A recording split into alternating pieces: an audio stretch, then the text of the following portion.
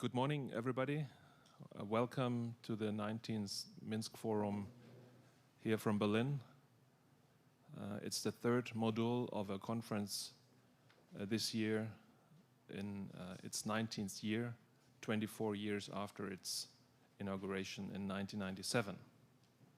I am Rainer Lindner. I'm the founder of that format. Back then, we started actually to discuss with our colleagues and friends from Belarus, experts, politicians, in a form of a critical dialogue to bring on an annual basis people together from different countries, from within the society, including also the government.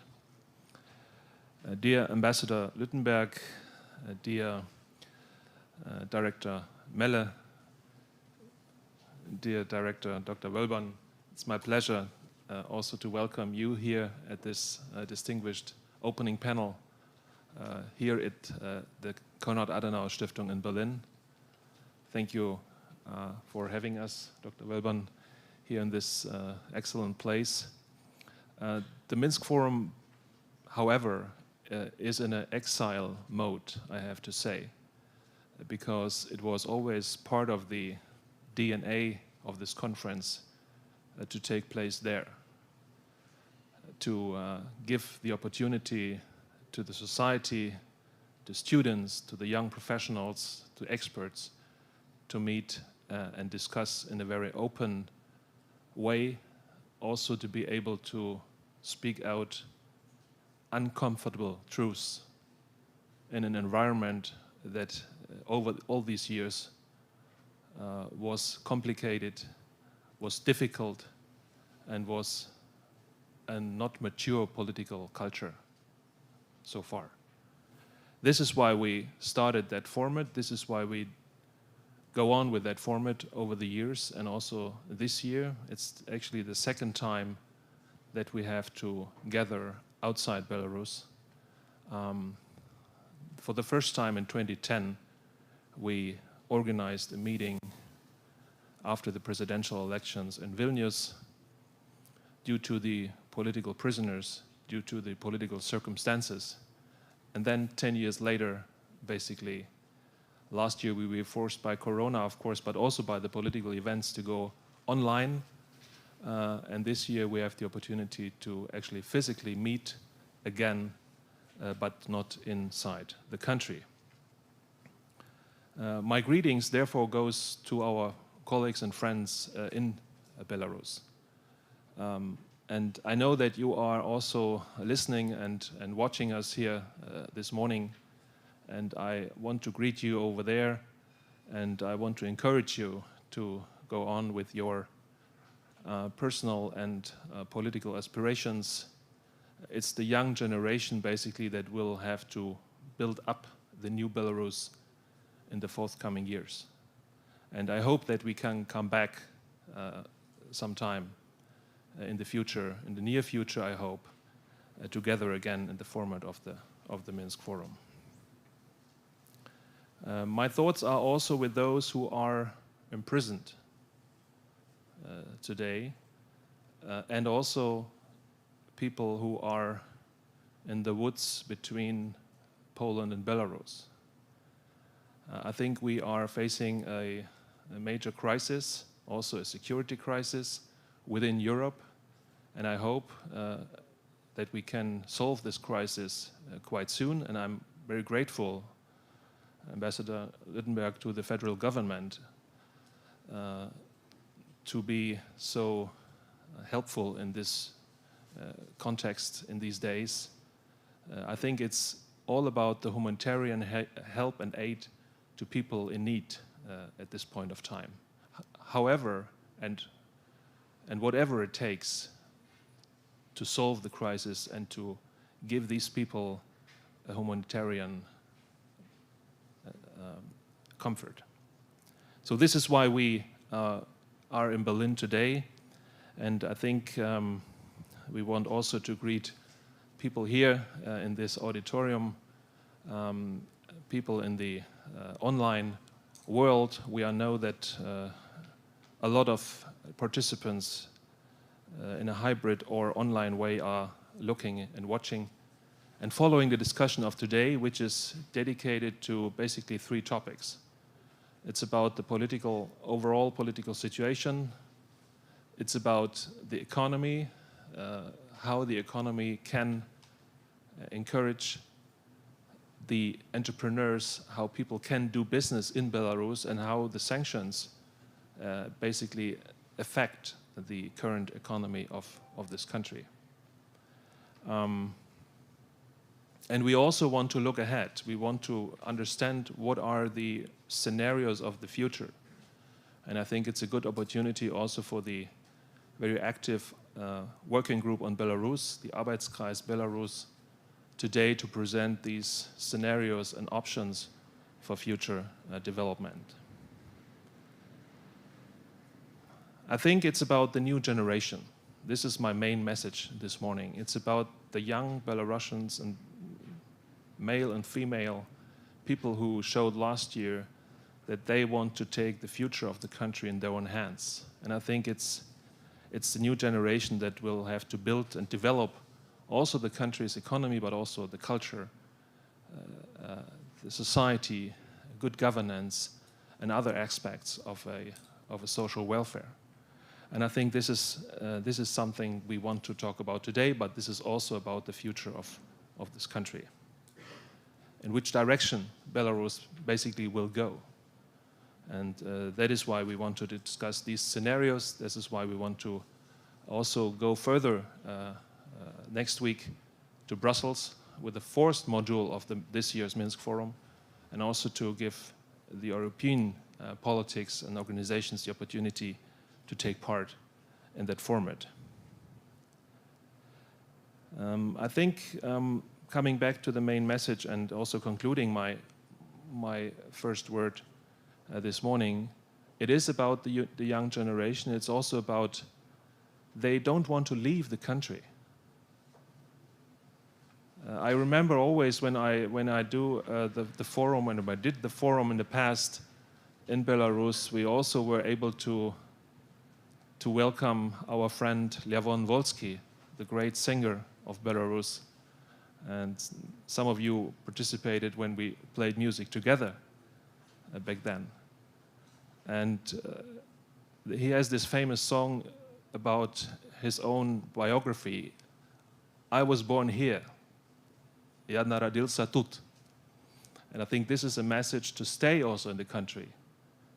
And I want also to greet him from here, from Berlin this morning. And I think this is one of the voices of Belarus also today. On behalf of the advisory board of the German-Belarusian Society, I want to thank the supporters of this Berlin model, especially the deutsch-russische Austausch, the DGO, Deutsche Gesellschaft für Osteuropakunde, and also other organizations, of course, the Konrad Adenauer Stiftung, basically, which is with us since 1999, I have to say, and to add, the politischen Stiftungen, the political foundations were always very supportive in that format, even in difficult times that we had. My wish would be today that we can return to Belarus soon with that format. And the title of this conference, 30 Years of Independence, is also a message that independence was always questioned back then and since the founding of the state, since 1991. It was questioned from within and also from without. And I think it's now, and I remember these times meeting in the Academy of Science, Shushkevich, Chairman Shushkevich back then, to talk about the perspective of this country in a very fragile situation there. And I think it's about also securing this independence in the future. And I hope that our conference can be, also in the following years, be part of that, fighting for independence, structuring a new society, and giving Belarus the way into future. Thank you very much, and again, it's the young generation that has to take the future of this country in their own hands. It's now my pleasure to welcome again Ambassador Director Lüttenberg He is the Director for Eastern Europe, Caucasus and Central Asia at the Foreign Office. Auswärtiges Amt. Herr Lüttenberg, the floor is yours. Thank you very much, Professor Lindner, distinguished members of the German-Belarusian Society, dear colleagues, ladies and gentlemen, especially in Belarus today. It is my great pleasure to join you today at the Minsk Forum here in Berlin. Thank you very much for organizing this event, despite the obvious difficulties. That this year's forum takes place in Berlin and other European cities, and not in Minsk, reflects how dire the current situation is. Unfortunately, while we mark the 30th independence anniversary of Belarus, the domestic situation in the country itself is worse than ever, and relations between Germany and the West more generally, on the one hand, and the Lukashenko regime on the other hand, reached a historic low. It will soon be 500 days since the fraudulent presidential elections, and protesters and opposition members have largely been arrested, silenced, or, as some here today, driven into exile. The number of political prisoners is at a record high, and hundreds of cases of torture have been reported. We haven't forgotten them. More than that, the regime has moved on to close the few remaining spaces for civil society, even leading to the liquidation of completely unpolitical organizations or associations. Even Venezuela, Cuba, and Iran have a better World Freedom Index rating than Belarus these days. We can see the ultimate proof for the reckless nature of the Lukashenko regime, if we ever needed one, when looking at what's happening at the EU borders with Belarus these days. The cynical instrumentalization of migration against the EU is nothing short of a hybrid attack. The regime in Minsk has not only turned against its own people, it has also become a threat to international peace and security. The international community has to find a firm and resolute response to preserve international peace and security, as well as for the sake of the Belarusian people and the migrants and refugees being abused by Lukashenko. This is why on Monday, EU foreign ministers agreed on advancing a substantial fifth sanctions package. In addition, the Council expanded the criteria of the EU's Belarus sanctions regime. More concretely, this means that we are now able to also sanction entities and individuals from third states, contributing to Lukashenko's ploy to violate the EU's borders. This pressure might start to be working, as we can see from the announcements of several airlines to restrict their flights to Belarus, and we've seen the first major return to Iraq of refugees. Pressure is an indispensable, yet probably not sufficient means to bring about change. In addition, we must initiate a process that works on alternatives and a way out of the current crisis. Therefore, we need intensive dialogue among the opposition, dialogue with partners, possibly also dialogue with Moscow. And at the height of a crisis that has caused enormous humanitarian plight, we might even see the need to talk to Lukashenko. This is why Chancellor Merkel spoke to Mr. Lukashenko twice this week, without recognizing his illegitimate claim for the presidency, without making offers or deals, without appeasing him. Simply because we are in a situation where direct talks could help ending the cynical instrumentalization of migration and prevent further escalation. Already 11 people have died. And at the same time, the EU decided on another package of sanctions to keep up the pressure on Lukashenko and his regime. Ladies and gentlemen, for more than 2 decades, the Minsk Forum has been able to open and maintain channels of communication and provide a platform for exchange between civil societies, between politicians, between neighboring countries, and between representatives from Belarus itself. I urge you to continue with this wherever possible. Bringing these actors together, exploring ways for responding to the current political stalemate in Belarus, and identifying options for the future is now more relevant than ever. In this endeavor, you can count on Germany's full support. It is my sincere hope that by the time we mark the next decennial of Belarusian independence, the situation will have changed for the better, given that all of us here today work on or with Belarus in some way. We can contribute to making this vision come true, some to a greater extent, some to a lesser. And it's certainly also up to the next generation. In this spirit, I wish us all a fruitful event today, and I'm very much looking forward to the discussion. Thank you very much. Thank you for your statement, Mr. Lüttenberg, and for the clear message also to go on with the Minsk Forum in the future. And also thank you for your support. I have to add here that the Foreign Office has always been supportive over the last 12 years, having a program at hand that is able also to support us as many civil society initiatives in Germany.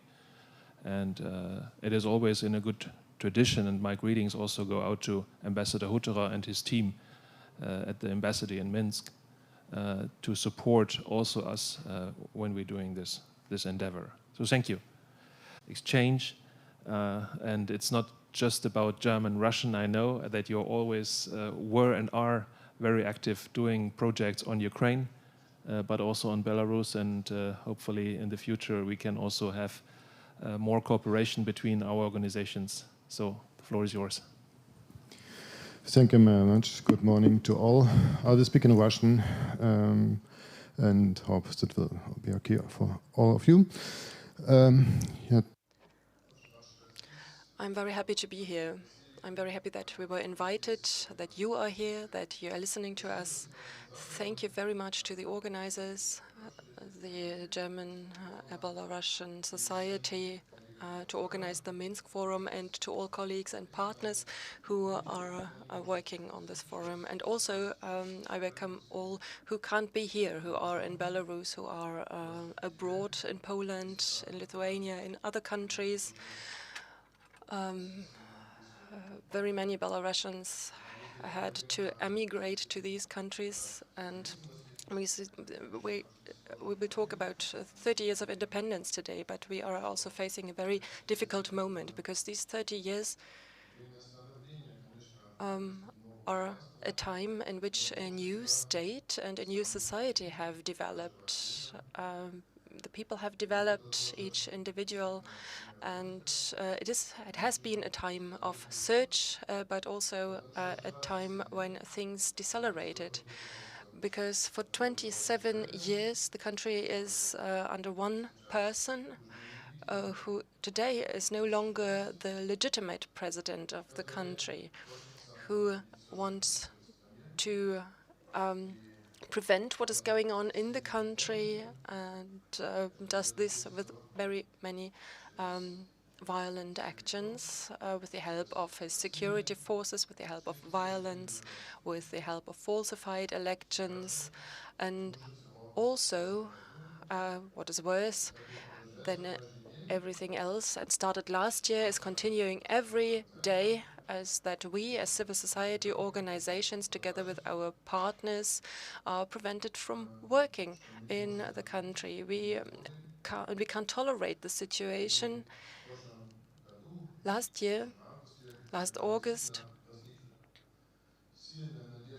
when there was really a big hope that people will have the opportunity at last to take the government into their hands, the German civil society started to cooperate and support. And we said that we don't want situation to remain as it was. We are united with you, we stand behind you, and we, the German-Russian Exchange, together with other organizations, organized a working group on Belarus, which contains more than 100 organizations, experts, politicians, think tanks, who became an important resource for cooperation. this all is going on in difficult times, where a transformation is still ahead of us. The status quo is what my colleagues have already described. It is the everyday violation of human rights. People are in prison, people are in courts, they are in exile.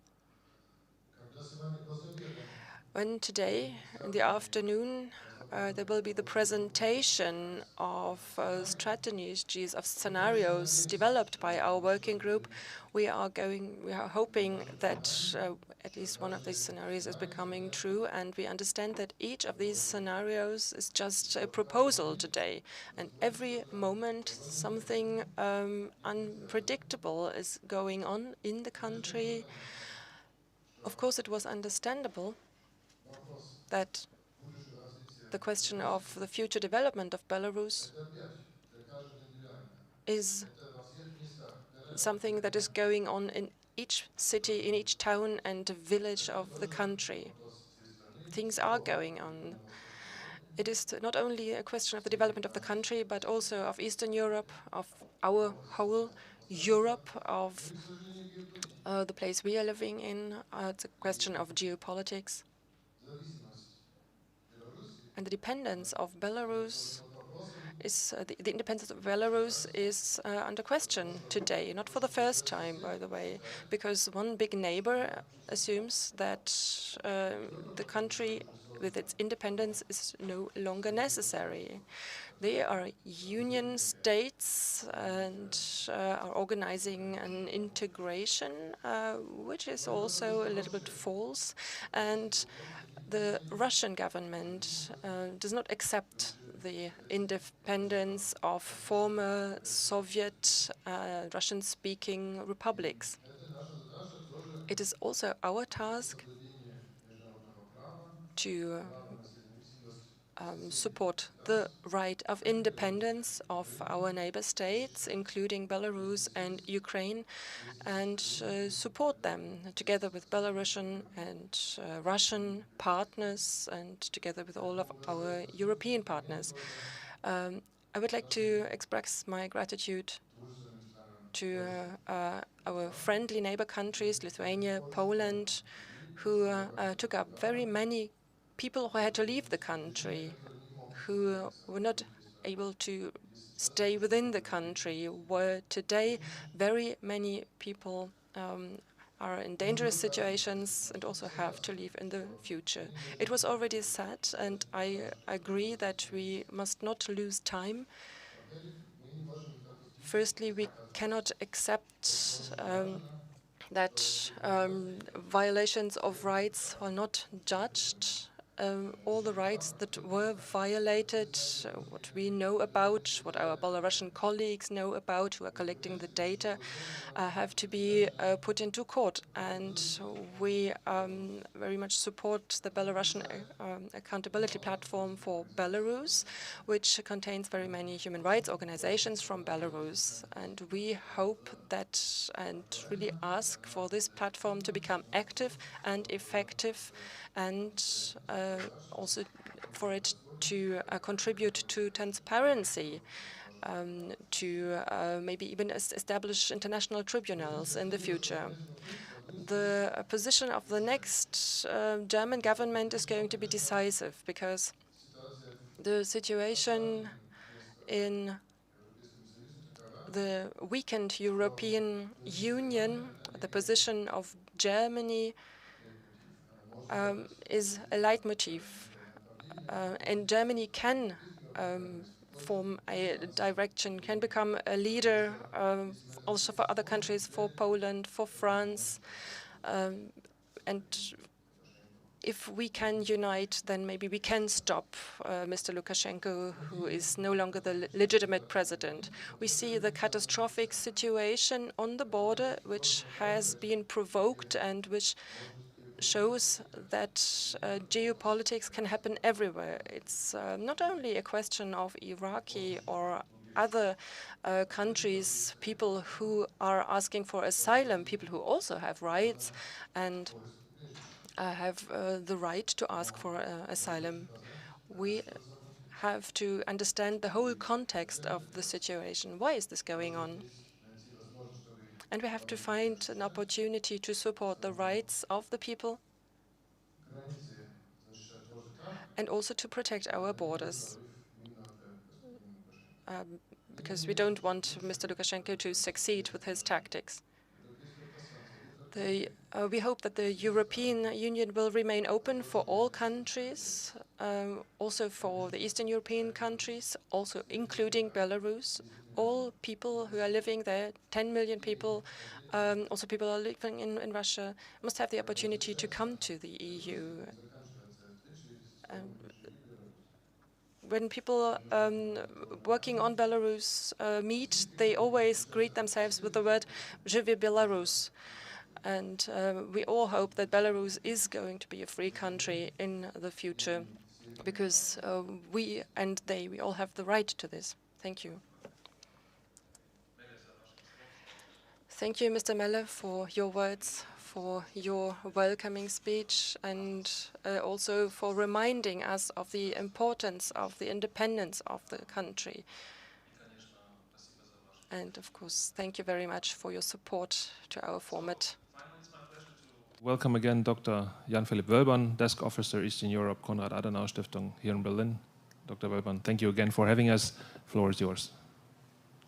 Good morning, everybody. Members of government institutions, colleagues from our partner institutions as the German-Belarusian Society, the Deutsche Gesellschaft für Osteuropakunde, the German Eastern Business Association, the German-Russian Exchange, Berlin Economics and further NGOs, colleagues from other political foundations, and last but not least, representatives and leaders of the Belarusian opposition movement. I see Mr. Latushko here today with us. Good to see you again in Berlin. Welcome to Berlin. My name is Jan-Philipp Wölbern. I'm Desk Officer Eastern Europe at the Konrad Adenauer Foundation, and I would like to welcome you all warmly to the Academy of the Adenauer Foundation here in Berlin. It is the second forum, which for obvious reasons cannot be held in the Belarusian capital, but it is also the first Minsk Forum to be held in presence since the beginning of the pandemic. So at least this is possible again. So it is a pleasure for us to host this year's Minsk Forum in Berlin, which we have been supporting and working together since 1999, which I learned this morning. What binds us together in this format are our common values. We believe in peaceful dialogue as the only instrument to solve conflicts within societies and between states. We believe in democratic values as the right to vote and including the right to vote politicians out of office. And we believe in the rule of law as the very basis for the respect of human rights, freedom and economic prosperity. All of these values are violated in Belarus by the Lukashenko regime at the moment. This makes it even more important for us to support the democratic forces in Belarus and to search for ways out of the very difficult situation Belarus currently faces. Today's panels will thus address three central questions. First of all, is there any peaceful way out of this crisis within the country, and also the crisis between Belarus and the EU? Second, which effect do the current sanctions on Belarus really have on the regime in Minsk?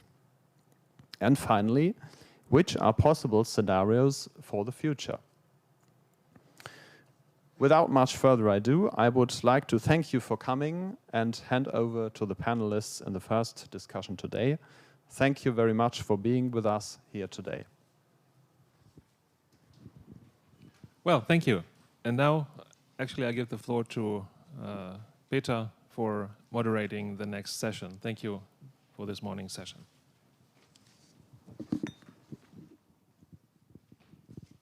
Thank you very much for these introductory words. A very short remark before we start with the first panel. As you all know, this event is streamed live into internet, including the translation. That's why we would like to ask everybody who's speaking on the podium and people asking questions to speak slowly so that the translation can actually work within the internet. The first panel, Confrontation Without an Exit, the State, the Opposition and European Politics, will be moderated by Volker Weichsel from BGO, and he will introduce the panelists.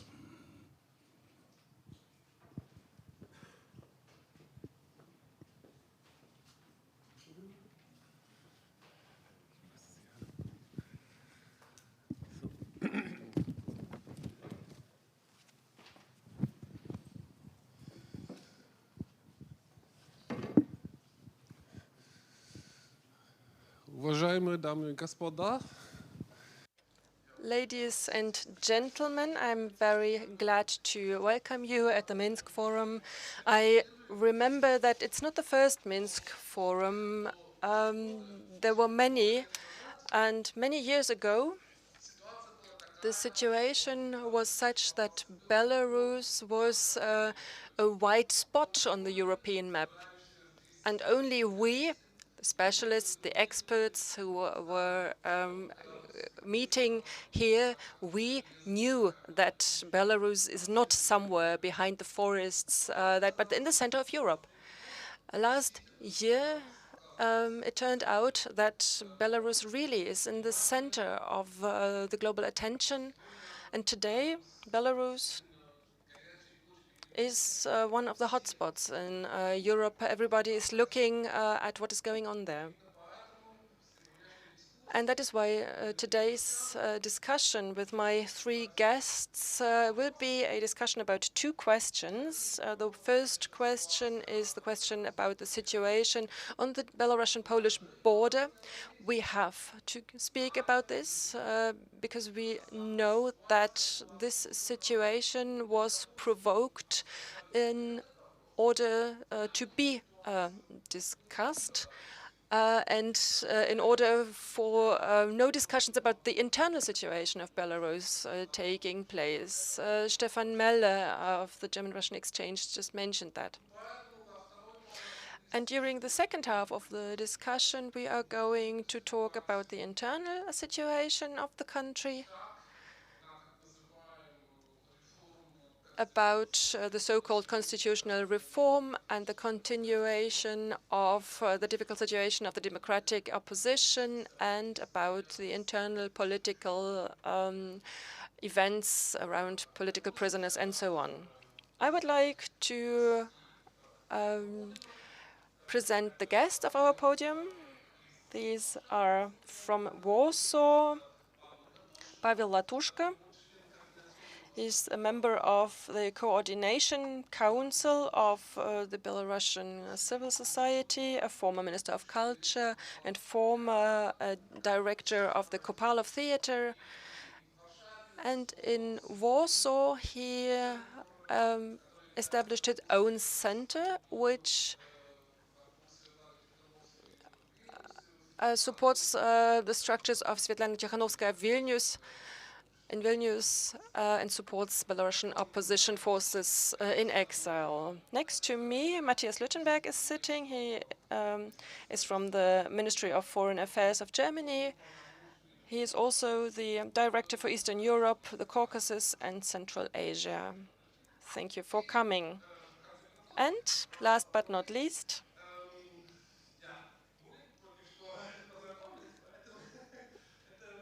Marina Rachley of the German Marshall Fund, an expert on Belarus, and as far as I know, she is from Belarus herself, and she is a political expert about the political situation of Belarus.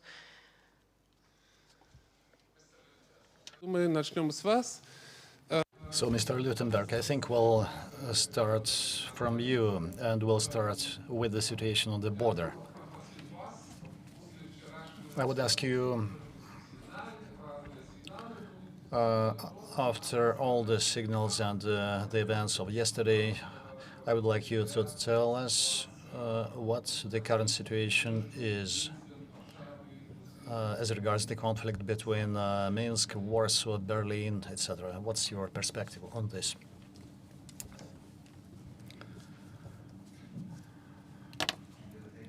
Mr. Weichsel. On the way to this event, I spoke to my Polish colleague in Warsaw, just to once again explain our policies, and I can truly say we are united in our efforts between Warsaw and Poland and Berlin, and whatever you sometimes hear or read, we are closely working together. The situation at the Polish-Lithuanian, Latvian border with Belarus is still very serious. It's not yet solved. It still poses a threat to life of thousands of people who are caught between the Polish border and the Belarusian security forces. Poland and others defend the borders of the EU against this irregular migration. We need to make sure that humanitarian assistance is provided, first and foremost by UNHCR and the IOM. We also have to organize the repatriation. There are first encouraging signals, and you will have heard it, that 400 people have returned to Iraq successfully. We need to stop the constant flow of migrants from many different countries.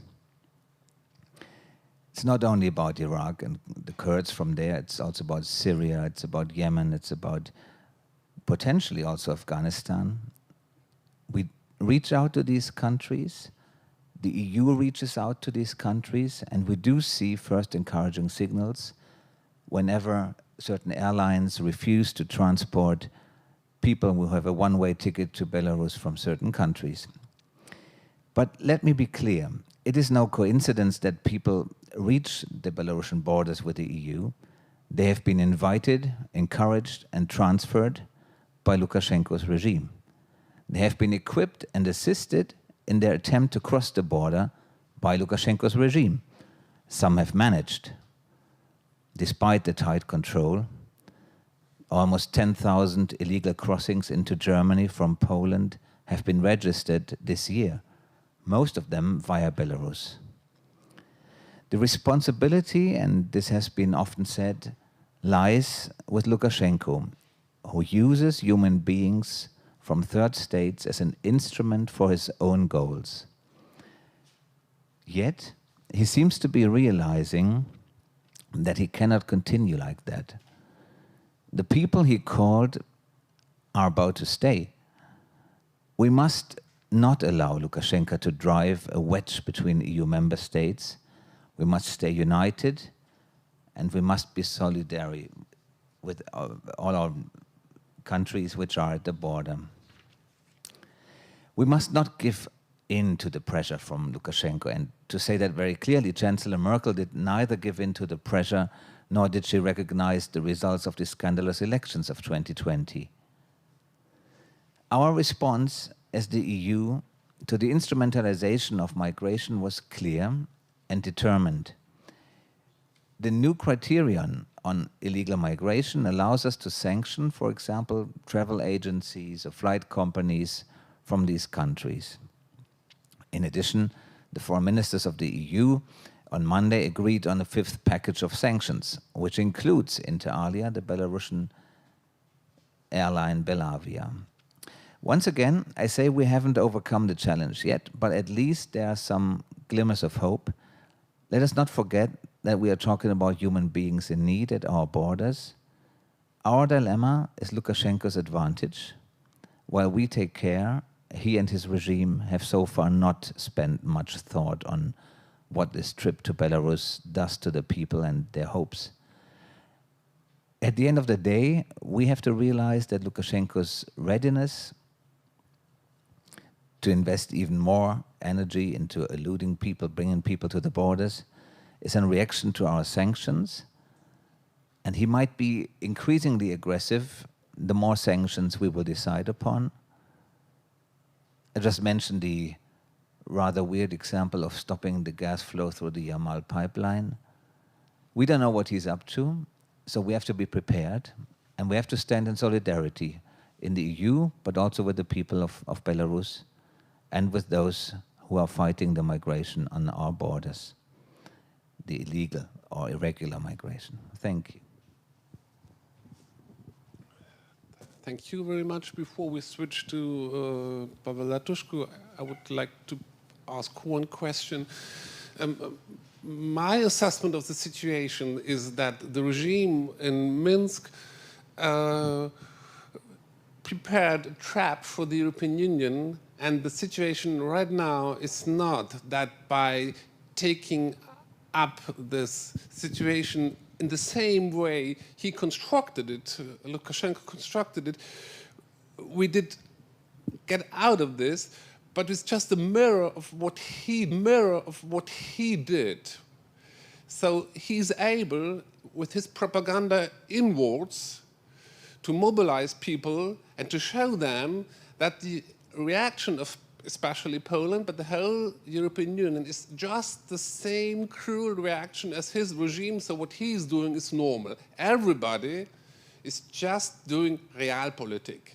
That's what he wanted to show, and he's able to show it. And my question is that this unity among European countries, it's very important, but it does not mean that one approach, the tough approach of Poland, stigmatizing migrants, and we have all seen pictures produced by state agencies of Poland which are as far from the truth as what Lukashenko is presenting us. We have seen that. So being together, European EU countries, does not mean that we have to follow this one way. And yesterday it seemed that there was a chance for kind of a solution. And is it gone or is it not gone? First of all, I would like to comment on what you said on pictures being produced or not produced.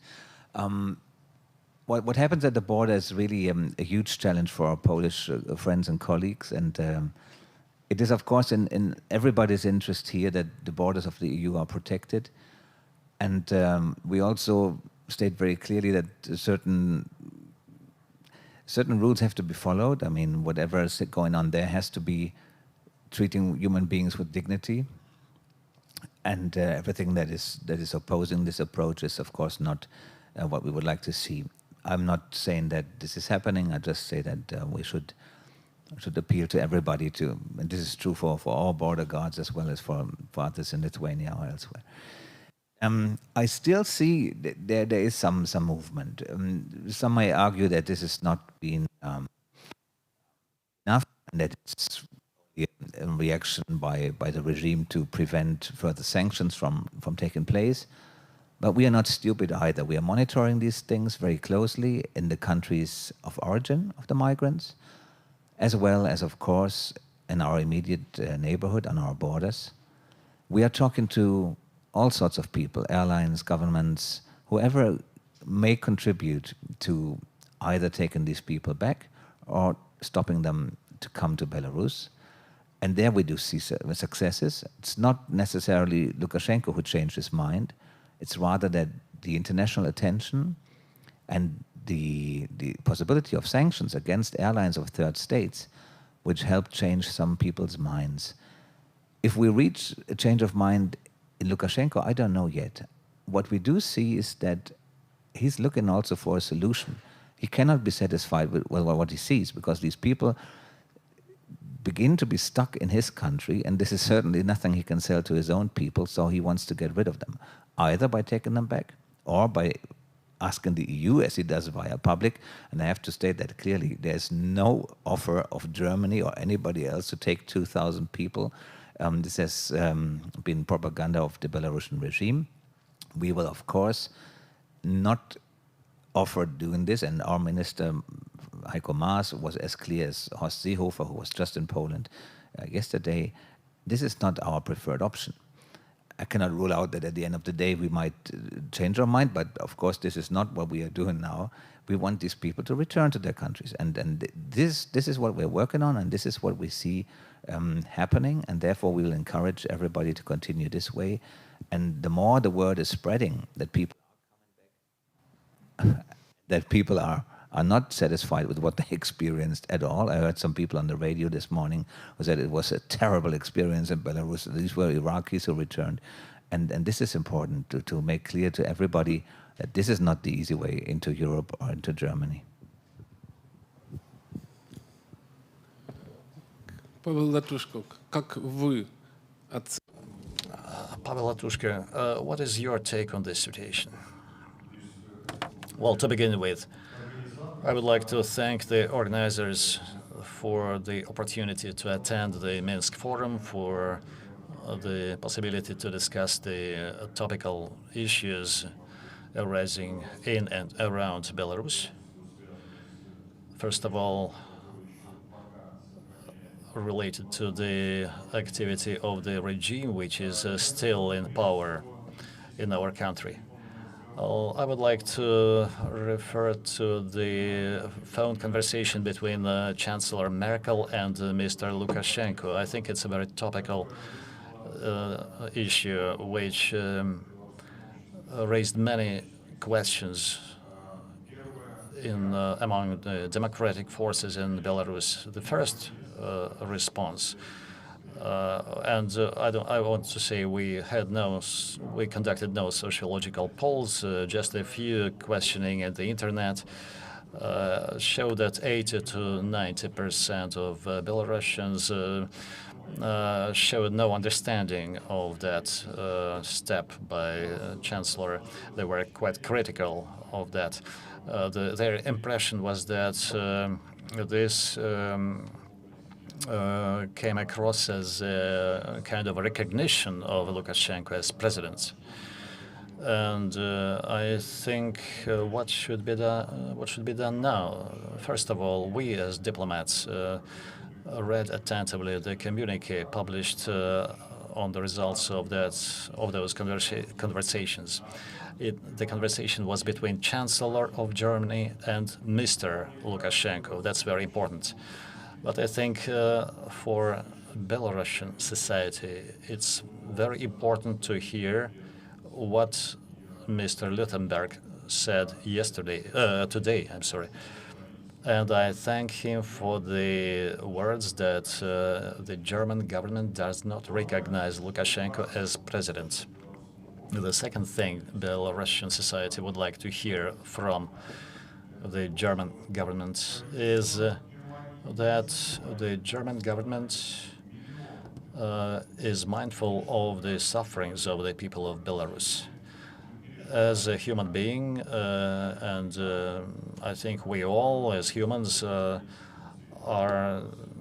upset about the fate of those migrants which are trapped on the border, and there are about 7,000 people, as government representative Eisman of Belarus said. But I would like to make clear that this issue is not to be considered separately from the issue of human rights violations against Belarusians, while thousands are incarcerated illegally, when dozens have been murdered and no investigation was conducted, and thousands of Belarusians had to flee their country. And it's very important to hear that message, that the government of Germany is going to step up its efforts in support of Belarusian democratic transformation. This is what we are expecting now. As regards other things, I think we think, all of us, that this is not a spontaneous event. This is a special operation by security services of Lukashenko, and I would like to say the following: we all think that this problem has been created artificially by Lukashenko for its political purposes, and Mr. Luttenberg said that about 11 migrants have already died. The last case was a 1-year baby. As a lawyer, I can put a question whether this is an act of international terrorism, and this issue has to be raised now. The issue of international legal responsibility of the dictator and his accomplices involved in the committing of crimes in and outside of Belarus. This is our message we have been sending for a long time to the European structures. While we have no remedy within Belarus, and a lot depends on the members of the European Union and international organizations.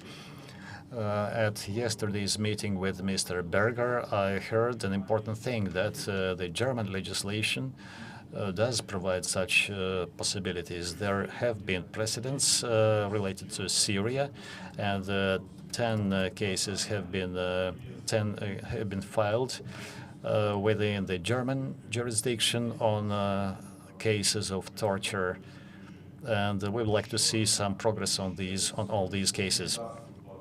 Also, there is the Danish platform of accountability for Belarus. We know about this platform, but I have to say that unfortunately we have absolutely no possibility to contact it, and all our attempts to contact it have crushed on the kind of a wall, and as far as we understand, substantial funds have been allocated to this platform, and it works together with the UN High Commissioner, Human Rights Commissioner, and there is no way to find out what facts and data have been gathered and what the results are. So I would like to call on you for possible cooperation in this. Also important, we've heard that the European Union is planning to allocate 700,000 euro for the help to migrants. Lukashenko is not planning to take them out of Belarus, as evidenced by the fact that they are vaccinating those people with a Chinese vaccine, which makes us suspect that they are going to stay in Belarus. So now we see that 700,000 are going to be allocated for this help, and it's very important that it doesn't end up in the hands of Lukashenko's regime, because SDR allocations were allocated and ended up in the hands of Lukashenko, and we know that this money is going to be channeled through the Belarusian Red Cross, and we prepared a statement that the Belarusian Red Cross was actively involved in the activity of district commissions which were rigging the elections, because it's a purely governmental organization, and the Belarusian Red Cross was headed by some Mr. Pinevich. I'm very familiar with him. I worked with him in the government. Now he is a Minister of Health. So Mr. Pinevich conceals from the Belarusian society data about the real scale of the COVID catastrophe in Belarus and the number of deaths he's also concealing. And the Belarusian Red Cross provided no help to those tortured in Okrestina and Zhodina. So today the Red Cross is headed by Deputy Ministry of Health. So we can not influence this process of providing those resources, but I think it would be sacrilegious to give those resources over to a part of the government repressive machine, apparat.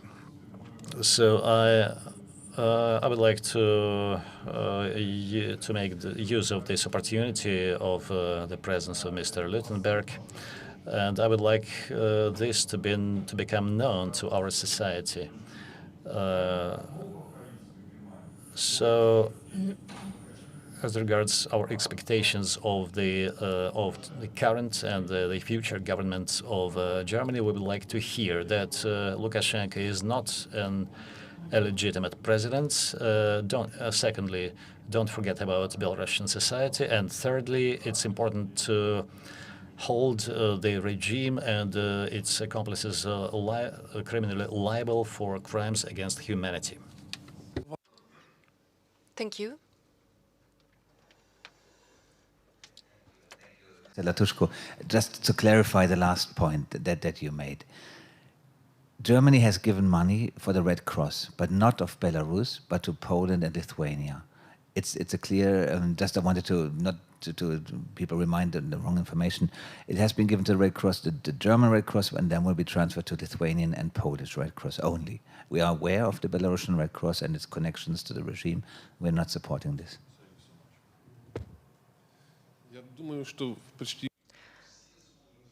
I think that all of us agree with the three things that you mentioned at the end of your talk. The question is just today, what can we do and how can we get out of this stalemate? And this is a question I would like to ask Marina Rachlier. I ask you as an expert from the German Marshall Fund, how do you assess the situation and how can we get out of the situation in which we are? Question that you would like me to start with. I will resort to English and probably pick up where Pavel Latushka left it.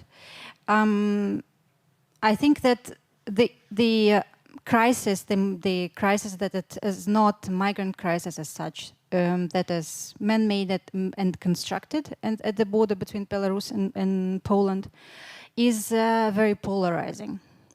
We see that the reaction in European countries is very different to what is happening there and what the reaction should be.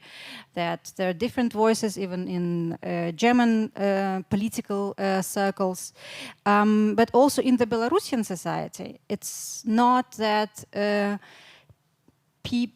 Belarusians are feeling for the migrants or that they're against these people being brought to the country, that the solidarity with the migrants that I experience basically the same pressure or being manipulated by the regime, that this solidarity is, you can also say, missing within Belarus. Same as the reaction to the measures that Germany resorts to, that the federal chancellor already twice spoke to Lukashenko on the phone. Some do think that in Belarus that this is the right thing to do because there's no one else to call if one wants to solve this crisis, or at least try to solve it, because this is Lukashenko who constructed it, who is responsible for it, and who is at the end of the day then the one to solve it or resolve it. Your question was, what is today the way to deal with it? The polarizing effect of the situation that Lukashenko created on the border is also, I mean, you can see it with this political panel, that we do not start with the internal situation in Belarus, but we speak about the current urgent crisis on the border. So it's probably not that much about the border, because we see that there are international efforts working with the countries of origin that have been quite successful, that I would agree with the fellow panelists here. By the way, there are now reports that there are middlemen of Belarus now being in Latin America and North Africa, ready to probably bring migrants from there to Belarus. So it's not that the EU or the West can solve the crisis on their part. There should be some cooperation or willingness to cooperate in Minsk. But the source of the problem is current civic and political crisis in Belarus. What happened a year and a half ago, that there is a president who the majority of Belarusians, I would say, considers illegitimate. And he is basically resorting to the same means he has been using since 27 years being in power, that he does what he wants. If he needs repressions to stay in power, then he uses repressions. If he wants to create a threat on the border to the NATO countries, then he constructs routes to bring people in. There are now reports that migrants are trying to protest in the central streets of Minsk, basically doing the same what Belarusians a year and a half ago, or even still a year ago, protesting against the way they are treated by the government that too many Belarusians do not consider to be elected. So coming back to your question, I think it is important for the Western partners, yes, trying to solve this crisis on the border, to keep the bigger picture in mind and not forget the conditions that have been on the table since August 2020. Not forget the promises and plans on the sanctions, which actually, which is not happening. It's not that these plans are abandoned, and the fifth package of the sanctions has been announced on Monday. But again, as Pavel Latushko also underscored, there should be then two messages coming from the West. On the one hand, yes, we do try to tackle the humanitarian side of the created crisis, but on the other hand, we stay behind Belarusian people and their aspirations. Before we really switch to the internal situation, I would like come back to the question you raised, Mr. Latushko. Such a big mistrust in Belarusian democratic society towards Germany or German foreign policy. I'm not a representative of Ministry of Foreign Affairs, not at all. But nevertheless, when I watch the situation, let's take the last 10 years, it's very clear that it was Germany who organized in the European Union sanctions against Russia, who is strongly organizing sanctions against the Lukashenko regime. And it's very clear that this unity of the European Union is organized by Germany. And it's not in the direction of lifting sanctions, but tightening sanctions. Nevertheless, there have to be some talks, not to Mr. President, not to any kind of legitimate person, but to the person who is in power right now. It's about kind of realpolitik to make the situation better for all. Isn't it up to you, representatives of the democratic Belarusian society, to explain to all people that the attempt to find a solution does not mean to forget about Belarusian democratic society? Ну, я хотел бы, наверное, оценить. I would like to assess it the following way. The expectations of the Belarusian society towards the European Union and a lesser interest of the EU to support the Belarus made today's situation possible. Of course, we want that the EU and Germany, as one of the key countries within the EU, played a more active role. And maybe a more operative role to react to the challenges that the Belarusian society is facing. I don't want to put our responsibility to Germany or the EU, but we have the feeling that the EU is not using all possible tools that it has. I understand that there is a problem with taking decisions unanimously within a union of 27 countries.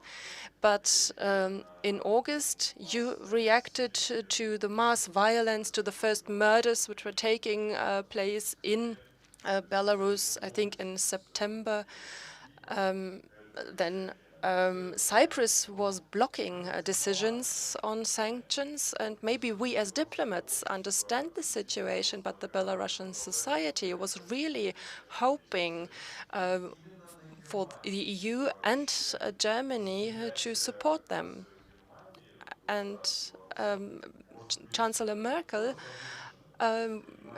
maybe there were too high expectations into her from the Belarusian society, and the actions of Mrs. Merkel, her telephone call, could change the situation, but maybe not in a way that the society in Belarus was hoping for.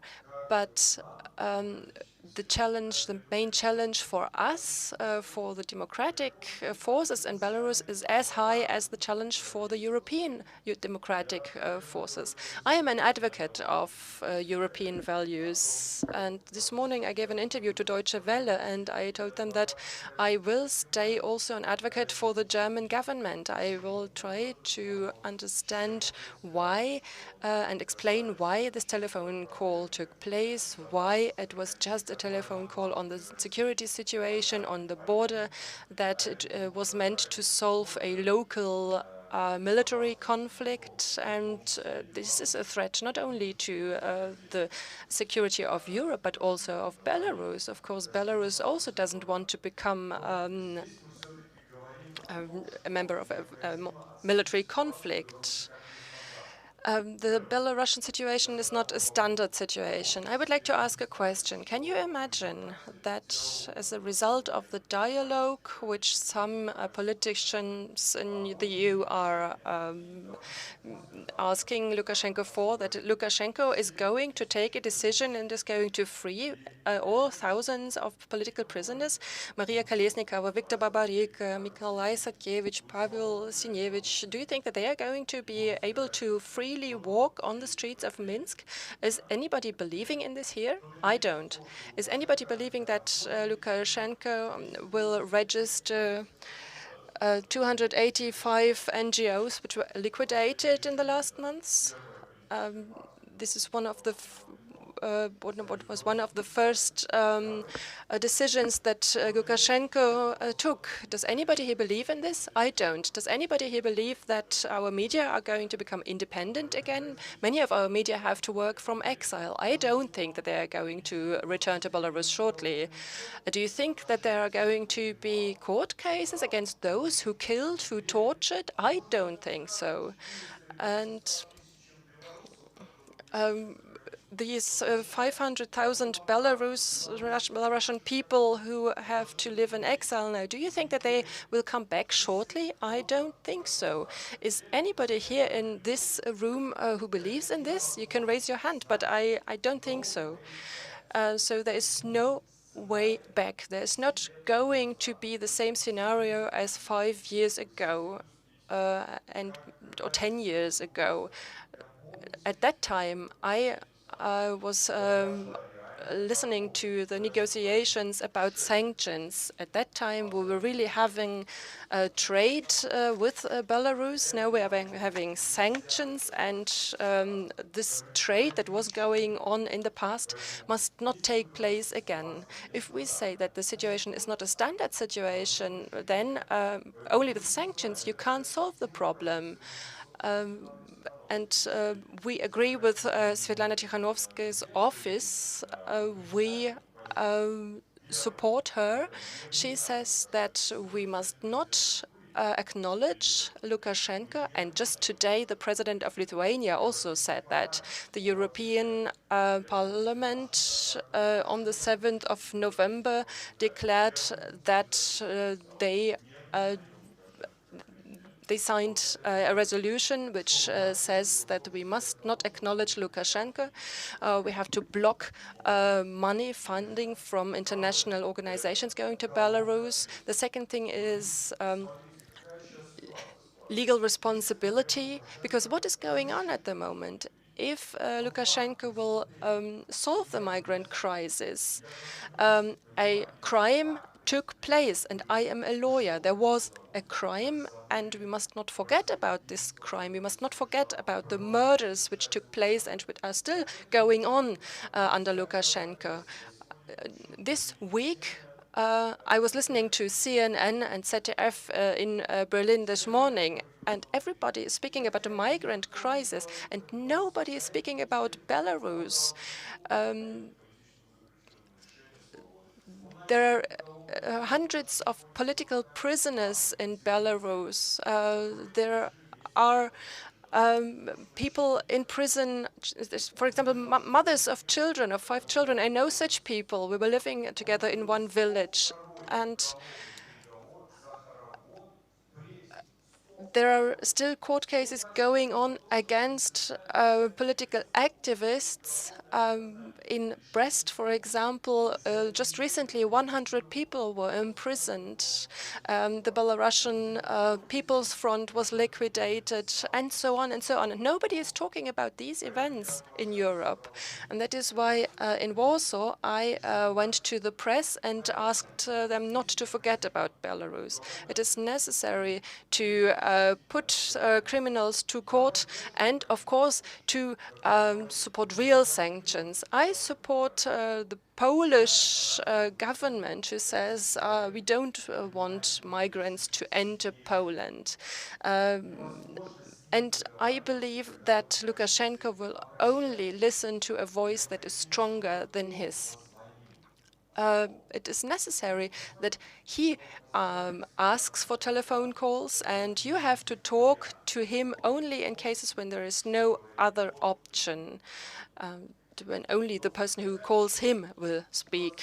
So the situation is difficult, particularly in view of the humanitarian crisis going on the border. And of course, we have to solve the situation, but we also have to use political and economic tools in order to stop Lukashenko.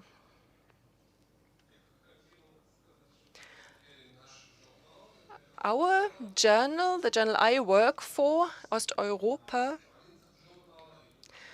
on our website, in the printed version, we wrote a lot about solidarity with Belarus, and every day we document, we translate with the help of the organization BISS. Yes, I know that. I am talking about the global community. Yes, of course. In the discussion about the internal situation, we already ended this discussion, actually. But before we continue, the organizers asked a member of the German Bundestag, Niels Schmidt, a member of the Social Democratic Party, to present a short video statement. We are going to listen to this statement, and then we are going to continue with our discussion. Dear friends of Belarus, I would have preferred to attend of the German-Belarusian Society in person, but unfortunately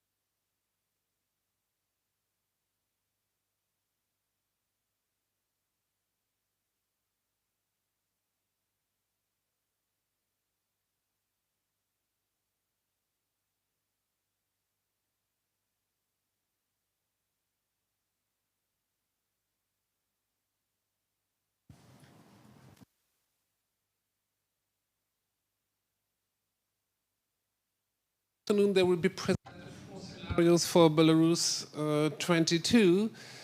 It goes without saying that we won't discuss everything. We won't go in depth of these scenarios, but as far as I'm informed, you basically know what's in the scenarios, and I do. And as we have you right now here, I really want to ask the question, what's the path, as you see it, referring to these scenarios for Belarus in the next years to come? We all agree with Mr. Latushko that we don't believe, I won't repeat what you said, that Господин Lukashenko will do all. We don't believe that. But do we believe that there is another solution? What's, in your opinion, possible? What are possible scenarios, and how could we come to a slightly better situation? Not a revolution, but a better situation for the people of Belarus. Well, thank you. This is a difficult question, of course. I mean, there's, if it was easy, I think we would have started a while ago. We are living in a situation which is constantly deteriorating from our point of view. We have seen a constant escalation of violence and oppression against the people of Belarus. And while we stand in admiration, deepest respect for the leaders of the opposition like you, Pavel Latushko, and many others, including, of course, Svetlana Tikhanovskaya, we do have to realize that even though we have such a courageous and persistent people in Belarus, that we have not yet reached the results that we had hoped for. And we have now often referred to the 870 or more political prisoners. These numbers are shocking, and they are a reason to continue, of course, our striving for a better future of those individuals, but also for free and fair elections and for a change of the constitution of Belarus. I don't see any real alternatives to these 3 key demands. How to get there? We have had 4 packages of, I think, painful sanctions against the regime, its supporters, and its financial sources, and still we do not really see a change in behavior of Mr. Lukashenko. We must therefore not give up. We have to continue. We have to continue raising the awareness of our people here in Germany, but also of EU member states who are maybe far away from Belarus and from what happens here and at the border. But let's focus on the internal situation, the domestic situation. This is something, and I really like what I see when some leaders of the opposition are traveling to each and every member state of the EU to spread the word, to inform. Let's see. I will try this one. Now it works. Okay, to spread the word, to inform, and to give concrete advice, like you are doing. Every visit is more than welcome, because you give us the mirror to see, are we doing the right thing or are we not doing the right thing? And the questions you're asking, sometimes you hear things, you check with us, is this right or is this not? This is so helpful. This is without alternative. This goes without saying. Still, the force and intimidation that is used against the people has not really changed. Therefore, I think we have to also use every instrument that we have, not only in the EU, but also in the transatlantic coordination with our partners and friends, not only in the US, also in Canada and elsewhere, because we are only strong when we are united. And the case of Belarus shows that, of course, there's a limited number of countries in the world who have a different view as we do, including, of course, Russia. And one may wonder, is now Russia holding one of the keys or the most important keys to solving this issue? In my view, it is like that. And this explains also why Chancellor Merkel is talking to Vladimir Putin about Belarus. As we see it, he's the only ally that Lukashenko has left. He's the only person who's ready to invest money, political capital, because he knows what he's getting. He's getting, and we mentioned this before, the matter of independence is at stake here. Is Belarus going to survive as an independent country, or will it be absorbed in some sort of union state and enrolled in 28 action plans that lead to nothing else but the full control of the Kremlin over your country? And this is a serious question. And on the other side, I was in Moscow last week and I had discussions with colleagues there. I don't really see that they have a plan. I don't really see that they know how to solve this problem, because they must and they cannot be happy with what they see. And I think Putin's interview yesterday also alluded to the fact that this is not a status quo with which everybody is comfortable. This doesn't mean that I think that they know what should be the alternative scenario. Is there a person that they would like to see instead of Lukashenko as the president of Belarus? Would they like to support the idea of free and fair elections without knowing what's going to be the outcome at the end of the day? I doubt it. And the more Putin looks at Belarus, the more he's looking at his own potential future.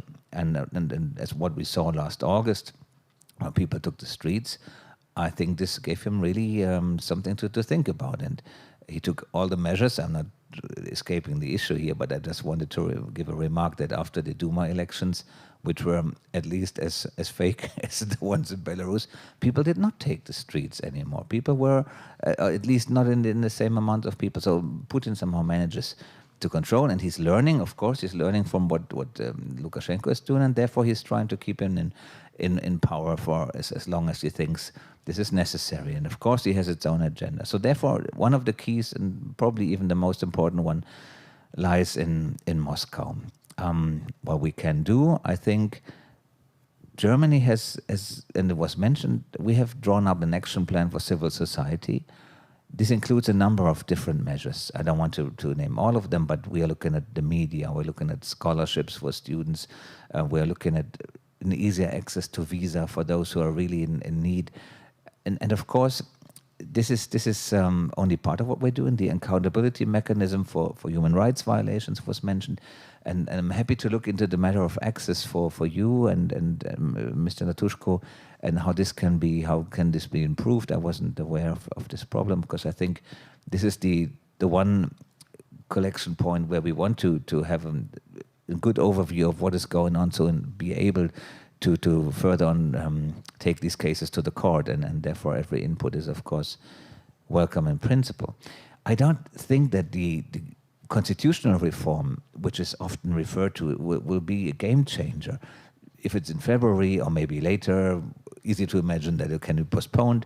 What can we expect? We don't know much about it. It's very intransparent. So what we hear, like strengthening the All-Belarusian Assembly, or however this is called in English, these are elements which are not in any way a response to what people want. This is not what has been consulted with the people. It has not been consulted with anybody outside Belarus. So how can this be a way forward? I don't see it. But on the other side, what else could we ask for? I mean, we are doing what we can, and only if we are serious about it, and if we don't forget about the people, about the prisoners, then I think this is the only chance we have. Mr. Lukashenko, I don't know, maybe the day will come, and this is the day we all must hope for and prepare for, because then once there's another person, and I hope that whoever will be following him will be a different kind of person, then of course the doors will be open for free and democratic Belarus. But until that day, we have to stand together and not be distracted by either migration issues or whatever comes next. We will see, but keep an eye on what's really important. Marina.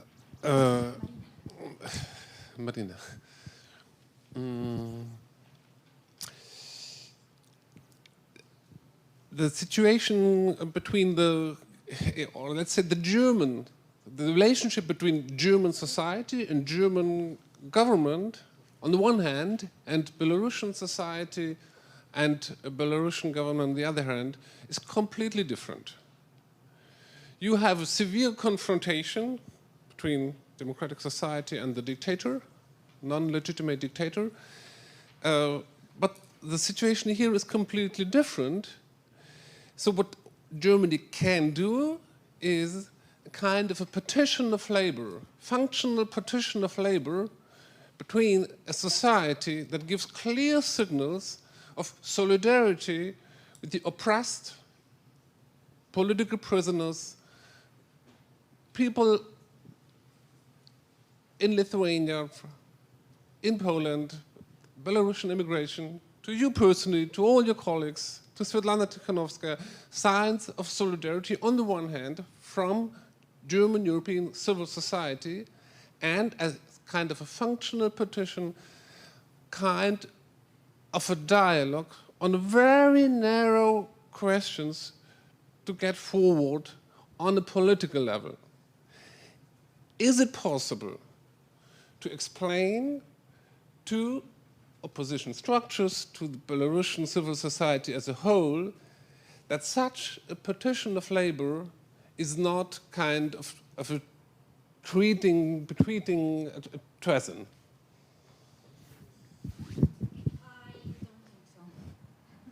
I don't think so that it's possible. I can probably start with the Turkish joke about a prison library where the librarian says, "No, we don't have this book, but we have we don't have this book here, but we have the writer." It's been almost 1.5 years. As of today, 873 people are recognized as political prisoners. Yes, there are no visible or massive public protests as it was possible a year ago, because it's just impossible. You cannot expect kamikaze acts from people who have families in their own lives. They tried it, they failed, also because the response from the state was so brutal and so inhumane. Again, a lot of people are in prison. Too many had to flee, fearing their life and health. And if the response coming from Berlin is is half-hearted, saying that we will leave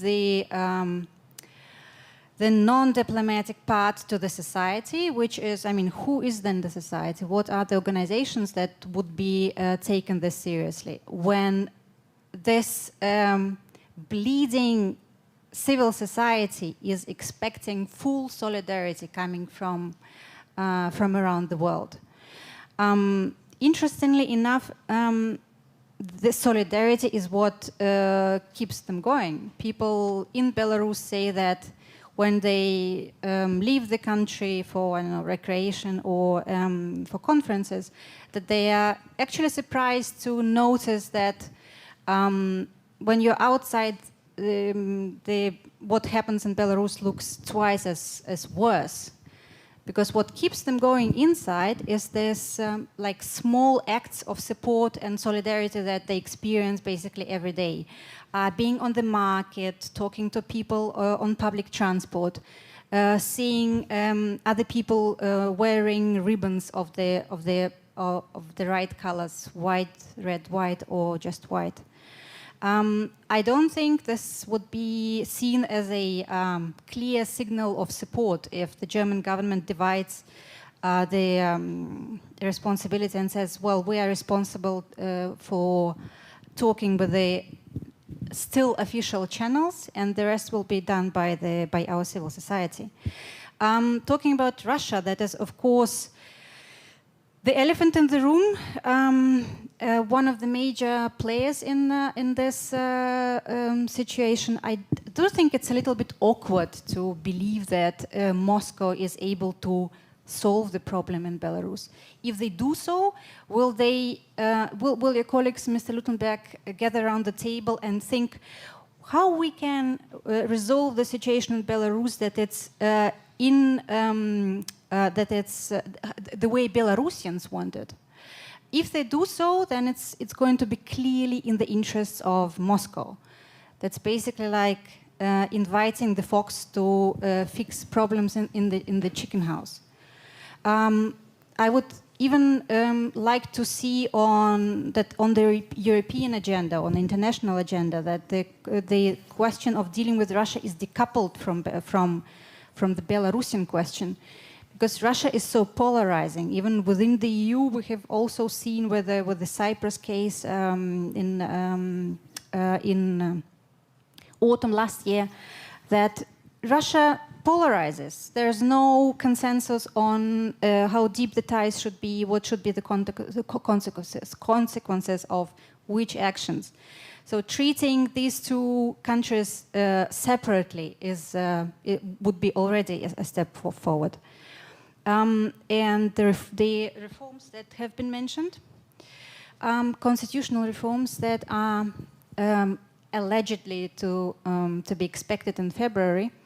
Again, I do not see this happening. That would be a very large probe for the current regime, not only to see how far social mobilization can pick up again under the circumstances of constant repressions, but also to check the loyalty of their own structures. Because if they strike or refuse to organize this referendum the way all electoral campaigns have been organized for the last 27 years, then there is a big problem. And as long as the regime is not sure that they want to make sure how loyal their people are and how far the society is frustrated with the current status quo, I'm not sure that this referendum is able to take place. Would you like to directly comment on what Marina Rachli said? Well, I think we are in agreement on most of the questions, especially when it comes to the role of Russia. Of course, Russia is a divisive factor in the EU, but in the case of Cyprus, this was more about Turkey and the issues that they had, that they postponed our decision-making. But in May, after the Ryanair incident, we showed that we can also be faster when it comes to agreeing on measures. I think we may like it or not, but of course I agree with you that Russians will not have a plan which is in the interest of the Belarusian people. This will not be the one that they prefer. So we have to have our own models at hand for the future of the country, and I think this can only be based on the expressed will of people in free and fair elections. And then it's time to change the constitution, and then everything might fall into its place. But how to get there, I still find it difficult to imagine how we can bring everybody to the table. There will be a conference, and Mr. Latrushko, you will be there as well next week in Vienna, where we will have the opportunity to continue this discussion on the foreign ministers level.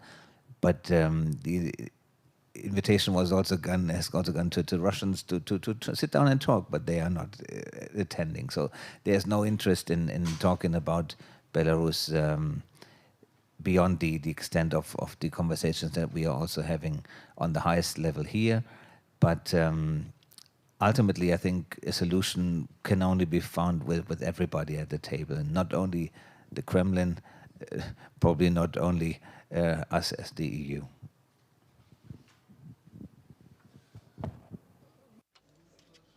One of the scenarios that will be presented this afternoon is called failed state. Belarus as a failed state, a regime which is not anymore able to provide basic things of everyday life for these 9.5 million people who are still in the country.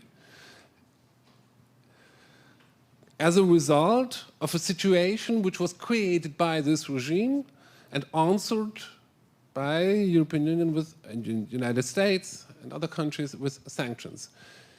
I asked this question some weeks ago to Polish second head of the Polish Research Institute, where Mr. Kononczyk, what he thinks about the 9.5 million Belarusians still in the country and a failed state scenario.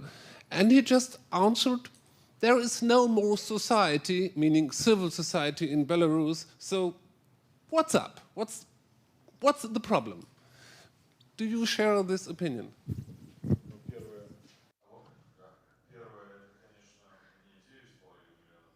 There are not only 9.5 million or 10 million people in Belarus, but only 9 million people because of COVID and because of so many people have left the country, maybe even only 8 million people still living in the country.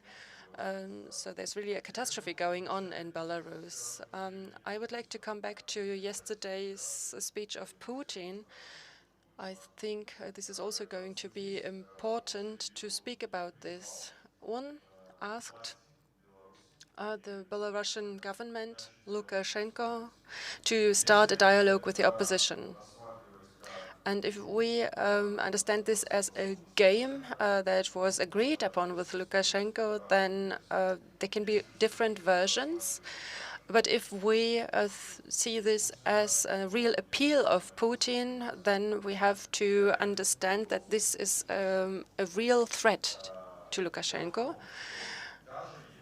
Even if we assume that Putin and Lukashenko agreed on this scenario, then why should the Russian president do this, speak to his colleagues in the Ministry of Foreign Affairs? I think that not every general, not every soldier is going to know about this agreement, and not all organizations are going to know about secret agreements. So this is a very clear signal to civil officers, to the military, that Putin is not going to support Lukashenko's regime 100%. And the question is, should we continue to support Lukashenko and commit crimes every day? I know that we are having video streaming, and I want you to understand that maybe in a day or two we are going to get to know or to understand why Putin said that. But then we are going to assess the situation differently. Of course, we were thinking about this speech, and together with Svetlana Tikhanovskaya, we agreed that it is not possible to speak with an opposition in prison. It is possible to talk with an opposition if there are democratic forces out of prison. And maybe if they are released, then such a dialogue is going to be necessary. But this is one of the necessary things to happen. It is also necessary that the violations of human rights stop. The portal Tutbay, which was publishing reports on terrible crimes, on terrible human rights violations, was closed, and but there is torture going on in the center of Europe in the 21st century. And this is why we have to speak about the release of political prisoners. If the president of Russia is going to be a guarantor of this, then okay, of course he can be, and he can exert pressure on Lukashenko. We are interested that there are also other guarantors, for example, our partners in Europe, because only then we are going to have a level of trust and security that these things are really going to happen. And of course, we are ready to accept the support of our Western partners to support a transition of the power and to new democratic elections.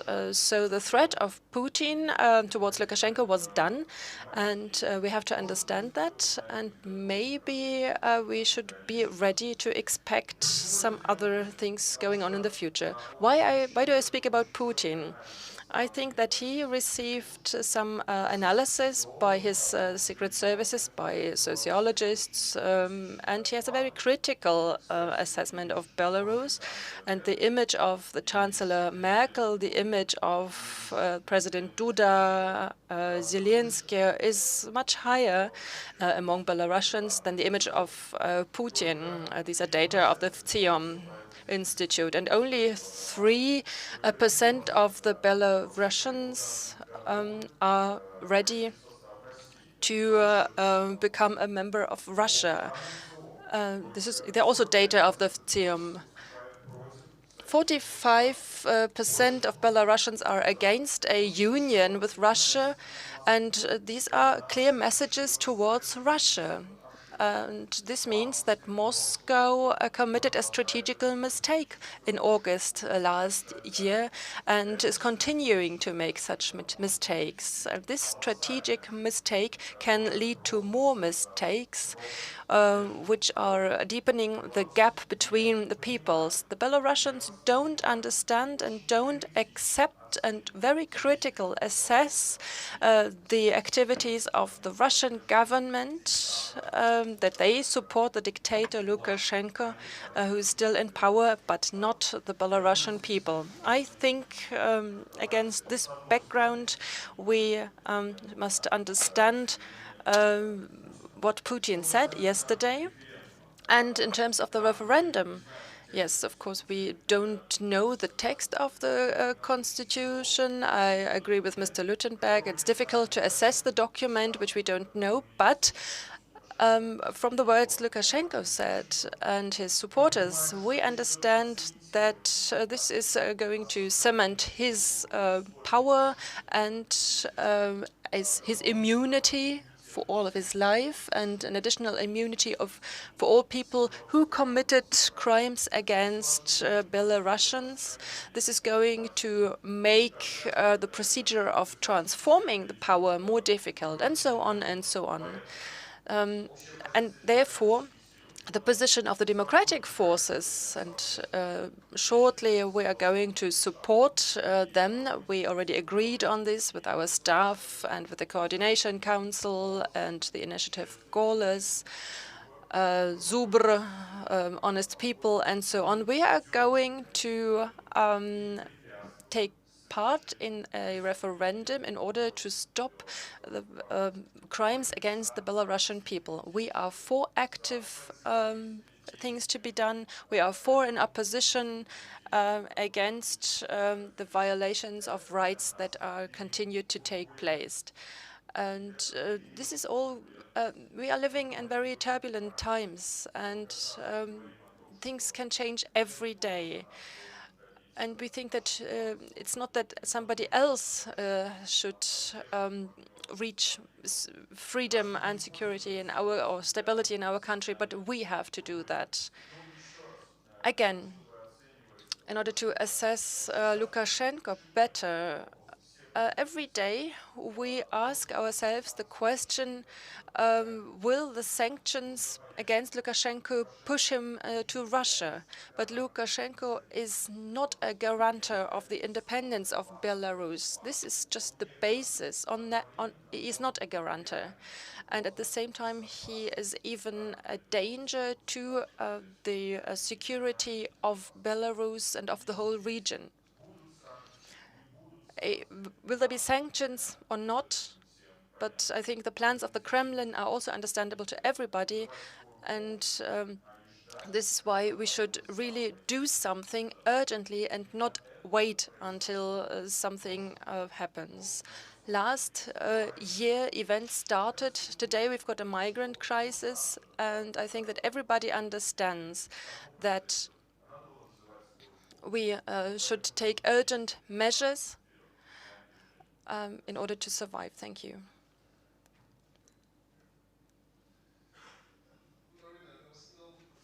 Answer to the question of the failed state, perhaps you would like shortly to comment on the question, is this a possible scenario, and what should be done about it?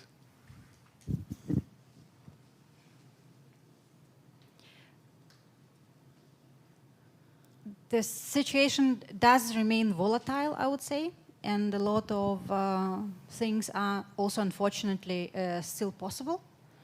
I would even say that you can consider Belarus to be a failed state already now because there's no rule of law, and the way decisions are taken, the way they're implemented, things are sometimes not even logical. How to fix it is, of course, a $1 million question. I'm not sure there's something that would resolve this crisis immediately, and nobody has thought about it yet. It's important to stay on, like they call it this dual track in Brussels, to increase pressure on the regime, to draw very clear lines what happens after which actions. I see that you want to interrupt. Yes, I wanted to ask, is there any research done into other conflicts, historical conflicts in the last 50 years, similar conflicts or conflicts with some similarities, and how they have been resolved, if they have been resolved? If we take Syria, we learn that it has not been resolved. It's a complete disaster. The dictator won by force. But we have some conflicts where a solution in the end was done at a round table. And is there research to try to find similarities? This is interesting to receive this question from somebody representing magazine Osteuropa. So have there been research, Mr. Weichsel? Are you aware of policy papers dedicated to Belarus, or have you tried to write about Belarus from this angle? I think I should promise that we will do so, because this was just an idea. But it's not only an academic task, it's also a task of practical politicians to get out of this situation. But I promise that we will do that right now. Yeah, take you by your word. I do agree with you that it's important that the politicians and think tankers, that they do work together. At the same time, again, you cannot compare Polish situation with Solidarność and what's happening in Belarus. It's just uncomparable. The round table is a very nice concept, but it, again, as of now, there's nothing to force Lukashenko basically to submit to this to this condition and launch this national dialogue. That's why what would, again, Belarusians or common sense expect from the Western partners, that the three core demands that have been formulated, that they are always on the table, that there's these little premises to start with, and that they should never be abandoned. Political prisoners, dialogue, and free elections. I hope I'm not mixing them up. I haven't heard the three demands for quite a while. So there are then even four.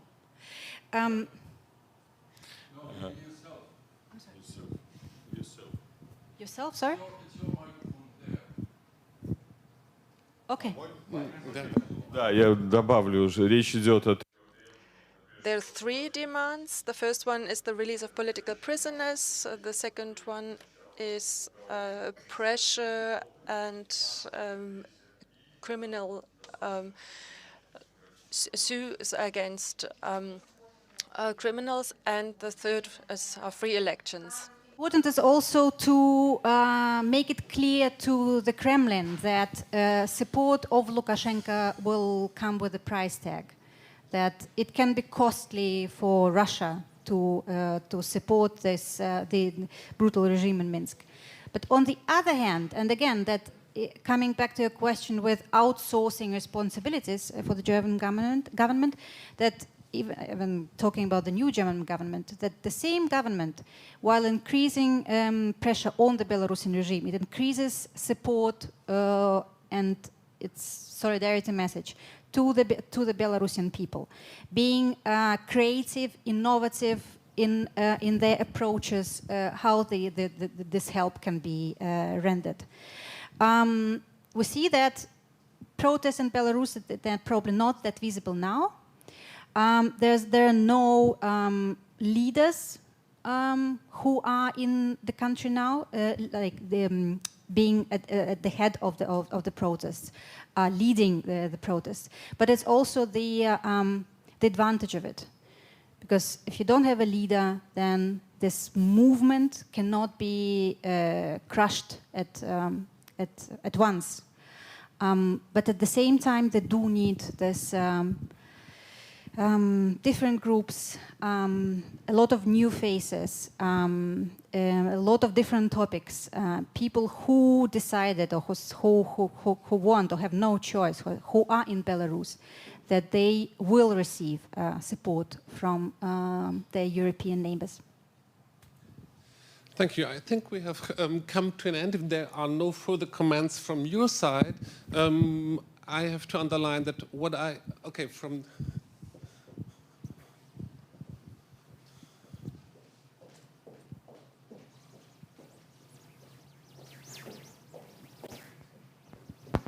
Благодарю.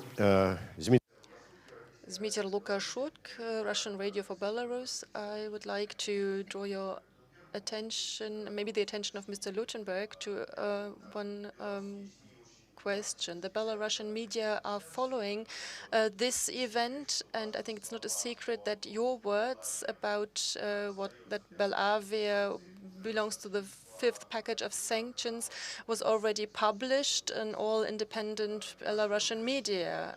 One thing to clarify, Belarus remains in the fifth package of sanctions, but we know that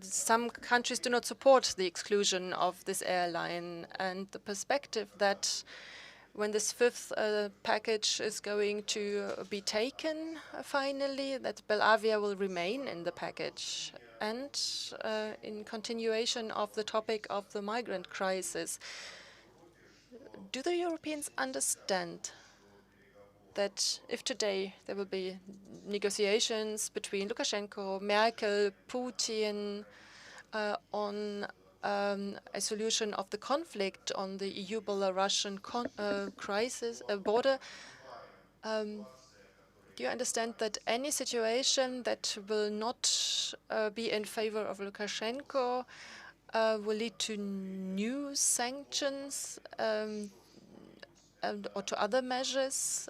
And do you understand that this can lead to a similar situation again taking place? So more than 400 migrants were already flown out to Iraq, but more than 2,000 are still in Belarus. We don't know the exact figures, but Pavel Latushka rightly said that they are vaccinated at the moment, and I think if something like this will not continue in Bruski, then in some other place it could take place again, and the situation could be repeated.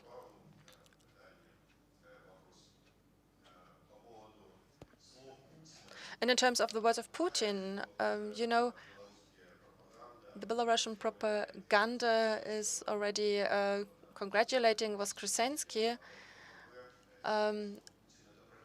that Putin said this about him. He is the head of the Belarusian KGB. And Dukievich gave a talk in which he said that Tsipkal, Tikhanovskaya, and so on are not the opposition but traitors. And how can Putin support traitors? An opposition is something else. This is Hajdukevich and others, parties which are still in place in the country. But actually the opposition forces should all be liquidated in his point of view. And if such negotiations will take place, then yeah, I would like to hear your comments, and maybe such negotiations could be okay for Moscow, but I don't know what about the West.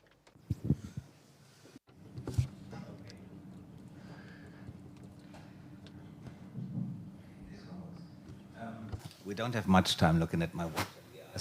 Important questions. First of all, on the sanctions, we are still, of course, in working on the final setup of.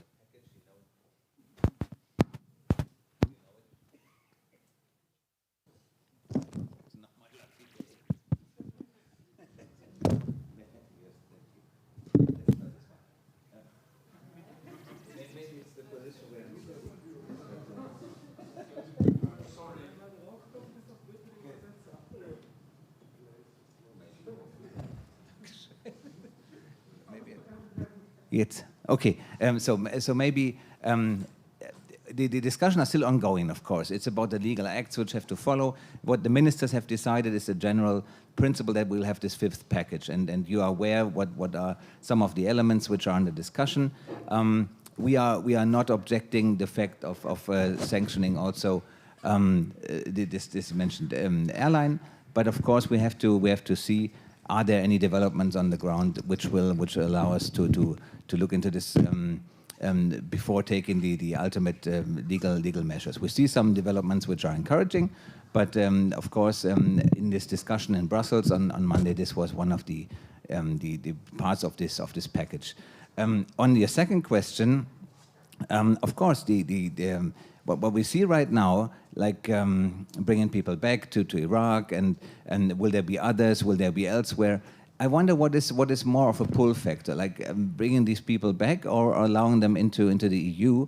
And I think if they manage to cross the border into the EU, this of course would send a signal that yes, this is the way to get into the Western world, and of course we'll do everything to prevent this from happening. And the way that it's done right now seems to be the most promising one to me.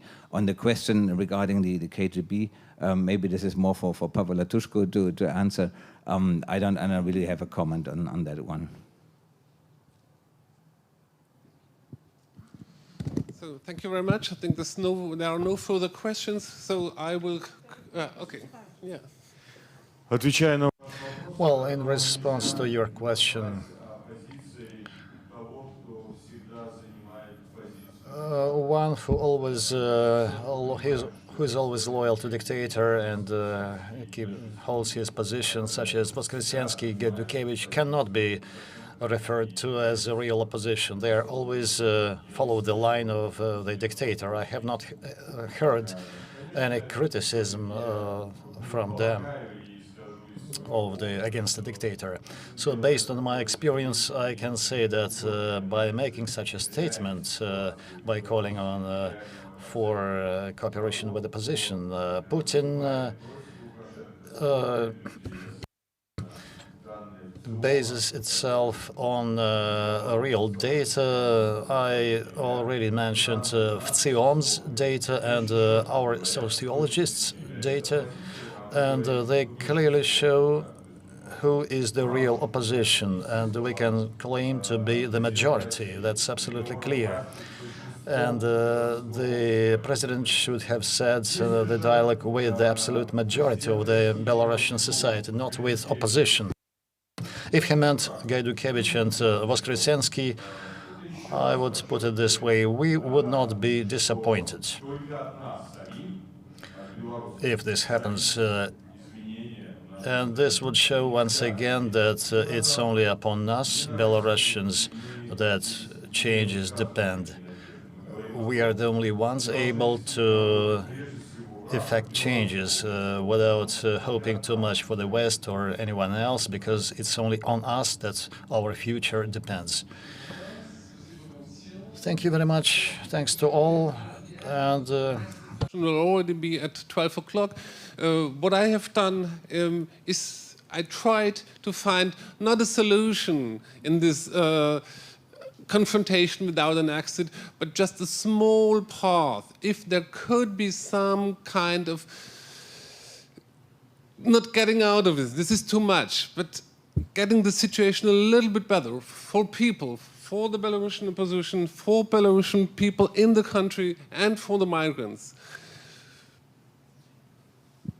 I haven't seen yet such a way, and I hope that the further discussions this day will perhaps open up such a window how we could proceed, not getting in the situation that the world is forgetting about Belarus. We won't, this is what we can promise, but you mentioned world media who are on the way to forget about it, and not to get stuck in this situation for further years, but somehow to get out of it. Thank you very much. The next discussion on the current status of EU sanctions will start at 12 o'clock.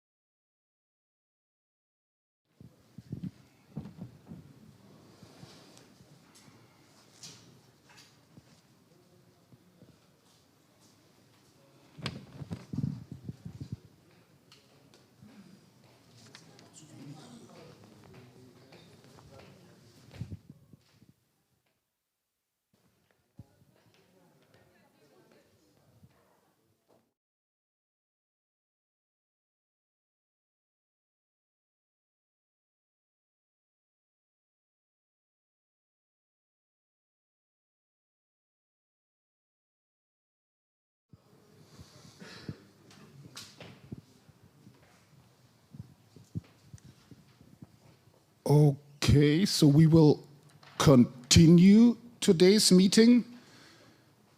The next second panel is current status of EU sanctions in Belarus and its impact on business. It is moderated by Stefan Kägebein, the regional director for Eastern Europe at the German Eastern Business Association. So thank you very much for the kind introduction, and welcome to the second panel today on business and on sanctions. So I guess a very hot topic since the fifth round of sanctions is looming on the horizon. I am very glad that we have three distinguished speakers today here. First, to my left side, Lev Lvovsky. He works at the Belarusian Research and Outreach Center, Berok. Then next to him, Dmitry Chervyakov. He works for the German economic team, Belarus, and serves there as an analyst. And last but not least, to my far left, Daniel Krocina, an economic advisor, managing partner of the consultant company Civita, and a former non-executive board member of the Development Bank of Belarus. So welcome to all of you, and it's nice to have you here on the panel. The question is, what do we want to do with this panel? And we before agreed that we have that we would like to provide the following aspects. The one is we would like to discuss the general economic situation in Belarus to get an overview and understanding what we are talking about. So it's a fact-finding. The second question we would like to discuss is internal and external factors that led to this situation. And of course, we will discuss the impact of sanctions. That is, I guess, the most interesting to everybody. But first, we start with the basics, put it like that. Dmitry Chervyakov will give us an insight on the current status of the economy in Belarus. We will collect questions after our round on the panels. So please be prepared when I ask you to have something that you will ask to the experts. But now, Dmitry, the floor is yours. Thank you very much, Stefan, for this kind introduction. I'm very happy to be on this panel here today. And like Stefan told, I would like to start with a stock take of the current economic situation in Belarus. And I hope that my input will lay further groundwork for our discussion today. So if we jump right into the economic growth, we have seen a relatively strong recovery of GDP in 2021, especially in the second quarter. This was mostly due, however, to base effects, and here we had a strong negative impact of the oil conflict with Russia last year, as well as the COVID crisis. And also another growth driver was were the high commodity prices, which supported growth in this way. Now what we see as those base effects start to fade out, we have a slowdown of GDP growth. So the most recent numbers, 10 months, 2021, we have a growth rate of 2.4% year on year. And what are some of the sectors that I want to focus? We still see that the ICT sector, and here an important remark, it's not only IT, it's also telecommunication companies, remains a very strong performer with growth even accelerating in the last months. But also manufacturing remains quite strong, but here we see especially the slowdown that I already mentioned. Most analysts expect that growth will slow down to around 2% towards the end of the year. As such, I would say the macroeconomic situation remains quite stable as of now, and we do not see, as of now at least, a clear impact of sanctions. So continuing with inflation and wages, we have seen a strong acceleration of inflation dynamics since August events of 2020. And now it's one of the key economic problems for Belarus. In October 21, inflation picked up once again and currently stands at 2.5% year on year. As such, inflation continues still to drift away from the 5% target set by the National Bank of Belarus. The monetary policy did react by tightening its stance. There were 2 interest rate hikes in 2021, the last one being in July. By the end of 2021, analysts expect inflation to stay in the double-digit levels and probably remains there also for the most time of 2022. Nominal wages have been rising as well since March 2021.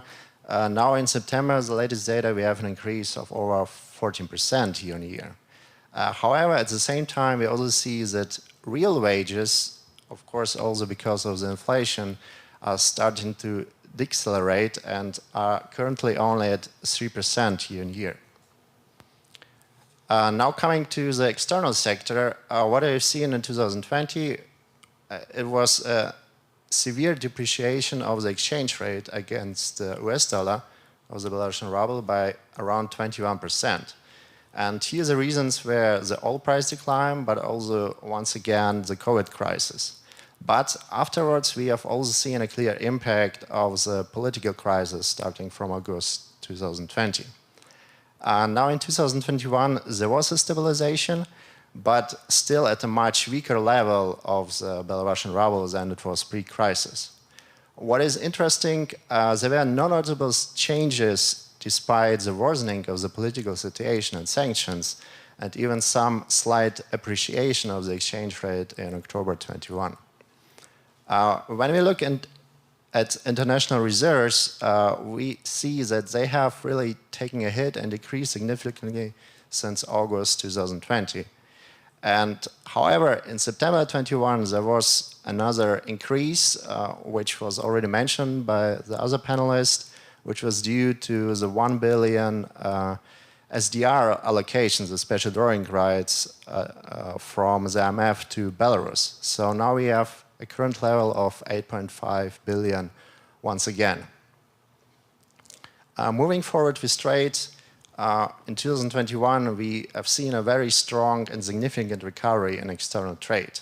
This was once again mainly due to base effects I already mentioned, so higher volumes that peaked, however, in August 21. And since then, we see that growth was mainly due to prices. So the volumes that picked up did not held up, and now it's only basically the commodity prices that drive trade. In September 21, we still had double-digit growth of export and imports, but with a similar declining trend as it is in GDP. Here, I also want to mention that it's quite difficult to monitor the impact of sanctions because Belstat, the Belarusian statistics provider, has stopped publishing the data for the product groups that are affected by the sanctions. So moving on to the fiscal situation, we see an overall long-term deterioration of the fiscal stance. So in 2021, there was a further widening of the budget deficit, and according to authorities, it should remain around -2% of GDP in 2021. What is interesting, in January 21, we have seen quite high expenses from the budget, which we think were due to the financial restructuring, or you can say bailout of a state-owned enterprise, BMZ Metalworks. As a result, government had to increase their planned deficit for the year. In September 21, we have seen once again unusual high revenues and expenditures, in particular in the local budgets. Here, we speculate that high expenses could be due to increased healthcare costs or subsidies to struggling SOEs, while the higher revenues are arguably due to a good external economic situation and increased tax incomes. Public debt remains modest and even declined in 2021. The IMF expects it at around 45% at the year's end. External debt services appear to be manageable for this next year at least, but they will peak in 2023 at around $4 billion, where also an Eurobond repayment will be due. So the main source of funds still remains Russia, which is by the largest creditor to Belarus. And we expect that the first tranche of the new Russian loan of $600 million, which was agreed after the integration talks, will arrive already this year. Further 500 million from the Eurasian Fund for Stabilization and Development are also expected, at least according to the authorities, in 2021. Moreover, Belarus plans to issue around 1.4 billion of ruble-denominated bonds at the Moscow Stock Exchange, starting from this year until 2023. And of course, new Eurobonds should not be expected as they are not possible as a source of financing in the current sanctions package. So while debt appears manageable, we do not see Russia being too generous with lending here and only giving as much as needed to survive. So coming to an end, I want just to make a brief summary of what we see. So on the one hand, it's a stable macroeconomic situation with no clear impact of sanctions yet. But there is also an overall stagnation of growth as base effects that were driving growth are fading out. Inflation is currently, but not only in Belarus, also globally, one of the main concerns for the macroeconomic situation. And double-digit inflation levels will probably stay with us in Belarus for quite some time.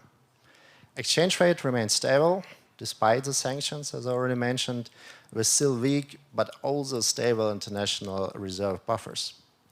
And the fiscal situation becomes more and more pressured, with the budget slowly taking the hit, and financing it appears at least secured for this year and the start of next year.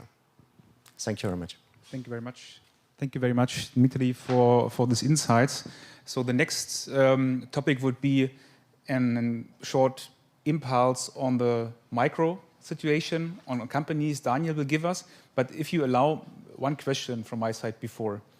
I remember that everybody, last year when the sanction topics came up and so on and so forth, everybody talked about that the economic situation, the macroeconomic situation in Belarus would be more volatile. Everybody expected decreasing of financing and so on and so forth.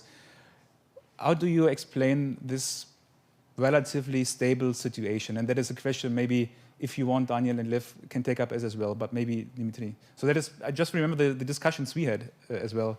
But now we have a situation that it's everything stable, question mark? Thanks for a comment. Start with a small comment. So I already mentioned these base effects that we had because 2020 was not a good year for Belarus, and now base effects were driving growth, at least in the first half. Moreover, Belarus, we should not forget that COVID did not have such a large impact on the countries. There were no lockdowns, not a lot of measures taken, so it was easier for the economy to at least keep producing and stay afloat. But I'm pretty sure that the other speakers will also comment on this and want to give their input. So.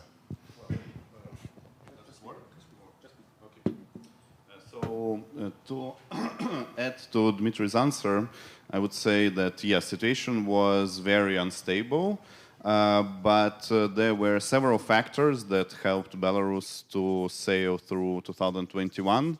I guess two most important factors were this what we call export miracle. Indeed, in the beginning of the year, government planned budget deficit of around 6 billion Belarusian rubles. Now, due to this abnormally high exports, we expect deficit of budget to be something very minor, maybe at most 1 billion Belarusian rubles. It brought liquidity to banking system, and banking system really suffered without liquidity until the second quarter of 2021. Well, I would call another two important thing that helped Belarus. One important thing is actions of central bank. Central bank basically killed discount mechanism in Belarus. So there were no discount loans. Banks were short of liquidity, but they could not borrow from central bank. And for several quarters, there practically was no possibility to get a new loan for a private business or for private consumption in Belarus. This saved exchange rate from usual speculative attack of population and firms. And last but not least, $1.5 billion that Russia gave to Belarus also helped at exactly right moment. So yes, summing it up, there were high probabilities of really big economic crises, but well, you know about probabilities that they are not equal to 100%, so none of them were realized due to sometimes luck, as with experts, and sometimes professional behavior of Central Bank of Belarus. Thank you very much. Daniel, if you would like to comment, please, and maybe you can just then proceed with the impulse on the macroeconomic assessment. Yes, I would prefer to proceed immediately. So what I would like to add here is the perspective basically of private businesses of our clients that we work with mostly in Belarus, and also partly state-owned companies, but not the main flagship ones who are sort of in the macroeconomic planning of the government. So what we see there is that indeed last year, as Dmitry already mentioned, the whole crisis situation, both with COVID and the political situation, at the first business didn't feel it so much because there were no lockdowns in Belarus, there were no production stops, even at times when in neighboring countries there were already lockdowns, so even in Russia they were more restrictive about COVID measures. At that situation, Belarusian companies could always produce, could always export, and that's the reason why actually even in the second half of 2020, most businesses didn't feel too bad, especially if compared with the countries around. Nevertheless, starting from the beginning of this year, 2021, companies more and more felt that first of all, spending in the country significantly decreased. People were a bit insecure about the perspectives, about the political situation, about macroeconomic environment. So first of all, the markets inside the country contracted, and of course also there were more and more difficulties with export markets. And then also, I would say that most of our clients didn't experience direct consequences of the sanctions.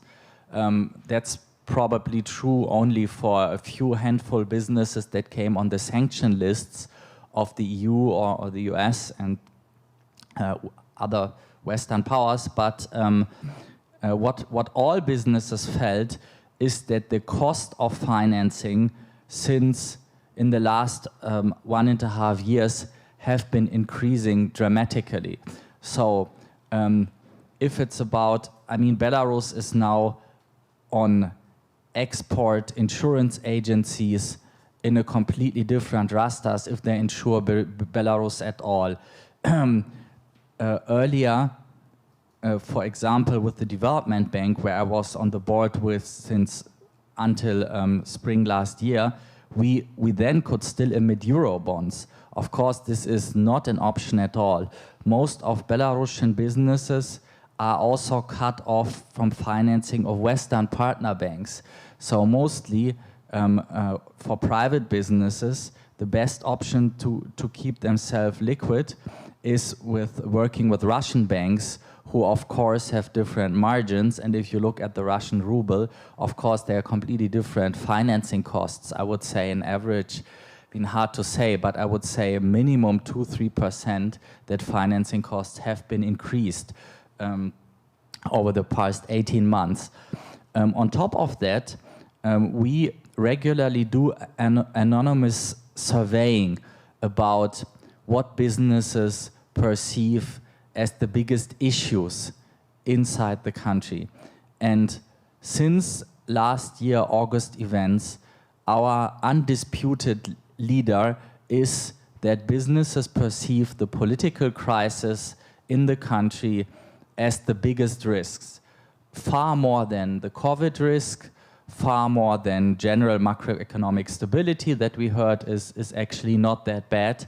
But this unsolved political situation, which makes planning very difficult because you don't know how the next sanction package would look like, you don't know what impact that has on long-term financial planning, you don't know how, in general, consumers' mood will behave in the one or the other situation.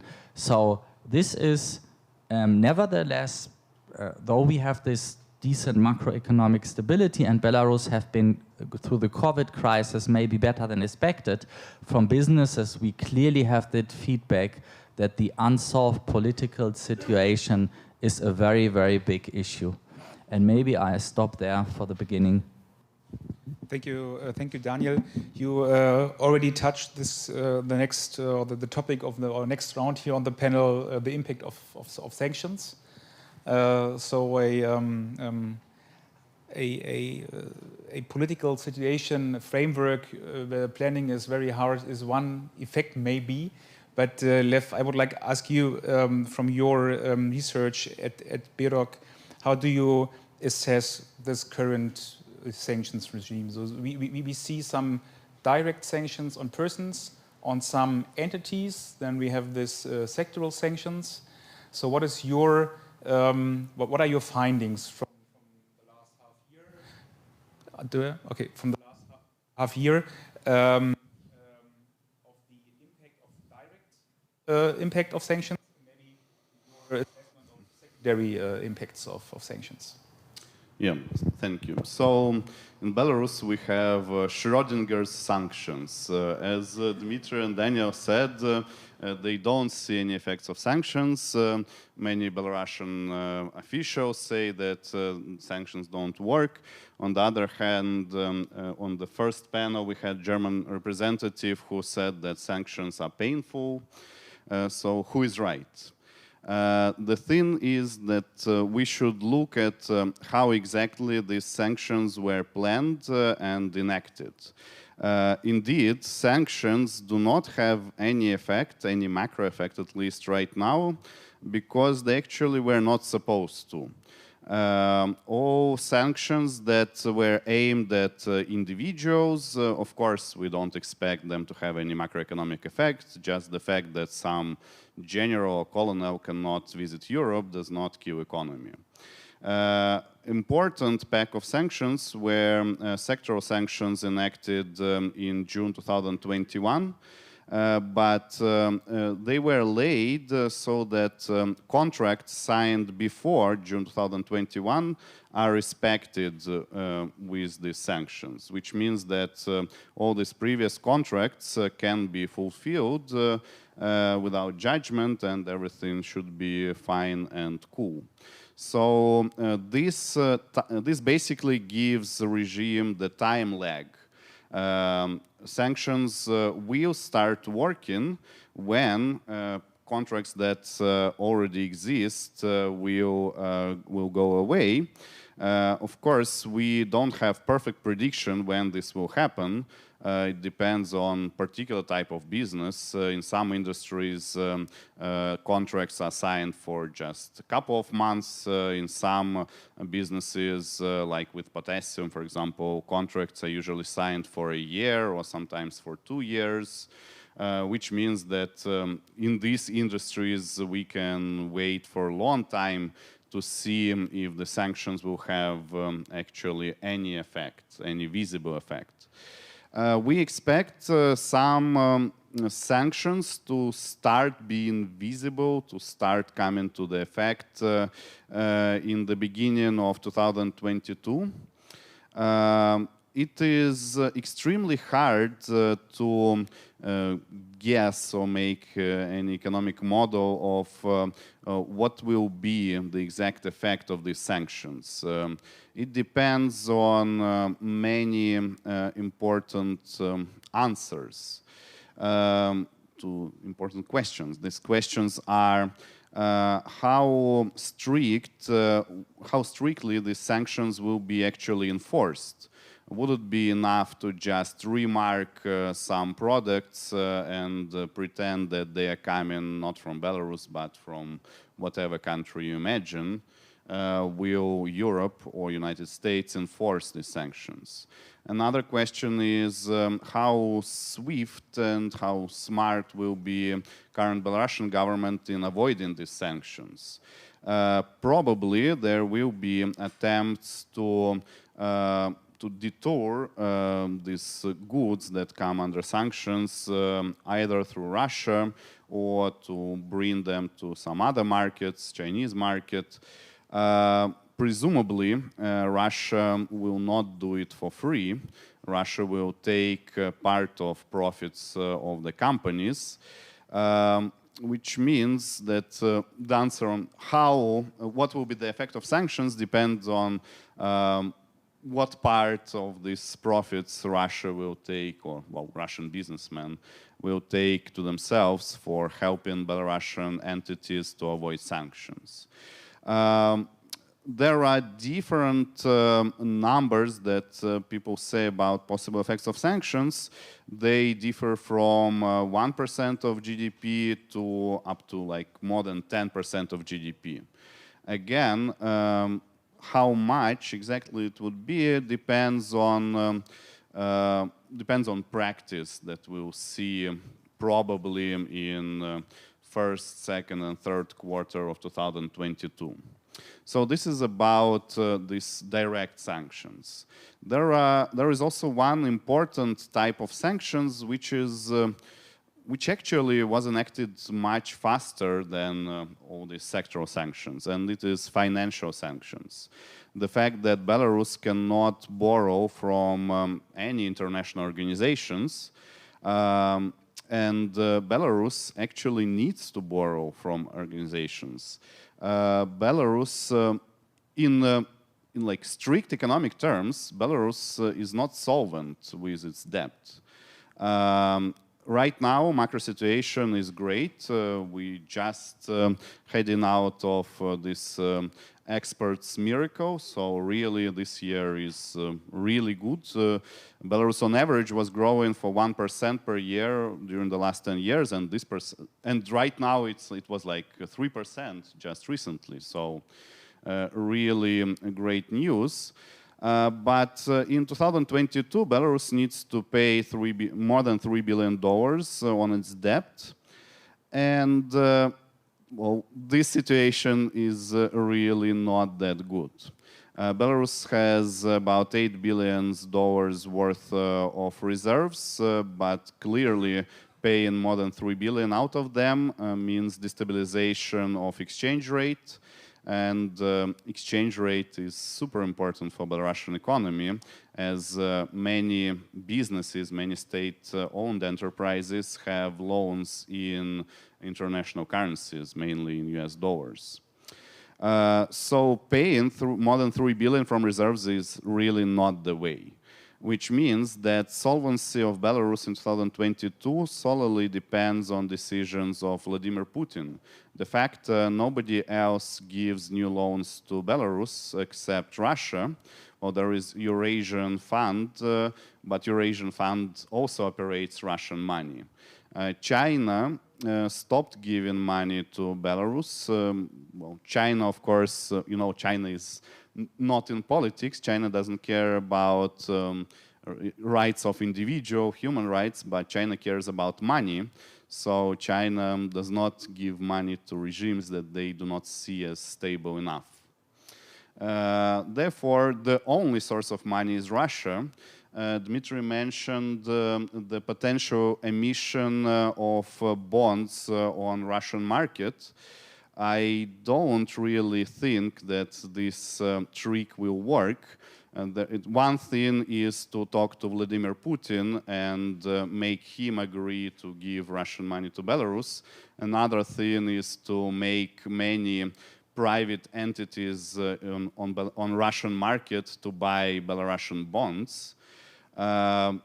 Given situation with current emission of Belarusian bonds, they would be extremely expensive. So now Belarus needs to pay, what, about 8–9% in US dollars. On Russian market, it would be probably even more. So we expect these bonds, even if they would be emitted, to attract maybe 100, 200, maximum up to $500 million, because, well, again, and also Russian market is not that deep. So if we look on the situation from this point of view, from the national debt point of view, then situation is not that stable, and it's not that stable because of this, well, let's call it sanctions, lack of desire of international governments and international structures to give money to Belarusian regime. And I will finish with the third part. Third part is sanctions that we already see, but they still don't have macroeconomic effect. What we observe from time to time is this toxic part of sanctions. So it's not that some governments ordered their entities not to deal with Belarusians, but we observe from time to time that even private Belarusian businesses have issues with transfers from or to European banks. Some countries just don't want to even read what is exactly inside of sanctions. They just say, well, let's not deal with this because well, we don't care about Belarusian business that much. And this effect of toxicity will probably go more and more. And unfortunately, private businesses would probably suffer even more from this effect than state-owned enterprises. Thank you very much. So that means one said before that there are two different positions. One is no impact of sanctions. The other one saying is very painful. So it seems that you have to differ a bit on the perspective and on the branch and on the topic where it started to be painful, and where do you see no impact on it? Well, the most correct answer would be that maybe they will be painful, but we need to wait to see them, because it's not that they're not working, they were not supposed to work up to a date. Okay. Thank you for the clarification. Daniel, you recently published an article on you discussed there indeed the impact of the sanctions on the who bears the cost currently. Maybe you can share some thoughts what you found out in this article. Who bears the cost of currently in place sanctions, or let's say secondary impact of sanctions? Yes, Stefan, thank you. Basically, the article was a bit critical about the European approach toward sanctions. I didn't want to say that I'm against sanctions at all, or that there shouldn't be some statement, but the question was really who, in my view and experience, bears the cost of sanctions. And that was before, of course, the last sanction package. But before that, my personal feeling is that in the country itself, it mostly had impact, as I already said, as the cost of financing, but not so much sort of macroeconomically destabilizing the regime. And the cost of, when the cost of financing go up for businesses, and yes, these costs will somehow translate, of course, into lower wages being able to be paid to keep the economy compatible or competitive. So basically my point of the article is that maybe you ask, I mean, I don't know exactly how this mechanisms of working out the sanctions works, but I mean, if the aim of sanctions is to force the dictatorial regime to negotiate or seize power, then I was asking myself, why did you choose such a variety of economic sanctions where, in my view, many of them will hit mostly at living standards in the country as wide. And I mean, the logic there that I heard was, okay, this will bring the people on the street to protest because they feel about, they really feel what the regime has brought them to. The question is, if under the current political setup, can people go easily on the street and protest? And the second question that I was raising in the article is, if you do this type of sanctions, for example, also travel limits that make it extremely difficult for ordinary business people or normal people getting out of the country, will the perception inside the country be as such that they say, okay, it's a proper response to us voting down Lukashenko, or will they say at some point, this is more hitting our everyday lives than really harming the regime? That was sort of the broader context, which was not only about economics. Thank you, Daniel. And at this point, I would like to send greetings to Minsk, to Vladimir Augustinsky, who is head of the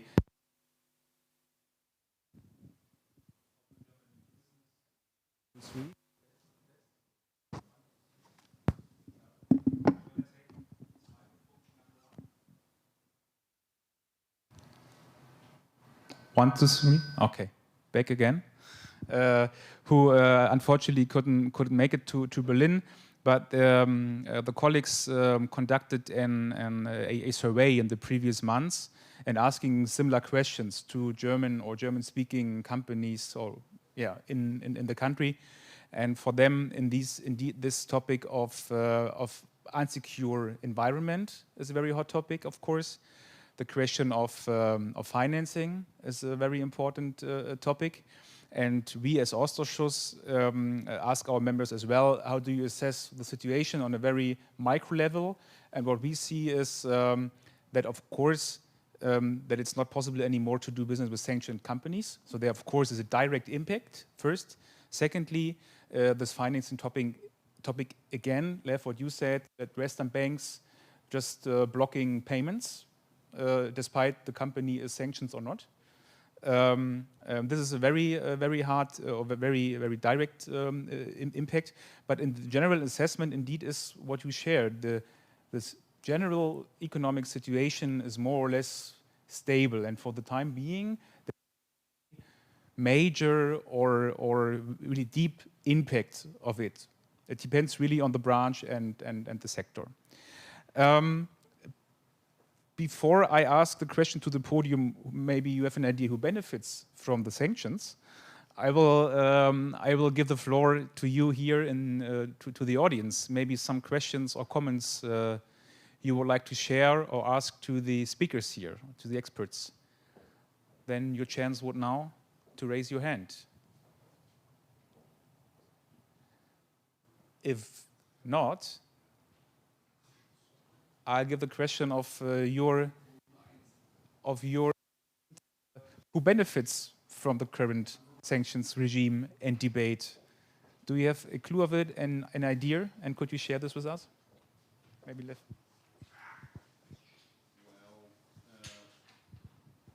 The simple answer would be, I guess, Uralkali. Another major potassium producer in the world.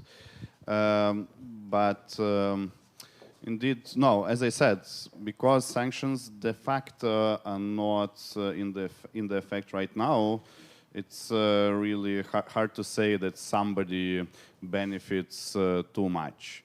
I said Uralkali, yes, because in general, this year potassium prices went super up, and of course, somebody who is a major producer of potassium but not around sanction lists would benefit. But no, I don't think that there could be some major lobbies of sanction writers.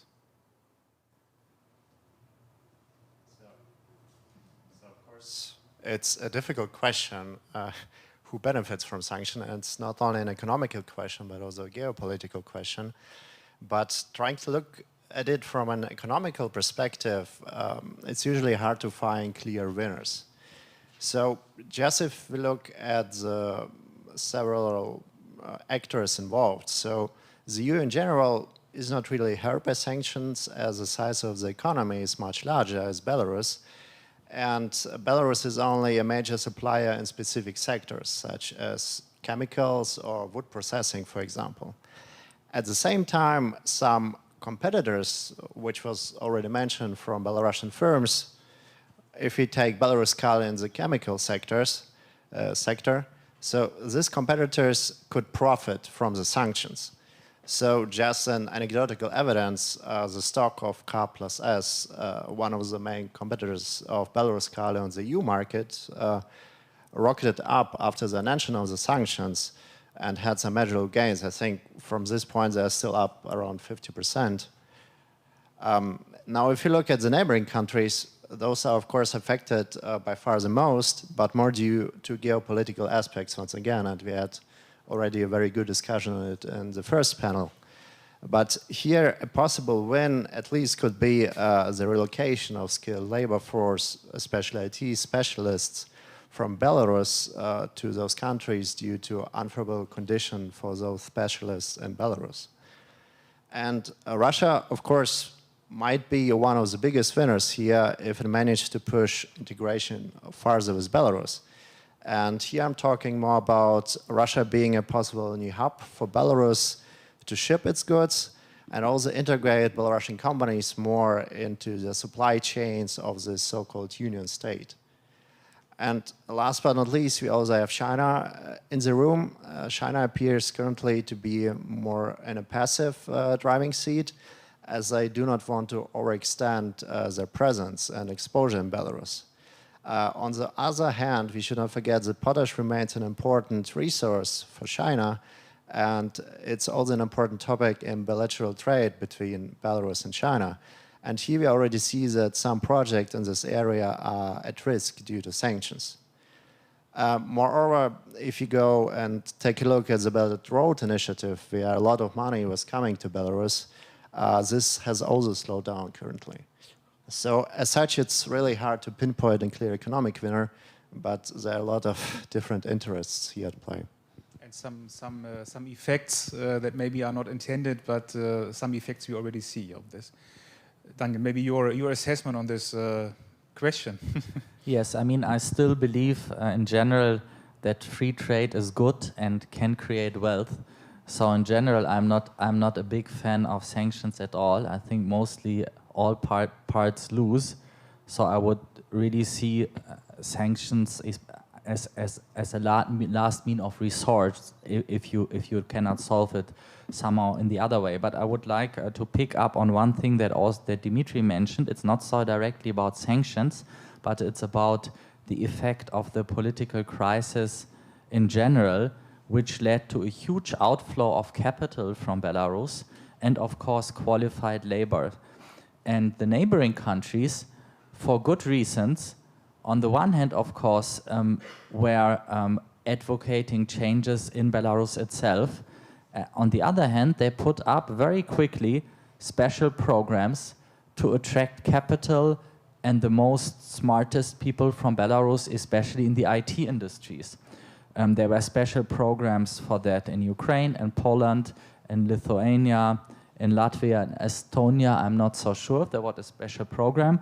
And in that respect, my message would be that Germany could have acted much smarter and maybe that would have been a nice add-on to the sanctions, sort of putting this positive sanction, saying not only we protest or we put this negative thing, but we open Germany with a special program to Belarusian businesses who want to relocate until the political situation in the country gets better. And these people who left the country were usually young, qualified, and often entrepreneur-minded people with money. And what I can really not understand is that Germany, in opposed to the countries around, didn't say something there and give a clear signal that we offer a harbor for businesses that are endangered because of the political situation. And it's really not only IT business. For the 15 years that I've been working in Belarus, we never received many requests from outside the IT where people want to sell their businesses because of leaving the country. Now we also have that. We have that in the real economy, in trade, in production, that companies are seriously thinking about relocation. One question, how big are the numbers? Do you have a certain estimation on how much money went out of the country, how much people went out of, because there's always a question. Some people said, yes, IT business is leaving Belarus, and when you see who is leaving from the IT business, so far it's very often, of course, the people in the company who are really doing the added value, but the corpus is still located in Belarus. So could you give us some numbers or a qualification of what it means? Maybe a few quick comments on that. There were basically two classes of, if you can say that, of people who left the country. Either that were people young and mobile that didn't have much to lose, or it was the elite of companies, also in the IT sector, who could easily afford relocating themselves with the whole family. But before the situation of August last year, we had a trend, especially in IT, that companies who earlier had been always investing through Cyprus or through other sort of third states started to incorporate directly in Belarus. And especially the Belarusian high-tech park has been a huge success story of actually companies incorporating in Belarus itself, putting the management and the profit center in the countries, and there were even good stories of exits created where big international companies bought directly companies incorporated in Belarus in opposed to the profit and management centers in Cyprus or somewhere else. This trend since August last year is absolutely broken, and which is really bad for the country. In quantifying that, I don't want to put a number out here. But I think it's most easy. But if you speak in terms of qualified IT personnel that left the country, I would say that is minimum 30, maybe up to 50,000 people that relocated. But it's more expert opinions and estimates rather than really hard numbers. But on top of that, what I really find shocking and bad is this trend that really the management of many people, of many companies, not only in the IT sector, relocated out of the country, put the profit center out of the country. Of course, hard assets are not that easy to move, but profit is not reinvested any longer. And this is, of course, very bad in long term. Thank you very much. Lev, you want to grab your microphone, so please. Well, I just wanted to add on at least one number that we know. Somewhere recently there was a report that European Union gave about 60,000 first-time permits for Belarusians. So this is the lower bound of this number. Well, it's all people, not just IT. But for many countries, we at least right now, don't know the number of Belarusians that went there. For example, with Ukraine, it's a popular country to go, but Belarusians can live there for half of a year without any registrations, and some Belarusians can live even longer. So we will see that they are registered somewhere later. and a country like Georgia, where Belarusians can live for a year without any registration, and country like Russia, where we would never even know that a person crossed the border because there is no border between Russia and Belarus. So yeah, the lower estimate is at least 60,000 went to European Union. The upper, well, maybe we're talking about 150,000, maybe 200,000, but it's all just guessing. Maybe it's somewhere lower, around 100,000. Okay. Thank you very much. Of course, it's hard to name numbers, but just to get a impression or understanding or feeling of how many people we are talking. Because it's important for being ready for the future, and asking the question, where should the growth come from in the next years? So maybe Lev, you can just take again the microphone, because I just want to raise exactly this question. Which options do you see here on the panel for growth in the next years, given the current situation we've described, you have described in the last minutes, under the internal and external circumstances? I know it's hard to predict, but maybe you can try to figure out some trends. Well, perspectives of growth fully depends on possible scenarios of the country, where the country will go. In the very basic scenario, if we say that nothing changes, so the regime stays the same, then we expect the potential level of GDP growth to be even lower than it was historically. Historically, we have a potential level of growth of about 1.5–2%, but reaching just 1%. If nothing will change, then clearly this upper bound will go down, and we are talking about stagnation for another many years. We see that interior factors are pretty dull. So even with this incredible, in Belarusian terms, growth in 2021, when GDP was rising 3%, when real salaries were rising, we didn't see the rise in consumption. Well, we didn't see rise in all these interior good factors that usually follow such great macro perspectives. People and companies are live in uncertainty. Many things changed, as Daniel said. Well, people don't know what to expect from Lukashenko. People don't know what to expect from sanctions. If you are trying to make business right now in Belarus, and even if you're not afraid of KGB or anything, I guess the main thing that you should be afraid is that laws are changing pretty much every month. So just basic laws about what is the tax rate, how it will be calculated, where should you go ask if you're doing everything correctly or not. So policy, interior policy is super unstable, and therefore it's really impossible to plan anything for future. We're not talking just about inflation. Which well, basically means that in this null scenario, we're talking about probably growth of between -1% and +0.5% a year until this ends. So another hard question on this panel, and Lev mentioned already a lot of aspects. I think that we had a lot still of those base effects supporting growth in 2021, and most of them will not be of high relevance anymore in 2022.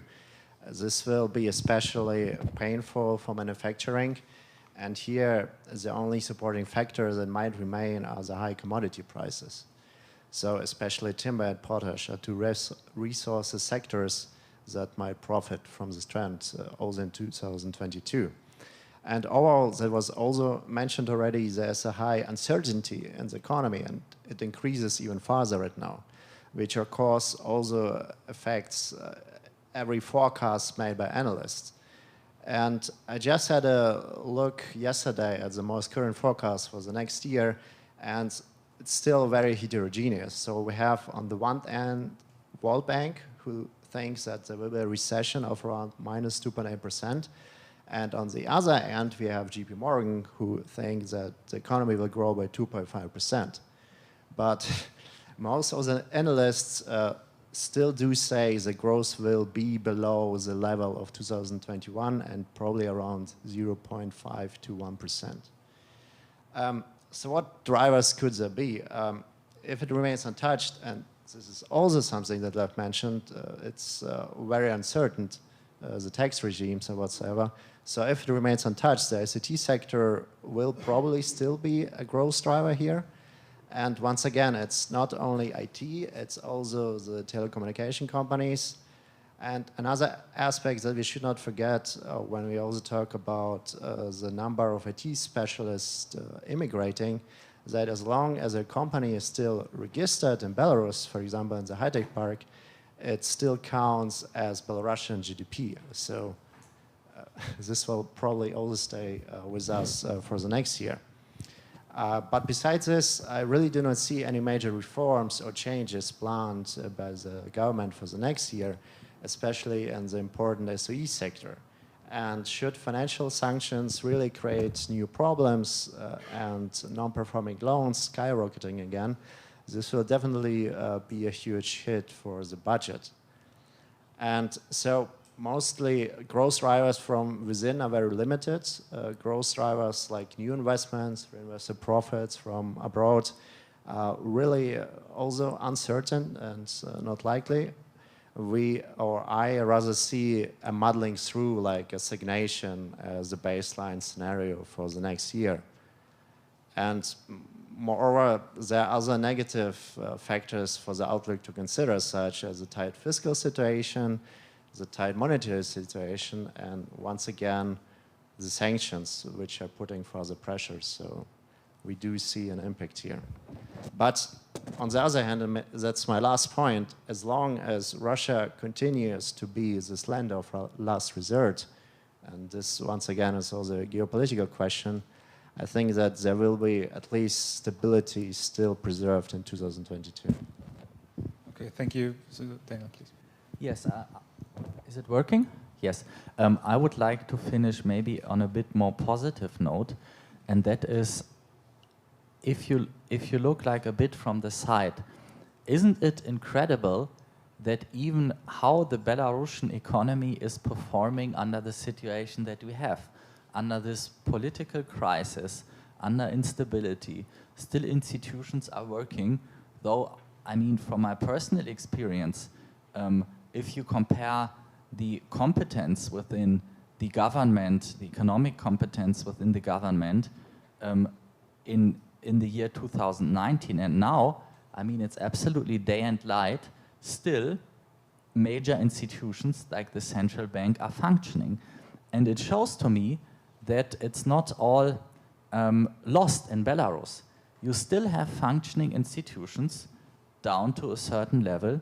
You have an economy that is decently diversified and decently competitive in production, in the IT sector, in food processing, in processing raw commodities. So if you take this as a basis and say, finally, we could somehow resolve the political crisis in the country, I'm absolutely sure that a new government that is willing to do reforms can do this reform pretty fast, could implement pretty fast, and get Belarus on a really nice growth track. So that is a very nice final word, but now we have a question before my summarization. So please ask your, maybe you introduce yourself and then ask your question. Yes, Lukashuk, Euroradio. I would like to come back to the question of sanctions, and I think it's not a secret that the Belarusian government and companies who are on the sanction list will try to get out of this list. And are there any possibilities to follow those who try not to follow the sanctions, it's just a question, or to try to violate the sanctions. Everyone wants. Please, Lev. Я боюсь, что мы тут не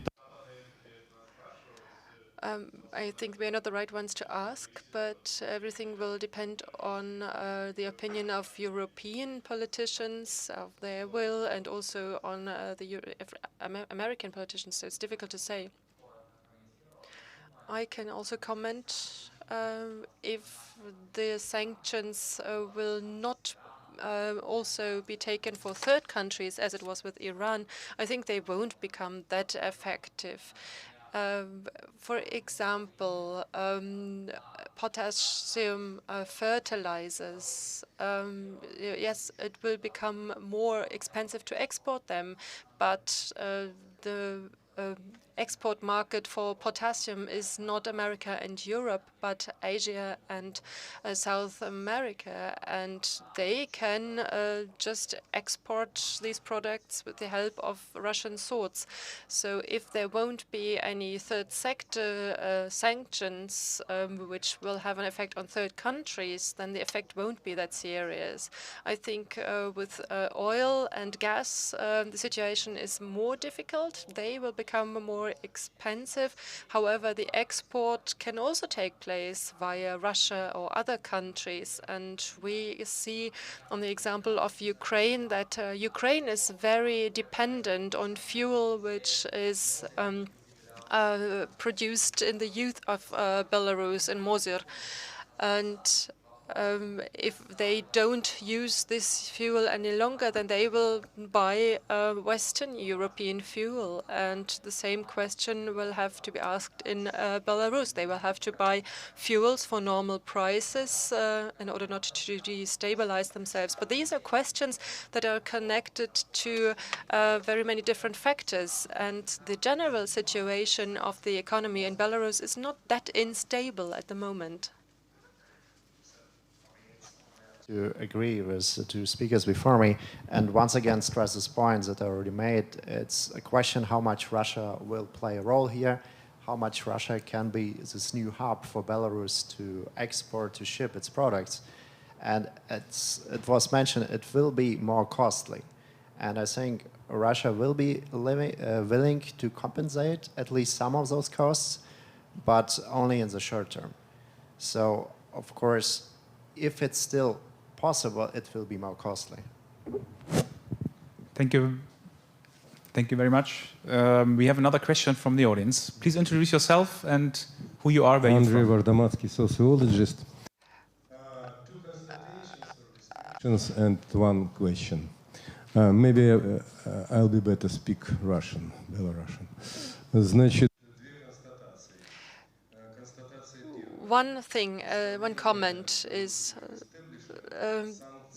what the Belarusian establishment thinks about sanctions can be said in the following way. Sanctions of the West don't work, and they are not necessary, and this is why we are going to punish them for their propaganda. And the second comment is there is a certain list of 5 main reasons which led to the current situation in Belarus, to the turbulences, to put it in diplomatic terms. And you all know this list. There is COVID, the elections, the economic difficulties, the falsifications, and so on. But in this list, the economic difficulties, if we look at the real weight of all of these factors, are in the 4th position, so not the most important one. And the question is, if there are going to be new sanctions, and if they lead to a deterioration of the economic situation, how will this affect the social situation of people? People will either try to change their socium or they will try to stabilize their own position within the socium. So they will keep still.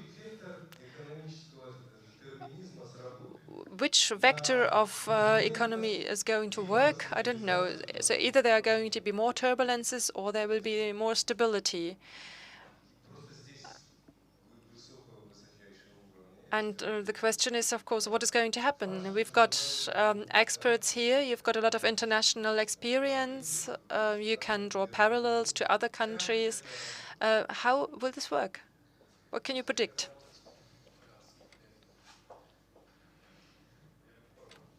I can try. At first, I would like that how Belarusian government thinks about sanctions. If you would ask me, I would tell you that I actually have very low understanding of how Belarusian officials react on sanctions. There are three positions that you can hear in main, like on TV and in propaganda, and even from Alexander Lukashenko. One is that sanctions are very bad and we should imprison everybody who calls for them. Another is that sanctions don't work at all, so why are we talking even about it?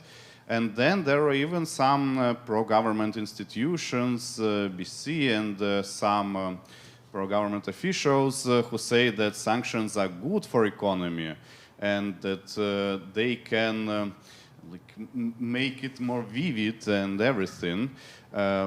If this is the case, then it's, of course, we can question why people who call for sanctions should be imprisoned. Then they are doing good thing for Belarus.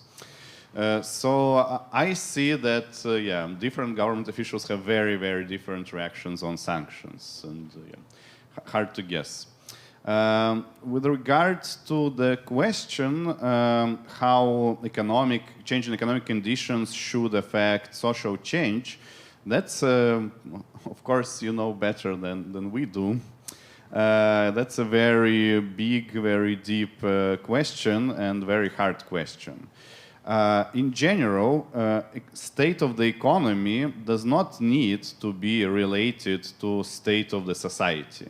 You can have very bad economic situation with all the liberties, democracy, and people are not beaten, or you can have good enough economy, sometimes even economic growth, with beating people every day on factories or outside of the factories. It, of course, depends on the type of your economy. If your economy is, if you believe your economy should grow because of IT sector, then no, then beating people will really not help you to grow economy. If economy depends on exports of potassiums, then maybe beating people will even help you. Maybe they will work harder, I don't know. Well, but that's the unfortunate truth. The same with, so I said that it does not need to be connected, economy and state of civil society. But in heads of, I guess, many people, these things are connected, or at least people want to relate them. People who think that what they observe around themselves is horrible, they kind of want to believe, they want to see that economy should also go bad, go down. Otherwise, they have this cognitive dissonance. How can it be that we had such huge protests, beating of people, tortures, but our economy is growing? And vice versa. Sometimes people observe bad economy and they say, okay, our president is bad, even though that they maybe believe that their president is good, just like 1 month ago when there were no hyperinflation, for example. So, yeah, academically speaking, from just economic point of view, they do not need to be connected, but socially speaking, yes, they are very interconnected. You are fully correct that protests of 2020 were mainly unrelated to economics, although, of course, economics is such an important part of our life that everything is to some degree related to economics. I would argue that protests of 2020 were partially related to stagnation of the economy of the last 10 years, that some people, including workers on the state-owned factories, they was started to be disappointed that this Soviet-like system, for whatever, does not bring its fruits. But yeah, where it will go with protests, if economy will go down, we of course don't know. There are two basic reactions. One would be that, well, we should stop thinking about protests and start thinking about feeding our families. Another possible reaction would be that, again, because of this interconnection in people's brains and minds, that people would say, well, some people who were not part of the protest would say, okay, well, our economy is going bad. Now it is an argument for me that I don't like Alexander Lukashenko. Thanks a lot. The organizers asked me to close on time, 1:15. So at 3.5 minutes left, so please. So maybe very briefly from my side. So what was the current regime promising the people? It's stability. And what do people feel in the everyday life? So it's the exchange rate, it's inflation, and it's also wages. And I also talked about the three topics already. The exchange rate is currently rather stable. Inflation is going up, and I do not see it coming down so soon. And wages, real wages, are going down. So in 2022, when the sanctions start hitting, and they will hit through trade, which will affect exchange rate, will also affect wages because of the SOEs, people will start feeling that their everyday life becomes worse. And here it's really the question, what will happen next? Will there be protests? I don't know. I don't have my magic ball right now with me. But it will be up to us to monitor this and see where we can address these questions. Very little add on to that. I mean, when you looked at the protests, we saw that in the most mobile, at least, class where people being less dependent of the system, right? Like from the IT sector, from private enterprises, and so on. But the and if these people are now immigrating from the country, or at least their leadership, the big question that I'm having is, what's the demand for reforms inside the country, from like sociologist perspective? And there the big question is really what Dimitri said. Wages are already going down, they are probably going to decrease. The country will probably not go bankrupt, but people will feel the difference in life. What does it mean for usual factory workers? Will they at some point get out on the street to again protest in a completely, in a lot more decisive way than last year? Or will this mean that people will be more busy with surviving? I cannot tell, I'm not a sociologist, but that's the big question in my view. Thanks a lot, Daniel. I guess that was the last sentence, that a big question in my point of view, that it's fits for lots of topics we discussed here on the panel, which I found very fruitful. And thank you for your insights, thank you for your questions. I have one last question. If we meet next year here, I hope Minsk Forum will exist next year. So keep fingers crossed. What would be the headline of the economic panel? Just one sentence, please. And that would be the last word from your side. Well, I just hope that we'll meet next year in Minsk, and the topic would be, well, whatever you want. A lot of new reforms, or just welcome back. Welcome back. I take welcome back. So, Dmitry. I will probably be the pessimist in this round, and I would say the topic would be still the same as it is today. Daniel? You have to. You're here on the panel. I don't know actually. I don't know. No this opinion. is one positive, one modest, and one I don't know. I guess that reflects the situation rather good. So thanks a lot, gentlemen here on the panel. Thanks a lot for the audience. Here in Berlin, we right now start the lunch break, and I don't know, when do we start the next panel? At 2 p.m. sharp. Okay. Thanks a lot. Take care. Goodbye.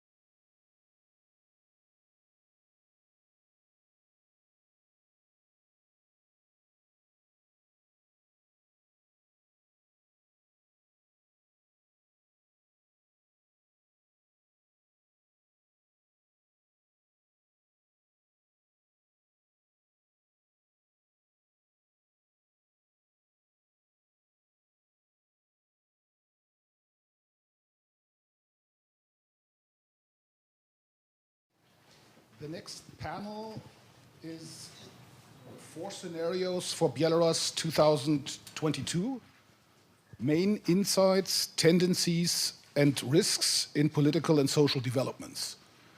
And it is moderated by Olga Drindova from DRA. Thank you, Peter. Dear guests, welcome to our next panel today, which I have already heard has a potential to rescue the gender dimension of our discussions today. So welcome once again, dear guests in this room, also dear guests that follow us online. Just a couple of technical issues for those who are not with us today physically in Berlin. You can follow us online via the YouTube channel of the German-Belarusian Society. The streaming will be in English there. You can also follow us via the account of the German-Belarusian Society in Facebook.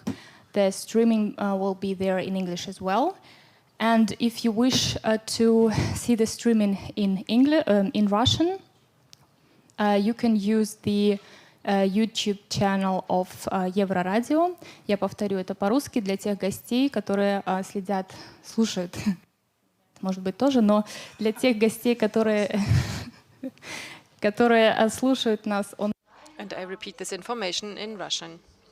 Языке через YouTube-канал Euroradio. So our discussion will be in 2 languages today with a simultaneous translation, Russian or English. Our guests are free to choose which language you would like to use. And please make sure you speak not too fast so that our translators today can do their job well. So, dear guests, there is something I have in my hands today, and hopefully you as well. This is the policy paper that we would like to present today. It has a nice orange color, and it is named 4 scenarios for Belarus by the end of 2022. You can still find some copies of it outside of this room, and for those who follow us online, it will be available today by the end of the day also as a web version so that you can spread it in your circles. So please do it. And this is actually something quite proud of, and I'm really thankful to our experts, to those who are here today, and also to those who joined us online. This is a result of outstanding brainstorming and intellectual effort of our experts who come from 3 countries, from Germany, Poland, and Belarus, and who have been working together offline and online for about 1.5 months. So from the end of September till the middle of November.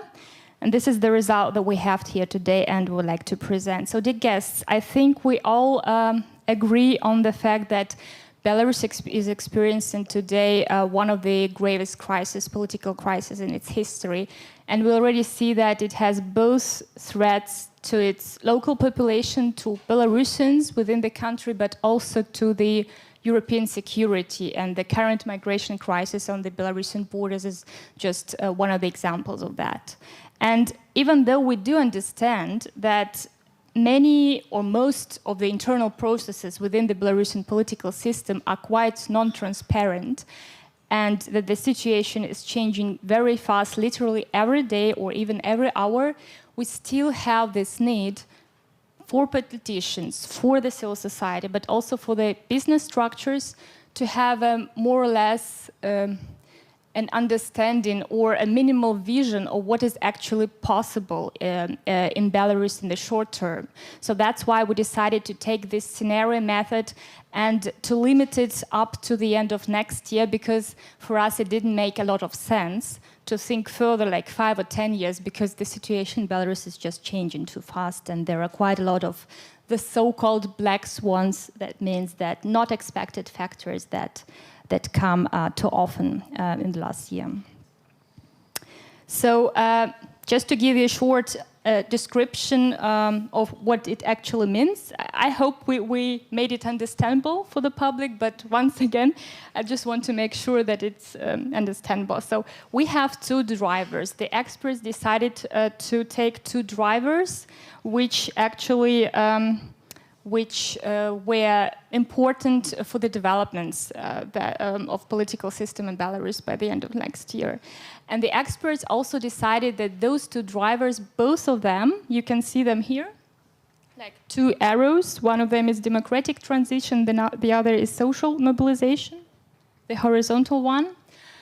Experts decided that those drivers should be internal drivers. There was a huge discussion, I remember, during our brainstorming whether we should take EU as an actor, as a driver, or Russia, but experts decided then that it is important to take internal drivers so that we see that Belarus is not perceived as a kind of an object of Russia-EU relations, so that we see that actually the developments within the Belarusian society and within the Belarusian political regime are decisive for the whole future of Belarus. But at the same time, we have like the reaction of Russia or the reaction of the European Union as areas of application. So in each scenario, you can see what happens with the relations between Belarus, EU, and Russia, and also some other areas of application, depending on what scenario you have. So you have here plus and minus, two pluses and two minuses, which means that the most possible democratic transformation or transition by the end of the next year, and the most possible social mobilization also by the end of next year. I'm not going to tell anything about the names of scenarios.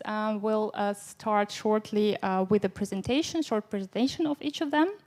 It's also important to say that there are some, we have a black swan factor. So black swan is something which is really not expected. Something like, for example, Ryanair story with Protasevich, or something like the current migration crisis, which no expert could have predicted. So these black swans you will also find in our scenarios, because we needed them in order to come to a plus or a minus correspondingly on the drivers by the end of the next year. And the last, before we start the discussion, it is also important to understand, I mean, those scenarios, of course, we do not expect that this will be the reality by the end of next year, but these scenarios was an intellectual effort to see what is actually possible, and at the same time, it is important to see what comes out of these scenarios, which means what insights do we have, what chances and risks we have for the development, for the political development of Belarus, because these insights, chances and risks, they will remain independently of the fact whether our scenarios will become a reality or not. And at the very end, of course, we have also policy recommendations to various decision makers, but we'll come to that at the end. So my last point before we start the discussion, this project or this policy paper was produced within the project which is called Network for Belarus. It is an international project that is financed by the Foreign Minister of Germany and the German Marshall Fund of the United States. Thank you so much for making it happen. And it has partners, 7 partners in Poland, Germany, and Belarus. I'm also part of this project and part of this network of Belarus, or the Arbeitskreis Belarus, which is in English is a working group in Belarus and Germany. My name is Olga Drendova, and I will be moderating the discussion today. So let's start. I will start with the short presentation. Well, not I, but our experts will start with a short presentation of scenarios. I think you're quite curious about what experts came to by the end of the next year in Belarus. So the first scenario is called Stable Swamp. I would ask Katerina Shmatsina, who is a research fellow at the Belarusian Institute of Strategic Studies and a Belarus-born expert in Belarus. I would like to start with you. What is a stable swamp, Katya? We see that in your scenario, you have 2 minuses. So the social mobilization is low, and the democratic transition is also low. we could imagine it could be quite a depressive scenario. You also didn't need any black swans to come to this scenario. So how does it look like? What events did you need to come to these two minuses at the end? And what happens within Belarus? Greetings. Happy to be here and talk about, or start talking about the most gloomy scenario, which is called the stable swamp, stabilное болото. This scenario actually envisions that both factors would be hitting it slow, both the democratic transition and social mobilization, by the end of 2020 or over the course of the next year. And essentially it means, say, like from my perspective, from the perception of Belarusians, that would envision the scenario where the social mobilization decreases and people sort of resort back to this political apathy that we observed in the previous years of like 20-something years of Lukashenko rule, where people literally consider this enormous democratic uprising and mobilization of forces as yet another failed attempt to get rid of the authoritarian rule. The repressions continue as they continue today, as we observe them. And they lead to the point where, again, there is no, people just tend to dissolve those grassroots initiatives, those solidarity networks that were created during past year and a half. And literally people would just get back to their dachas and kitchen talks with the understanding that, okay, we failed yet again. And then when it comes to the elites, then they tend to consolidate their positions, and most particularly the Lukashenko regime. So he would manage to stabilize the situation, also, of course, relying on repressions, but also sort of tending to preserve the status quo, to reassure the interests of the elites so that they won't be sort of tempted to look about some democratic, to think about some democratic concessions.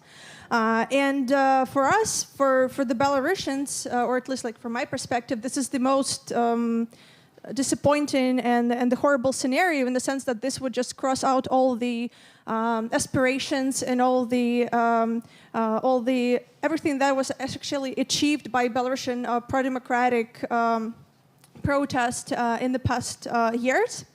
This would also envision that the EU and the West and the rest of the world would just naturally shift its attention elsewhere, and then the support for the Belarusian democratic forces, those who still operate inside the country, and those who operate from exile, they would just lose their relevance and their sort of appeal.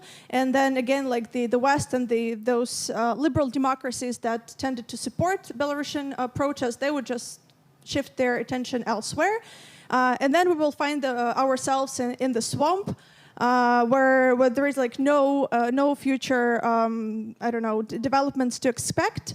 And we also thought about this like constitutional referendum, which Lukashenko was talking on and off for past years. Here I would also maybe point out that before the 2020 crisis, he was talking about the constitutional referendum as the way for sort of to ensure his smooth transition from exiting from the political stage. But then when the crisis unraveled, he changed his rhetoric, trying to sell this reform as a way out of the current political crisis. So in this scenario, we just sort of assume that there would be this inertia where the constitutional referendum would be just a cosmetic reform and possibly even consolidate even more powers within the power vertical. There won't be any redistribution of powers as it was sort of previously promised one way or another. Let's say like there were some aspirations that maybe the presidential role would decrease, and then let's say like parliament would become more viable force. So no such thing is happening because the elites see that there is no challenge to the status quo, and essentially there is no need to make any democratic concessions. And I would also point out here that there are no like black swans in our scenario, because we think that, well, if there is some unexpected factor jumping in, this would sort of change the dynamics, and then this would maybe open the window of opportunities again for the democratic actors or for some sort of, again, like social mobilization. But here we just assume that like if there is the natural course of events, then we would just find ourselves in this like stability we've observed in the previous years. Thank you so much, Katerina. So, I mean, absence of black swans is also a kind of observation. So that means that any black swan that is coming, even if it looks like a migration crisis, could still, according to your scenario, potentially open the windows of opportunities not to come to this stable swan scenario at the end, by the end of next year. Thank you so much. Our next scenario is called bitter entrenchment. It has a low level of democratic transition. Maybe just a small comment, democratic transition doesn't necessarily mean in our work that regime change with democracy at the end happens in Belarus. Democratic transition is actually every steps, all kinds of possible steps towards a bit more democracy in Belarus that we have nowadays. It's important to understand. So in this scenario, we have a low level of transition, democratic transition, but at the same time, a high level of social mobilization. Dear Marina Rachley, I'd like to introduce our next expert. Marina is policy officer at the German Marshall Fund of the United States and an acknowledged expert in Belarus in Germany. Welcome you here. So Marina, how does it come together? There is nothing happening in direction the democratic transition, but people in Belarus under oppression still remain highly mobilized. Please give us a sign how it's possible, and maybe also for you personally, what was most challenging for you while working in a scenario group with this plus and this minus? Thank you, Olga, and especially for this very warm introduction, very friendly introduction. Works? It's okay, good. So that was exactly the challenge. How do you ensure that in spite of the fact that the repressions continue, there's nothing going on politically in Belarus, there are no changes for the better, so to speak, that social mobilization is still high and that it can remain high. It was interesting for the team that worked on this scenario that we thought that this was the scenario that naturally originates in the current situation that we have. It was interesting to see that there were other teams saying no, that their scenario is also a continuation of the status quo we have now. Because I would say that what we observe nowadays in Belarus, that's basically the same thing, that social mobilization probably is not that visible as it was a year ago, but it is still there. Despite the fact that the level of repressions is very high.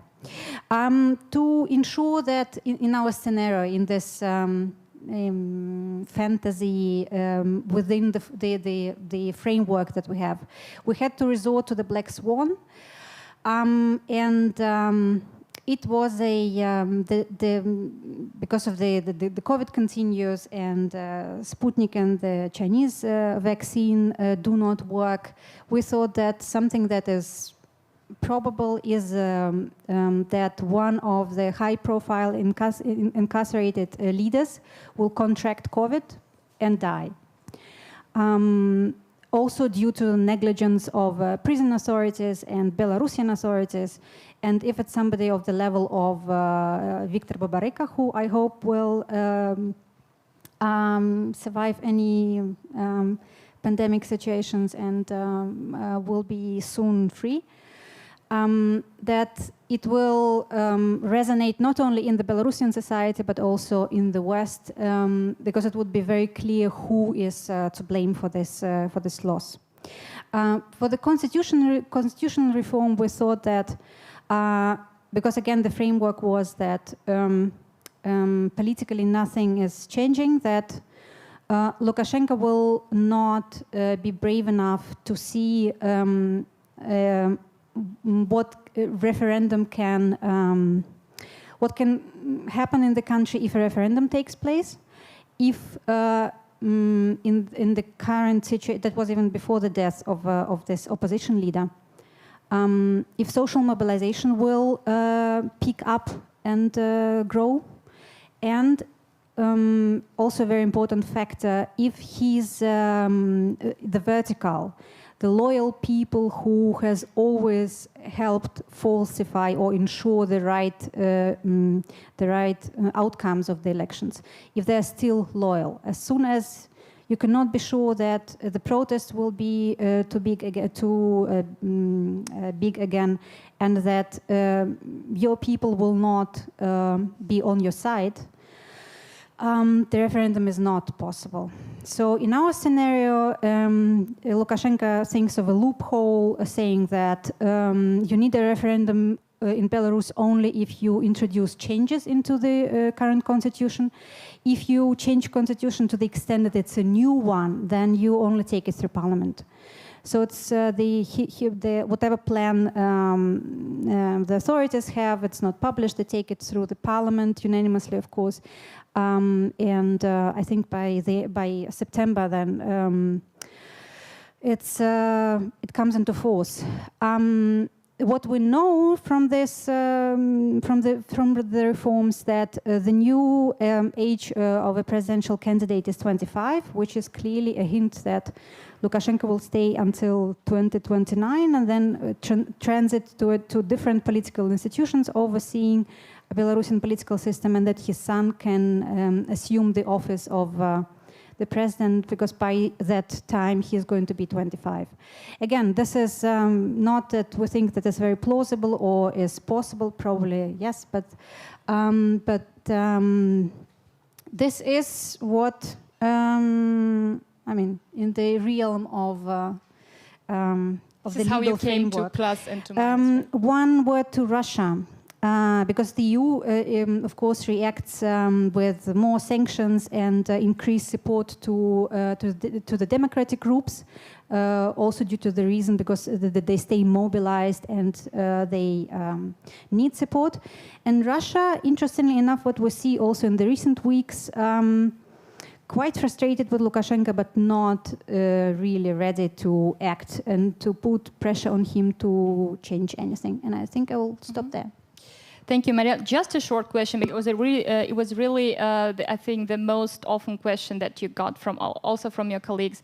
You were talking about high level of mobilization in your scenario, right? And because we already heard it today from the other discussion panel, somebody said, okay, we don't see any protests on the streets in Belarus, right? So how do you, but somehow you found another form of this social mobilization to be high in your scenario. If you could just in 30 seconds give us this understanding how high mobilization is possible without street protests. It's in the regions, it's online. These are occasional outbreaks of protests on different enterprises across the country demanding, I don't know, new wage and better conditions, so that it remains visible that the a serious portion of Belarusian society is still very actively demanding change in rule of law. Thank you. So it's rather on a low scale, but it's still the high level of mobilization that you have in your scenario. Thank you. As a next guest or expert, I would like to introduce, Agata Wierzbowska-Miazga. No, I'll do it myself. Agata Wierzbowska-Miazga, who is kind of Polish side of the expertise in our project, and Agata also used to work for the Polish institution OSW, the Institute for Research of Eastern Europe. So we're happy to have you here, Agata. Thank you that you came from Poland and are with us today. Your scenario is named Belazakhstan. I mean, we could have an idea of what it could mean. It's a kind of some kind of combination of Belarus and Kazakhstan, but what exactly is combined here and what happened to make this scenario reality? To give our guests the understanding of what happens there, you have a high level of democratic transition, but social mobilization still remains low. Why? How? Сначала я объясню, что если мы... Well, to begin with, I want to say that we speak so much of democratization, so I'll use my democratic right to choose my language. So why? It's a good question, and how is this possible? We as experts also posed this question to us, and this question arose naturally.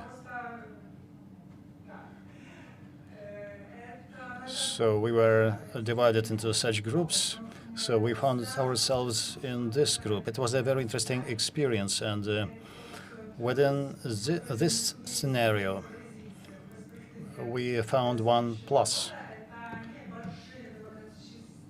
Some minor democratic change.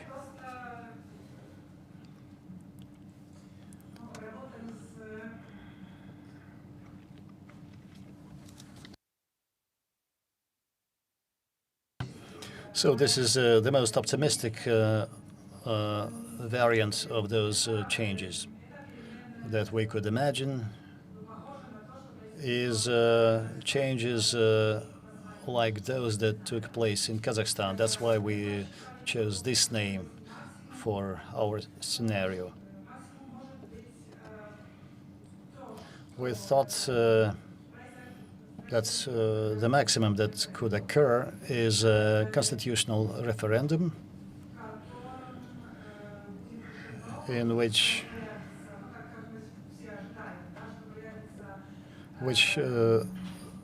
would produce a People's Assembly to be headed by Lukashenko.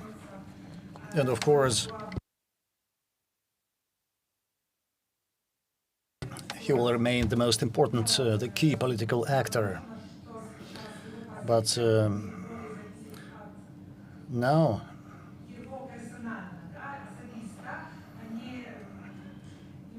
his position will depend upon him personally,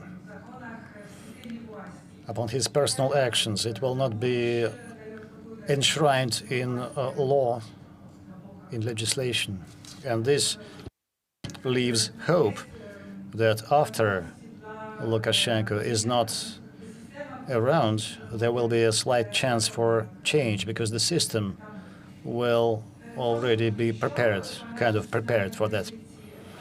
Also possible within our scenario are elections, not honest and free elections, but elections, so-called elections, quote, elections unquote, in which only representatives of the powers that be would be able to run and be nominated. Their names already figured in the first panel today, so it will be elections without choice. But despite the fact that such elections will not be free and honest, the people will not be too unhappy, because they will have still some election. Okay, we have a question. It's quite clear. People's Assembly, not liked by everyone, but theoretically it could provide some dynamics. What about social mobilization? Why is it low? It took you a whole of 2 Swans, and it's very interesting because given today's situation on the border, you already have one crisis situation. Yes, one Swan we do have now. We thought initially that Poland would be the country who will start talking to Lukashenko. And Poland is directly involved in today's crisis, and we feel the results of this crisis.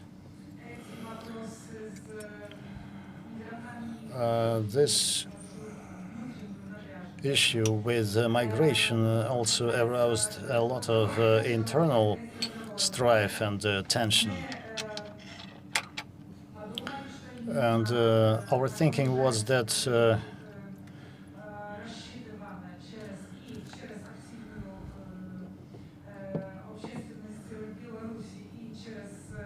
there could be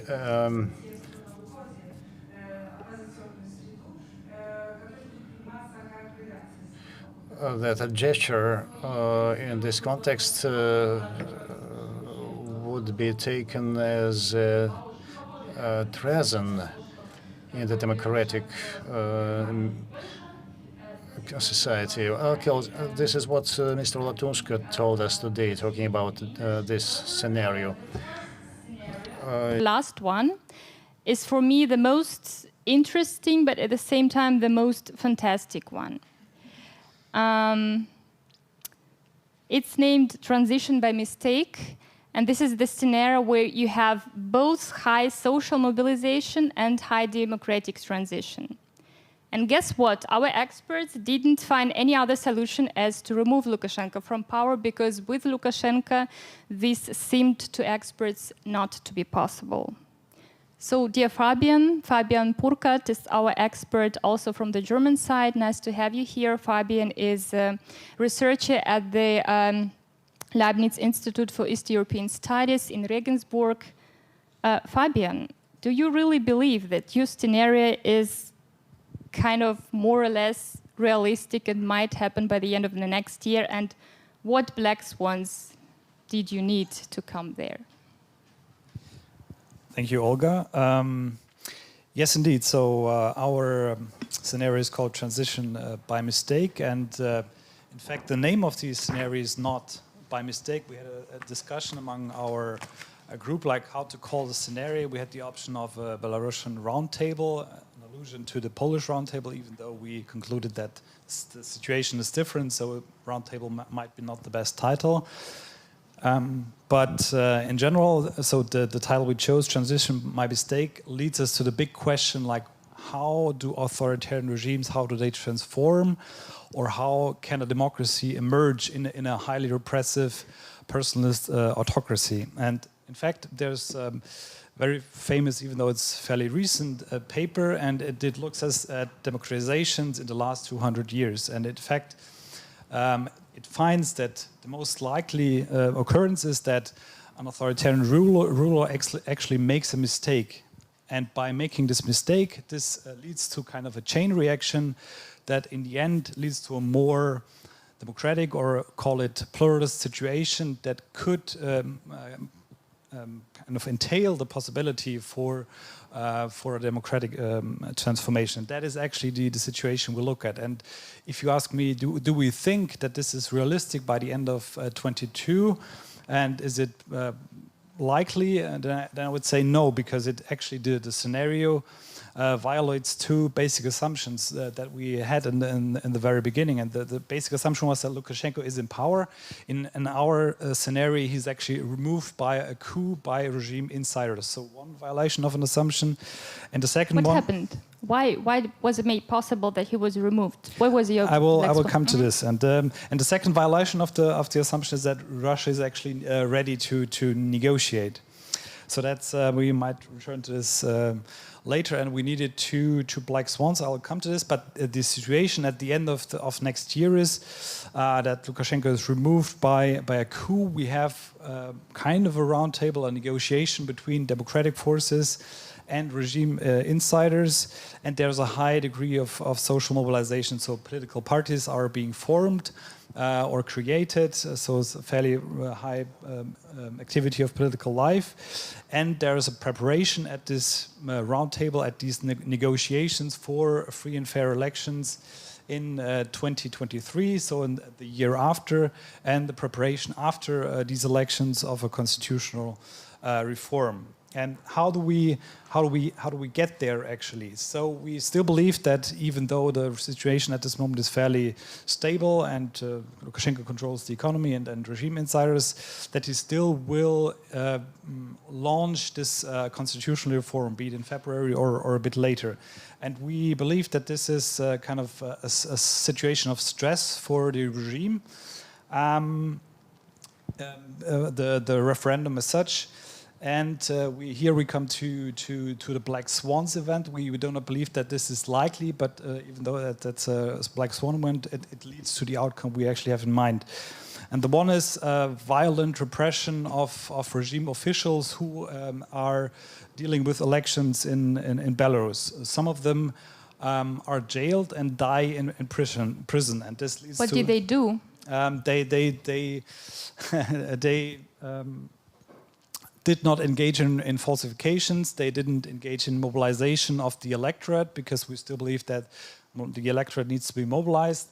And that's why they are repressed by the regime, so repression of regime insiders, and then they end up in jail, and some of them die, and that leads kind of to a shock reaction within the regime itself. And the second assumption is that the regime insiders, there are rumors about repressions not only of these low-level officials, but other high-level officials. So that changes the calculation of the regime insiders, and we have a collective action between security officials from the KGB, but Ministry of Internal Affairs, and then they conspire to topple Lukashenko. So that's I agree that a number of assumptions we had to make to lead to this result, but that only after this kind of series of events, we believe that negotiations between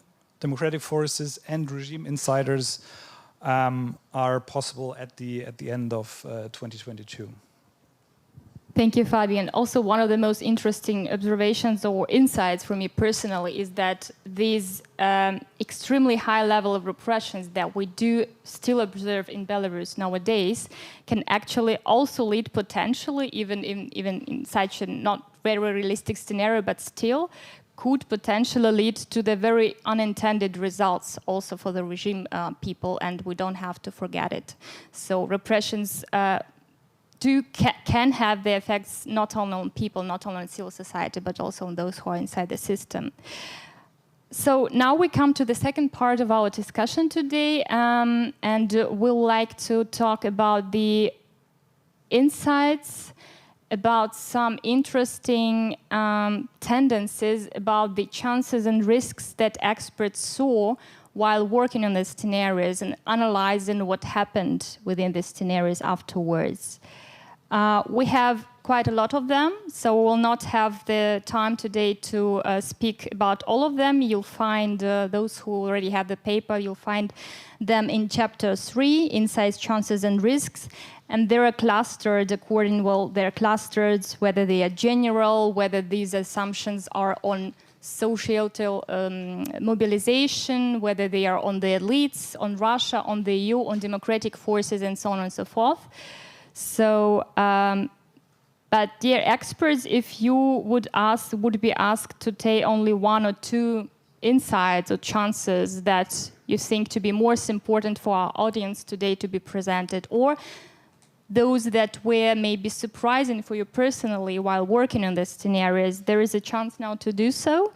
And as the next expert, I would like to ask Andrei Kazakevich. Andrei is the director of the Institute of Political Studies, Political Sphere in Belarus, and he also represents one of the partners of this project. So, Andrei, what do you think? What have been the most interesting or important insights for you in this scenario work?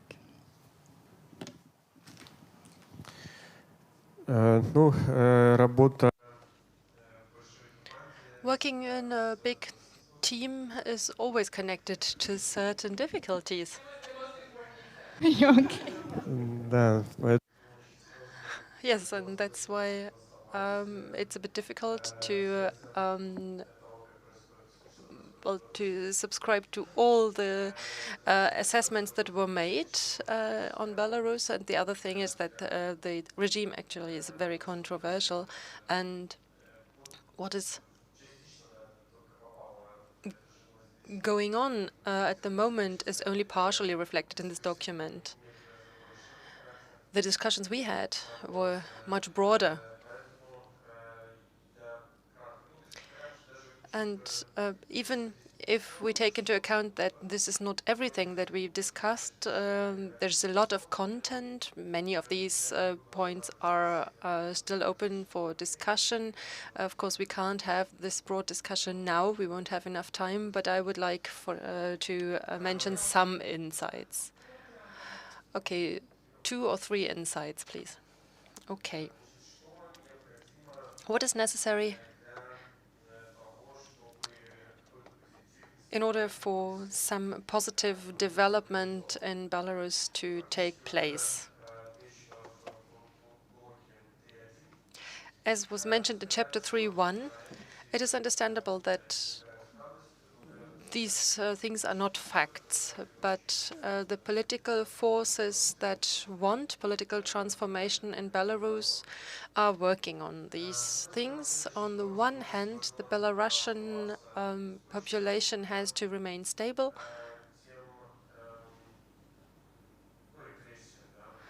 And has to live with the repressions it is seeing at the moment.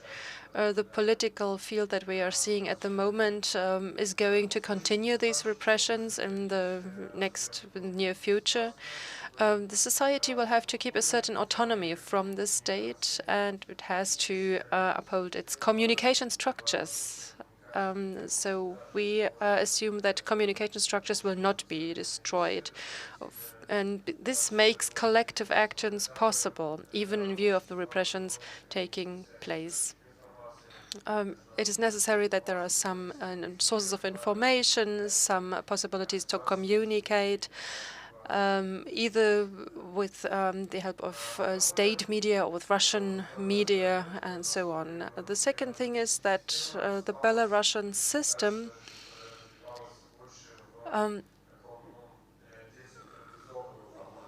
can also develop in a more decentralized way. In the past 20 years, the Belarusian political system was quite simple to a maximum. There is a vertical of power, and the opposition is very much marginalized. The civil society is very segmented, and so on. And not much changed. However, in the past 1.5 years, new institutions emerged, and they are necessary for a transformation. But of course, it is necessary that they keep existing and develop further.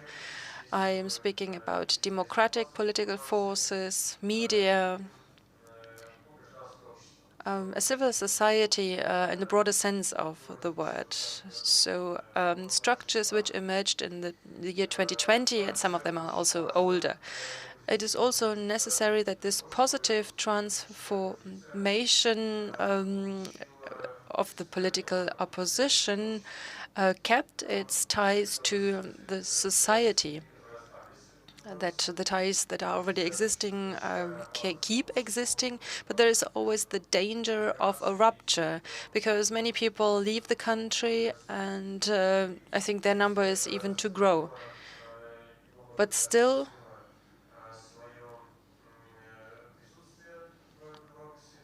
the opposition is still there, and the level of trust within the Belarusian society is also still very high. And this means this in this conglomerate of different political forces, something can develop. In terms of the Western countries, it is necessary that there are 2 scenarios that include the West. They can act in a very pragmatic way. They could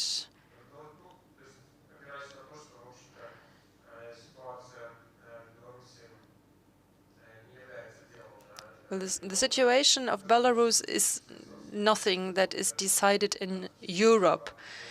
It is, of course, when that comes to the migrant crisis, then this is something that is also important for Europe. But many other things happening in Belarus are happening just by itself, and a democratization of the country is nothing that the Western countries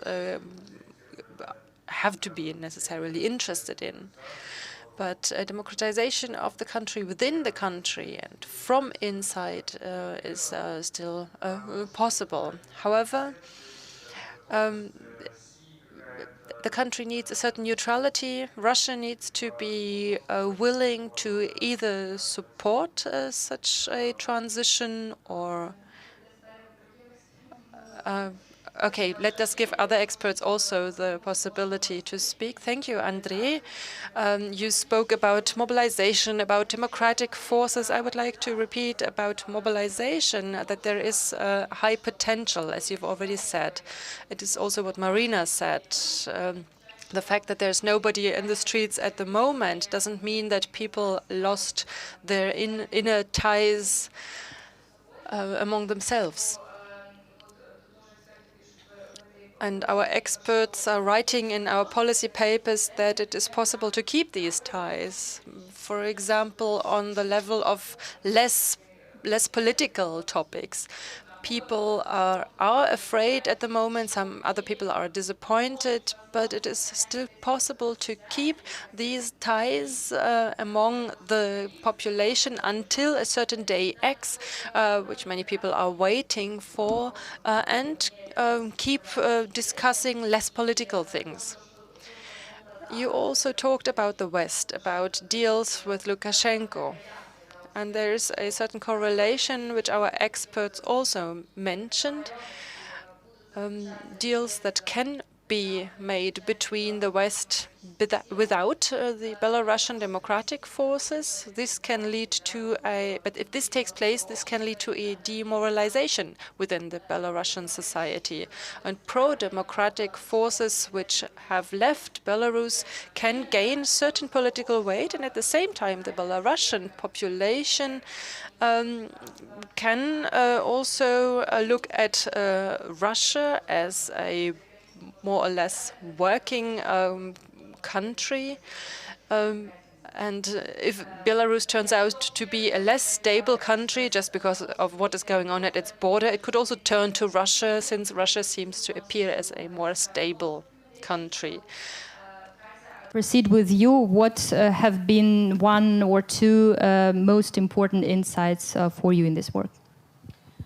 So I will emphasize once again some remarks on the mobilization, that it's important to understand that if you don't see massive sort of like protests on the street or some sort of like the opposition resistance activities on the ground, it doesn't mean that the protest mood disappeared somewhere. And then here on this list, we also mentioned that the regime targets virtually and continues to target virtually any independent initiative, seeing them as a threat, even those who do not actually deal with political activities, like even the shelters for survivals of domestic violence. And then in these circumstances, it's important for, let's say, like for the donor organizations, we'll cover this later in the recommendations, to help to preserve this civil society in Belarus.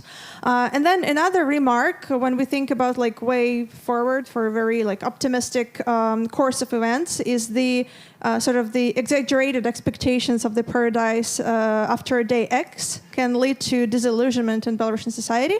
I think it's interesting to keep in mind, in a sense that like now it's easy for the Belarusian democratic society to maybe put on pedestal those like Belarusian like democratic forces, idealize them, and think that they're like fighting for everything, like for all, like everything wonderful, and we will like live in a wonderful paradise with a functioning system of checks and balances afterwards.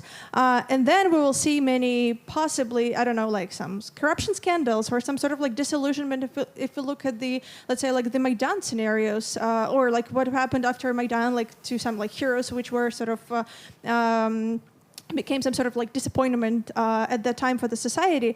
But this is a normal part of how the democracy actually works, when different political groups have equal access to institutions, to the political platform, and they represent different political groups. So this is again like something thinking way forward. But that would be what I'm saying is that we will observe interesting sort of exercises of how democracy works inside the Belarusian society, because we were deprived of this sort of right and sort of like the privilege of actually knowing how the democratic institutions work and going to the to the polling station and actually knowing that your votes would be counted and not just stolen from you.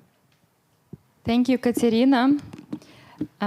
Is there still anything missing, dear experts? We heard something on the Paradise After Day X, we heard something on mobilization, democratic forces and its connection to the society, and also on the correlation between the Western reaction and the readiness and motivation of Belarusian society to act. We still have the elites.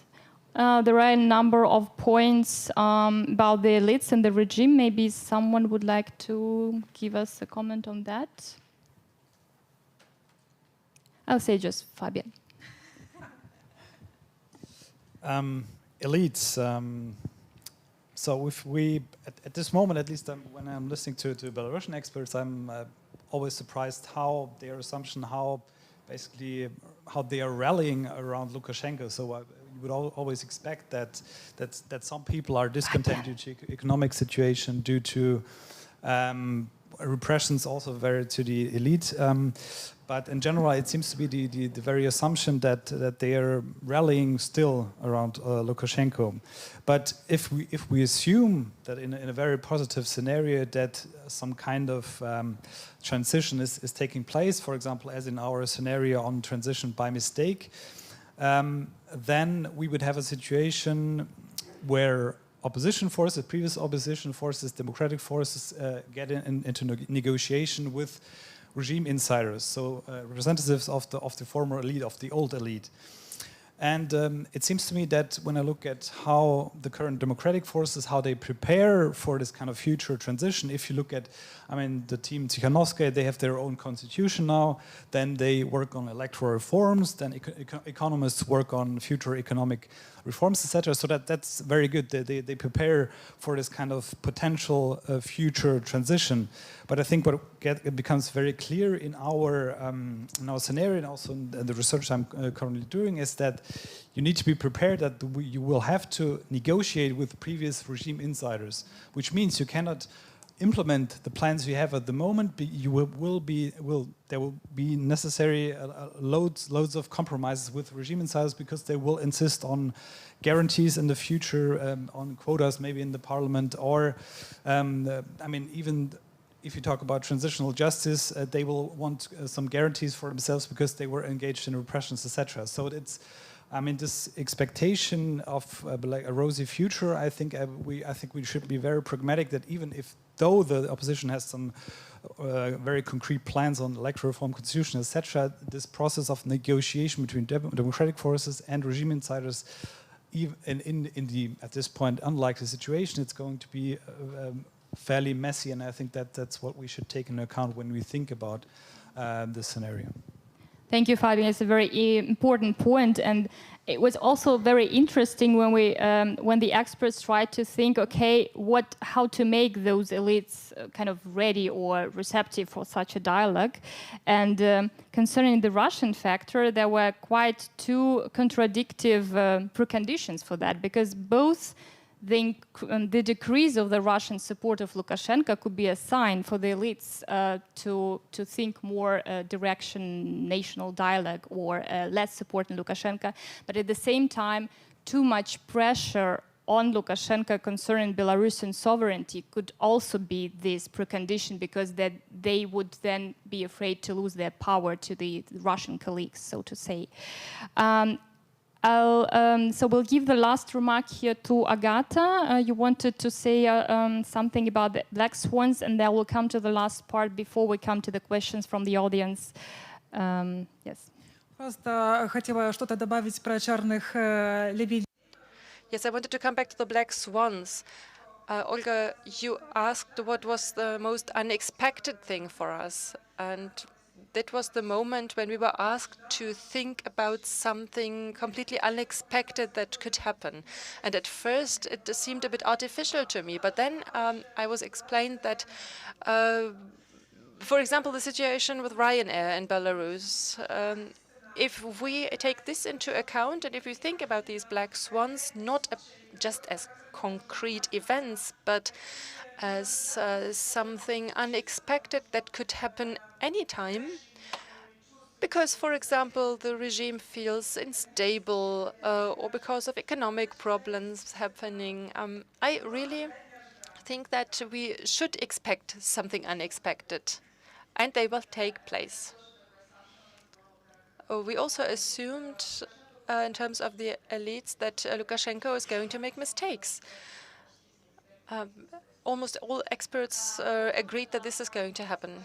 Policy recommendations. Before coming to that, I would like to mention the last, actually not the last for me, it's almost the first and most important insight that has not been mentioned yet, that the risk of a civil war in Belarus cannot still be included. I mean, we have 1.5 years after the elections and after the protests, and still there is these risks, which experts see as very high, especially if Russia reacts differently in this scenario of transition by mistake and take the side of Lukashenko and not the side of those who conspired against him.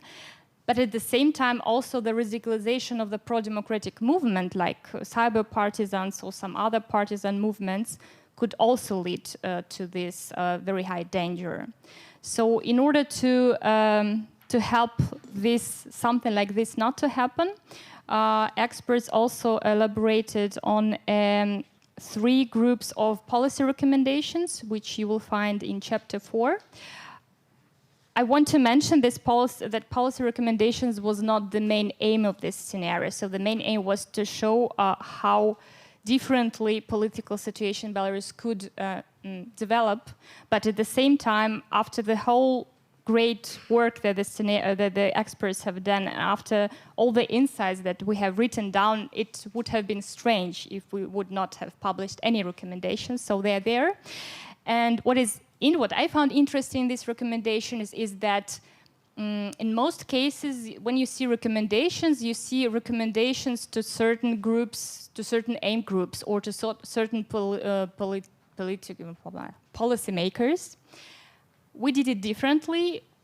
The experts sort of what should be reached. So what is the goal? What is the global goal for the next year in Belarus? And then you see all the kinds of groups of decision makers who can contribute to this goal, because these goals are that big that it makes it almost impossible to reach only by acting as 1 or 2 actors. So it's a very complex thing here.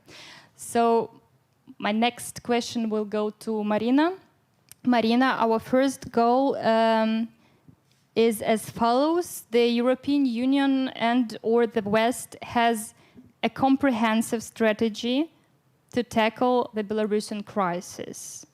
And among the recommendations that you give, for example, on the EU level, there is a EU coordinator, a comprehensive midterm EU strategy on Belarus, and also something about the sanctions, that they should not be only sanctions, but also a coordination or combination between sanctions, like sticks and carrots, between sanctions and some profits, also economic profits that the EU can give the Belarusian society after the X. My question will be as follows.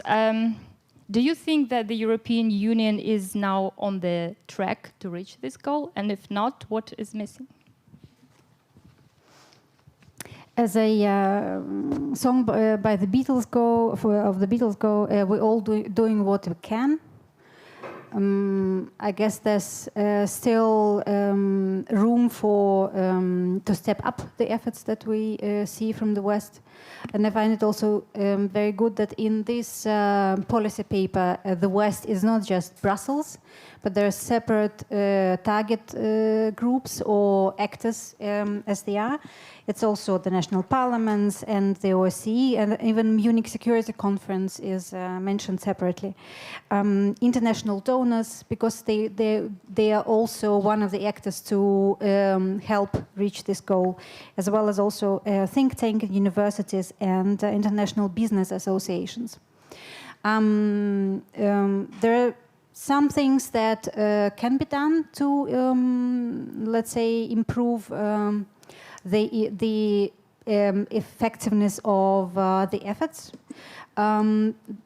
There's a lot of people, I think, talk about a joint EU coordinator, but I think it is an important. They do have a point that there is one person to go to, somebody who will be collecting information, who will ensure that the contradictions between different member states are resolved, that will have a vision or help get a vision of this midterm strategy concerning Belarus, that the EU as such is less reactive to black swans and whatever Lukashenko is doing to keep himself the main newsmaker. But also to be able to be proactive, setting red lines, and most importantly, not forgetting its own agenda. That as long as political prisoners are still there, and now, as of today, there are 873 people behind bars who are recognized as political prisoners. As long as there's no national dialogue and no free elections, there can be no further negotiations about anything else.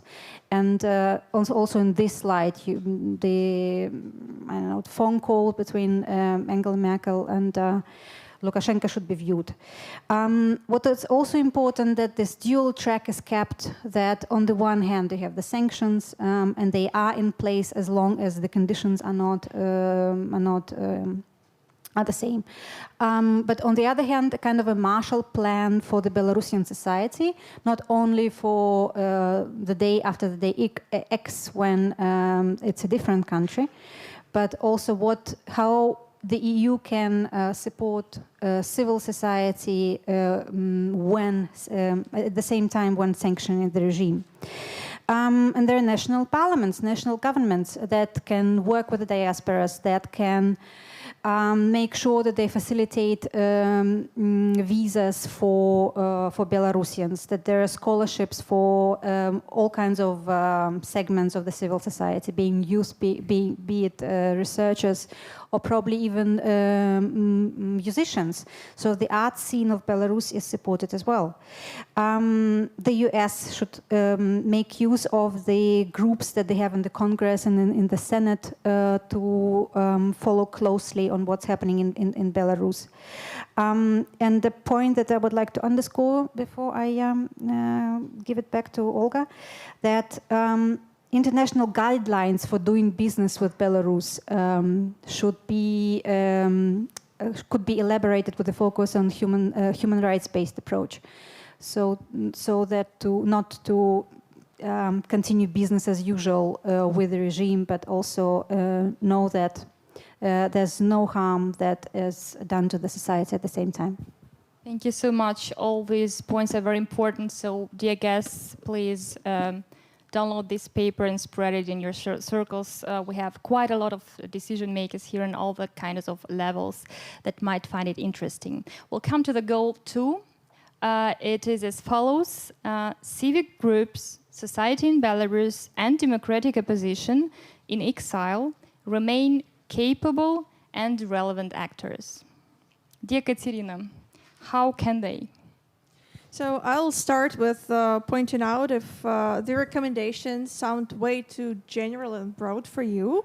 This is just another sort of illustration of the of our discussions, keeping in mind that we had experts from 3 different countries with sometimes contrasting and contradicting views, and it also again shows how difficult it could be for let's say EU member states to agree on comprehensive policy on Belarus, and also keep in mind the interests of actual Belarusian political forces. I'll start with the recommendations for the donors, for the civil society, and of course the most important goal now is to preserve the Belarusian civil society, which is under oppressions inside Belarus. Also keeping in mind that again, it's super risky now to do any sort of civic activity inside the country. And also something that I gathered from, let's say, conversations with donors is that like their observation is that people might actually get acquainted to this risks and the high price of civic society activity on the ground, and they might adjust to this costs, and there could be like this like crazy idealists appearing here and there who would still be willing to conduct those activities even though knowing what are the actual risks. And at the same time, it's important to preserve the diaspora's activities and whatever the civic initiatives that operate from abroad, and also again, like from what I know how the donors work, they turn to think about being more flexible about maybe financial ways of, I don't know, like doing like cryptocurrency and this sort of funding routes. And also it's important to support diverse initiatives within the Belarusian society, and to avoid looking for the like appointing one main beneficiary who would then impose, essentially like create another, let's say like Lukashenko-like vertical of distributing those forces and deciding who is good, like who will, you're friends with me today, so I'll support your initiative versus the other. And this is important for ensuring that the civil society in the long run remains sort of consolidated, or the political groups tend to, like, they have what to what to talk about and what to agree on, rather than just, again, like relying on some top-down distributor. Also, it's important, again, for the donors to aim for strategic patience, realizing that you won't get short-term or visible results. But again, the request for democratic change is out there in the society. Yeah, and also another remark for EU and countries of the Eastern Partnership, those who host now Belarusians who had to flee the regime. What they could do now is to provide additional safety guarantees for those who still face intimidation. And by this I mean that there are several instances where people, even those who escaped Belarus, they are stalked by, let's say, Belarusian or possibly even maybe like Russian special services outside Belarus. And it's important to ensure that those people have safety guarantees. And I stop here. Thank you so much, Katerina. Also very important points concerning the civil society or the society in Belarus, and also its representatives in exile. We'll come to the last goal that the experts formulated. It sounds like Russia is ready for informal consultations on the Belarusian issue with the West. Андрей, как сделать это? How to make this attractive for Russia?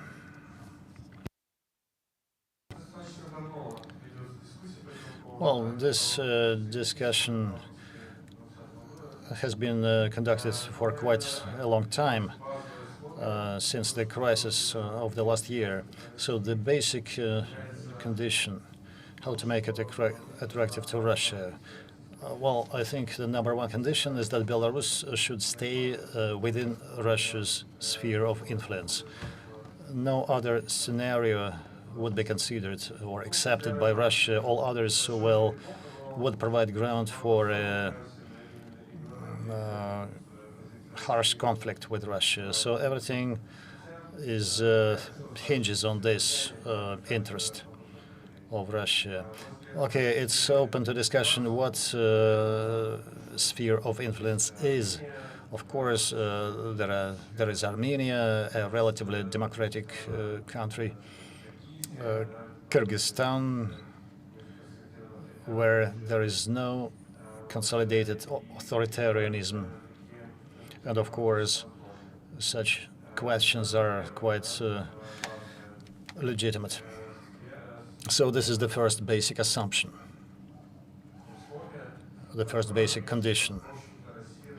The second one is that Russia itself should be involved in discussions on how to defuse the Belarus crisis and in the negotiations between the opposition and the regime.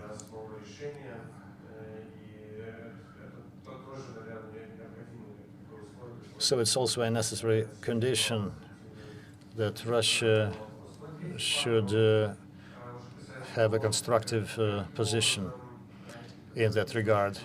And another point is the potential position of Belarus versus Russia. If Russia has motives to have good relations with the West, it will have motives to be constructive with regard to Belarus. If there are sanctions or if regional security will be affected, this would make Russia less interested in diffusing or resolving the Belarus crisis, and Russia would most probably be interested in that case to have Belarus as another frozen crisis, and in applying the well-familiar, well-tried mechanisms to keep it frozen. Another refining question, Andrei, maybe it's already exists in the heads of many who have read our paper on how to reach goals. In this chapter, we see Germany, the United States, the expert community, but there is no EU as an actor. Does this ring a bell for you? What does it tell you?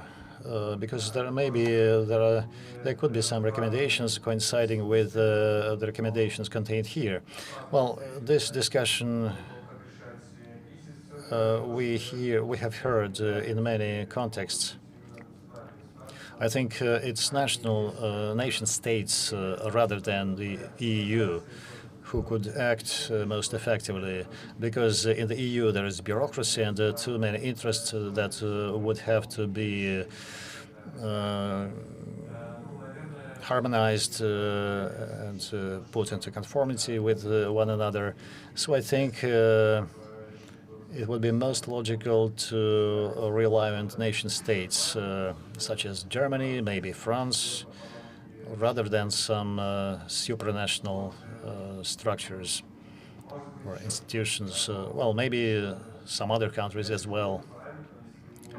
But looking at some parameters, if we look at possible scenarios for such negotiations to resolve the Belarus crisis, Germany always ends up being a key player in all scenarios. First, to give you a final word before we come to the part questions and answers. We've planned about 20 minutes for questions. Also, for those who follow us online, you will have the opportunity to write your questions in the question comment section of the YouTube channel of the German-Belarusian Society. So please do so if you have questions. Dear experts, I'll ask each of you one question. Please be sure you answer shortly within 30 to 60 seconds. Fabian, why is Belarus important for the European Union? Yes, well, even though Andrei has argued that it's mostly national states, member states that have a crucial role, I think it's there are several reasons why it's important, and one of them is Belarus is a normative challenge for the EU. So there are EU values as there's a lot of pathos, but democracy, free elections, market economy, etc. So in order to remain credible as a European Union, the European Union has to take kind of this largest non-violent civil movement, etc., and the needs of the Belarusian society has to take it seriously. The second one, it's a geopolitical challenge for the. There's been lots of talk about that by the European Commission, in various strategy papers, the EU wants to act more geopolitically, and it seems to be at this point very hesitant. But we have actually seen, I mean, in terms of companies, Turkish Airlines or Aeroflot, as soon as the threats were there, that they would be in danger, they kind of reacted. So the EU has some leverage, some economic leverage to act, and if some red lines are crossed, then the union has kind of to use this economic leverage. And the last point is, I think Belarus is really a crucial test case for the European Union as a union. So there's a lot of different positions in the Union on Belarus, and it's really whether they can act as a union or whether they will be split on these issues. And that's in this regard, I think Belarus is one of the crucial cases in the next years. Thank you, Fabian. Agata. Will the Belarusian crisis unite Poland and Germany or split them?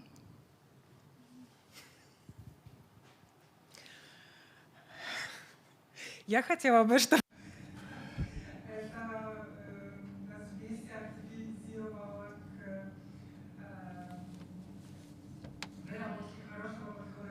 I would like this crisis to contribute to a good, to the formation of a good solution for Belarus. But the recent period, the recent developments showed that we have different, diverging objectives. What I mean by this?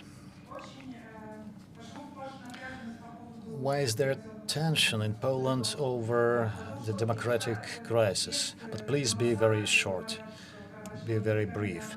Yes, I understand, but there are voices who claim that migrants suffer, migrants are dying, and something should be done immediately, urgently. But what's interesting that among these people, I don't see anyone who is familiar with the Belarus situation. And my wish is that in elaborating this policy with regard to Belarus, we shouldn't have to choose between the fates of the Belarus society and the fates of those migrants. To a national dialogue in Belarus. In 1 minute, please. Одну минуту. Ну, наверное, самый простой механизм это. Well, I think the simplest mechanism is to make the elites incur financial losses. I think this would be the right stimulus, the most obvious one. Even if we'll take this scenario and those developments from August up to now, I think they should incur losses, not just financial, but political, psychological, I mean, some kind of discomfort. And that discomfort, those losses would make any actor more pliable to compromise, and political elites are no exception. Will Belarusian democratic forces in exile stay united? I would rather put question differently and ask, like, will they stay relevant? And for this, they need to stay united. And to stay united, they have to sort of not to be lured by this illusion that they probably are, that each of them is like the most important person now who is like shining brightly on, so let's say, like enjoying all the international attention and trying to sort of like get rid of their like opponents who also tend to get the same international attention. So they have to deal with like, to find the balance between the political ambitions or personal ambitions they have and the work for the common goal. And also for the opposition to stay relevant, they have to have the political support of the Western liberal democracies, because it gives them additional political weight when they, let's say, tend to communicate with Russia or in general to be perceived seriously on international arena. Thank you, Katerina. Last but not least, Marina, you get a question for 1 million. Is democracy possible in Belarus? Absolutely. And not to make it a challenge for the translators, I will try not to speak too quickly. If you asked me a year and a half ago if democracy is possible in Belarus, I would say that Yes, absolutely. This is a largely mono-ethnic country with no serious civic, religious, or whatever other internal conflicts, with quite law-abiding people. Answering this question now, I say absolutely yes. What the protest revealed, the pictures that we saw a year and a half ago, beautiful, powerful people wanting the rule of law, and this is basically what, for me, is the ground for any democratic system. We saw people taking off shoes to climb a bench, massive crowds joining protest, stopping at red traffic lights. On the one hand. On the other hand, I do hope that this very, very traumatic experience that people go through in Belarus currently and are still undergoing, that it will basically in the midterm translate into an elegy against populist and dictatorial regimes. Thank you very much. Very nice words for the end of our discussion. So, dear audience, if you have any questions, please raise your hand. We can gather the questions first, and please also shortly introduce yourself. You can ask question in English or in Russian. Okay, I see two hands. Stefan.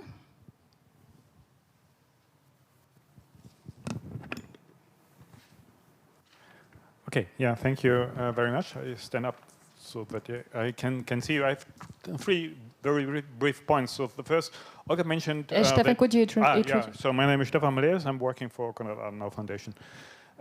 Olga, you mentioned briefly that the threat of a civil war in Belarus was highly sort of evaluated or discussed or seen in the discussion during the workshop. How? I'm just wondering, and rather the question whether the scenario of integrating Belarus into the Russian Federation wasn't considered as a potential threat or development. The second point is Marina mentioned, you also referred, Olga, to the phone call of Merkel to Lukashenko before she talked to Putin. Would, in your sort of methodology, this be a black swan as well? And then to Fabian, the question when talking about the elite, so you were sort of talking about the elite as such, but were you also considering that the elite, actually the Belarusian elite, is split into a pro-Russian and a let's say, Belarusian elite, so that we actually cannot talk about the elite as such, but at least two pretty opposing to each other fractions of elite in Belarus? Thank you. Okay, thank you, Stefan. As long as we have three questions, I'll suggest that the experts answer them now, and then we'll gather two or three more questions. So, who would like to answer the questions on the civil war? Who would like to answer the questions on Merkel and Lukashenko's phone call as a black swan? And the last one was for Fabian on the Belarusian elites. Should we start with the civil war question?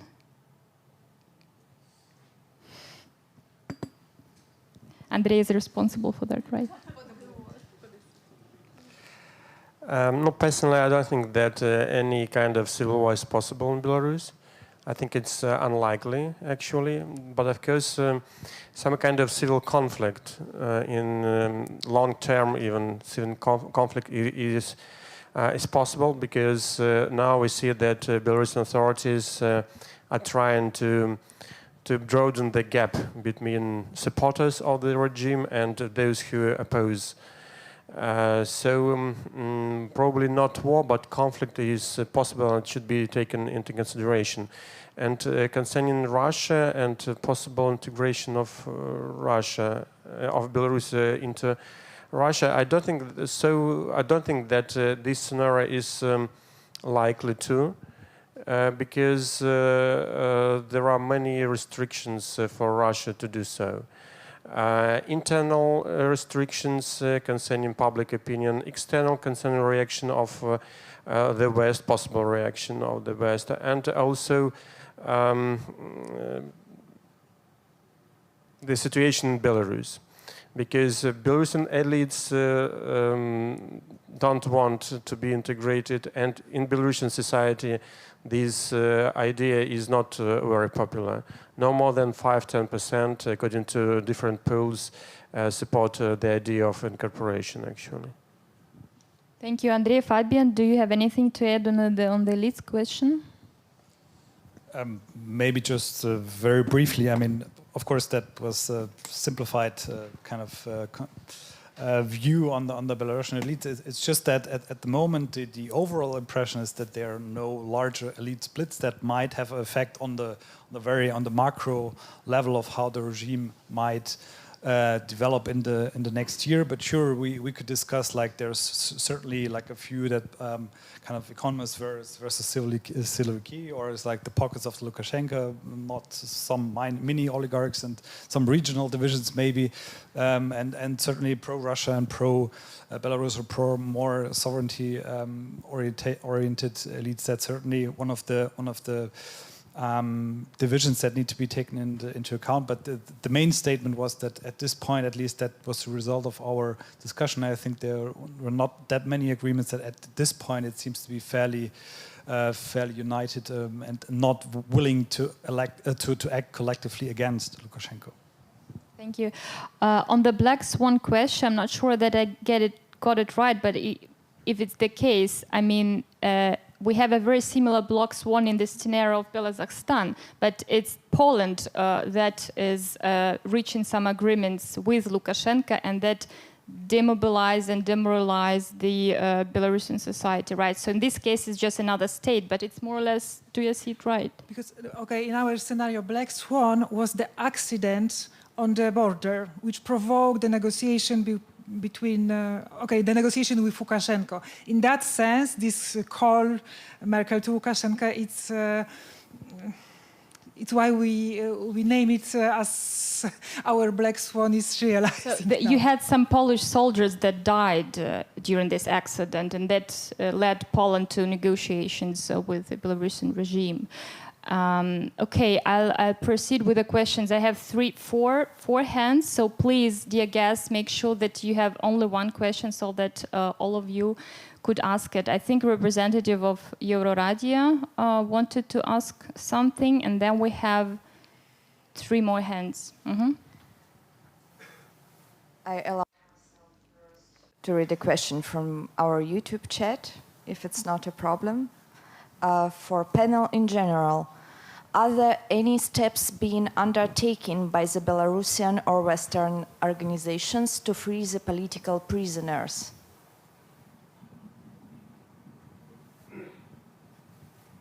Okay, I think we can proceed with Euroradio. Thank you.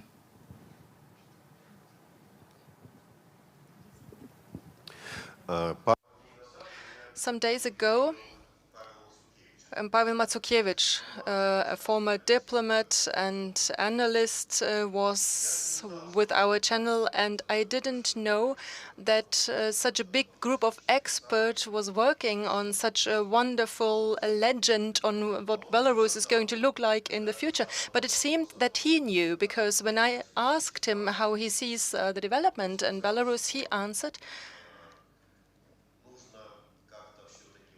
that the question of sanctions has to be revised, and maybe we should stop that, and maybe we should stop a dialogue between the West and Lukashenko.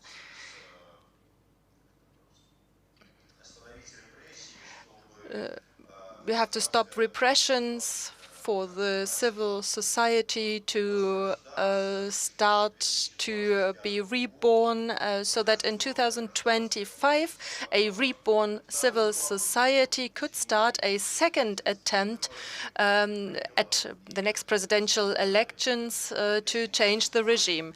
Then I started to discuss with him because of this scenario, and I said that probably in 2025 the opposition won't be reborn to such a state that it could act in such a way.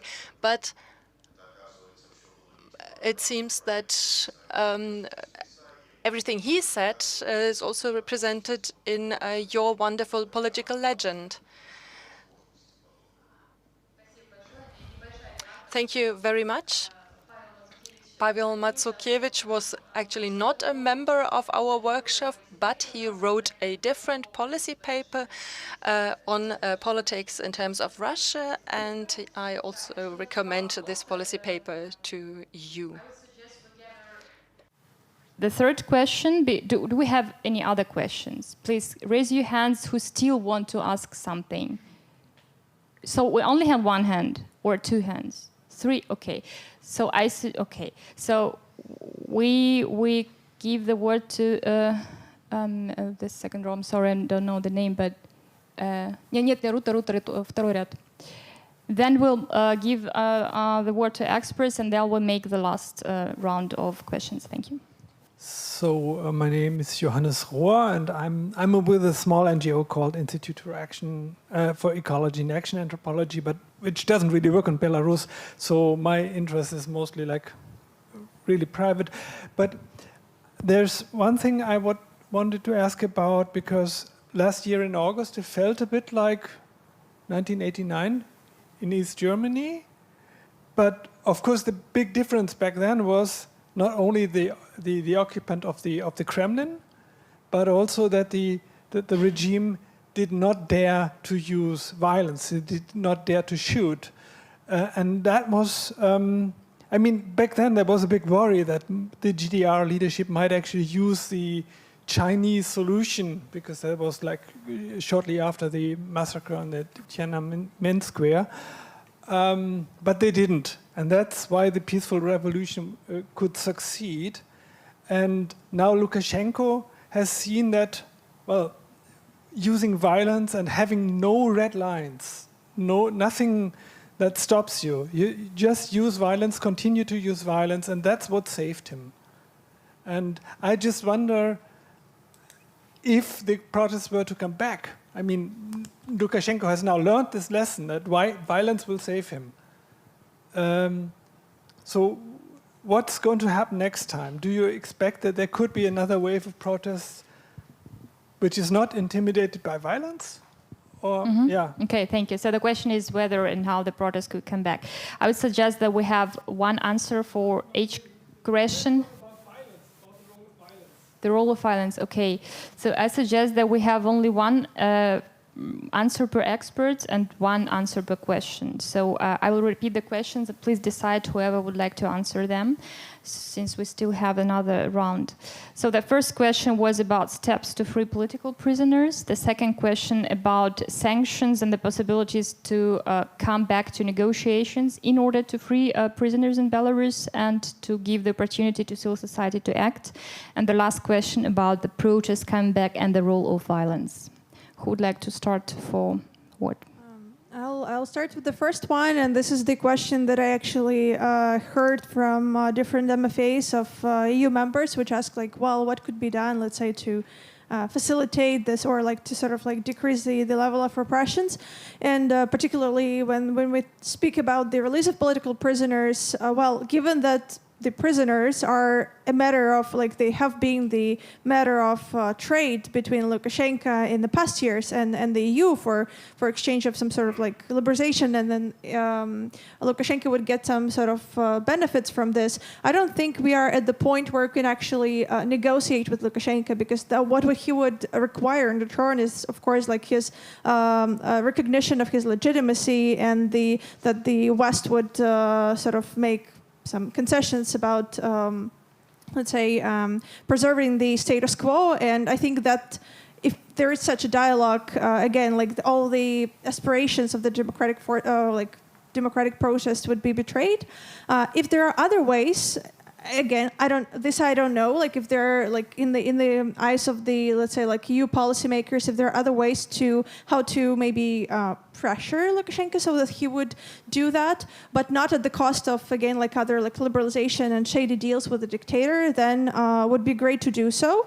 And no, I don't know like about the actual like efforts or let's say like officially announced channels of communication to achieve these goals. There could be again some sort of informal communications and this thought like around the EU policymaking circles that we should do that. Thank you, Katerina. Any further comment, Andrei?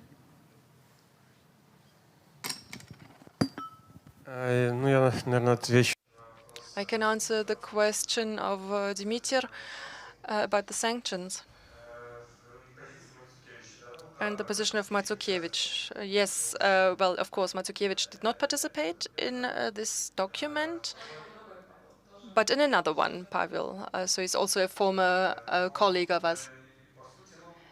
Yes, but the position of Mazukevich contains a mechanism that is not really understandable to me. Maybe it sounds nice, but to me it's not understandable. You could either remove the sanctions or stop them being active, but I think this is not going to solve the situation with Lukashenko and the civil society. So the question is, why should we remove the sanctions?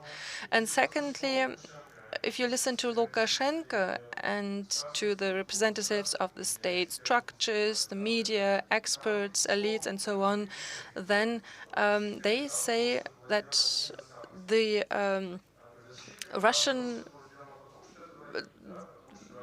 the opposition did not emerge because of sanctions, but because of external enemies, and it is necessary to weaken them, and that is a dominating argument in the discussions. So they are saying that yes, probably we have the sanctions because we have bad relations to the West, because we are political competitors. But if these sanctions were not there, then we wouldn't stay without any political opponents. And I don't see what the sense could be for the government to let the civil society quietly develop and continue to develop. Actually, the position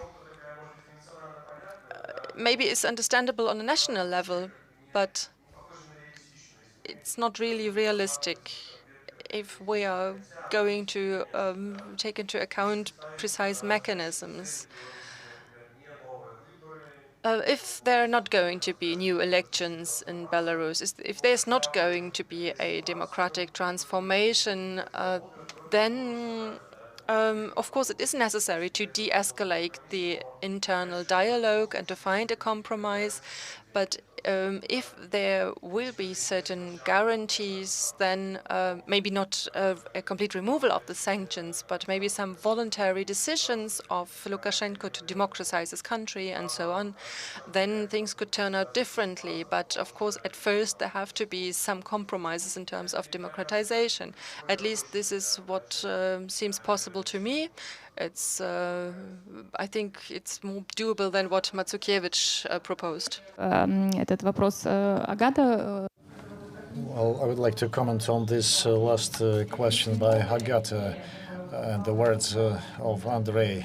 It's not a new idea, and it's not the first time we hear this.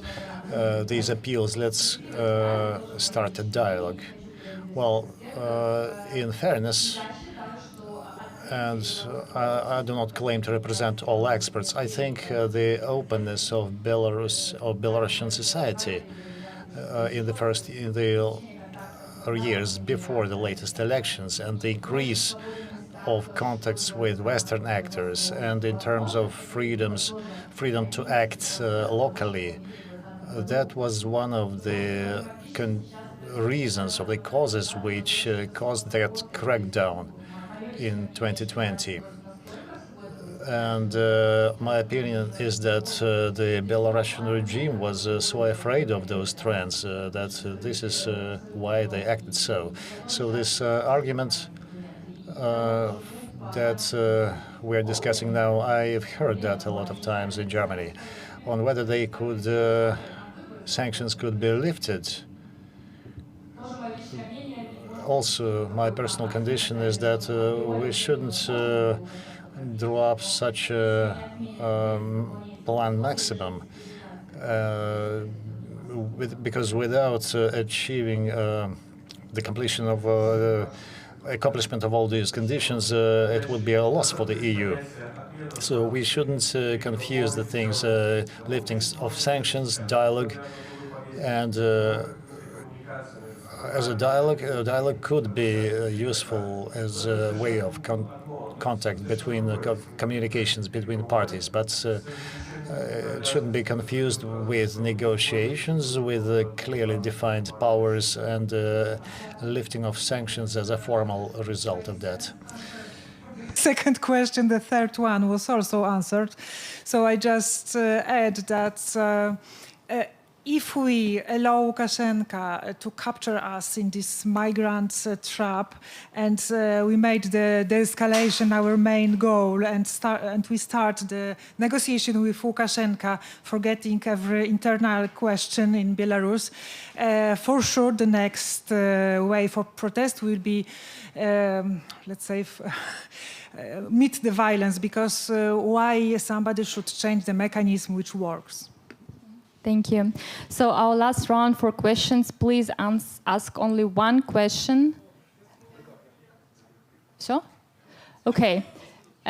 So I was just informed about there's no possibility to ask any questions for the time being, but you can stay during the coffee break and ask your questions personally to the experts. Thank you so much, dear experts. Thank you so much, dear guests. And once again, for those of you who would like to read the paper and still don't have it, it will be downloaded today on the webpage of Arbeitskreis Belarus, a working group in Belarus. And please spread it as much as you can. Thank you.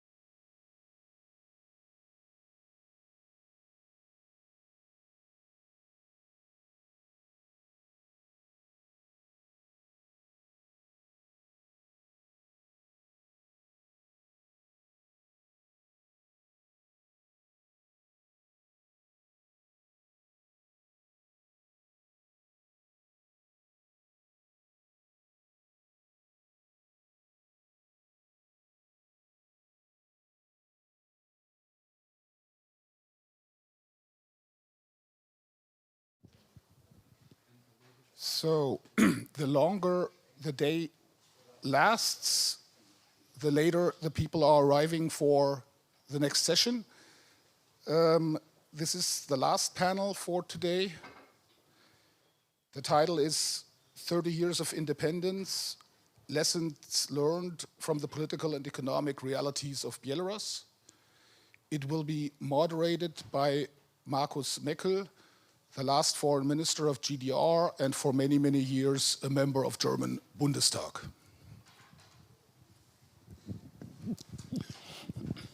Thank you very much.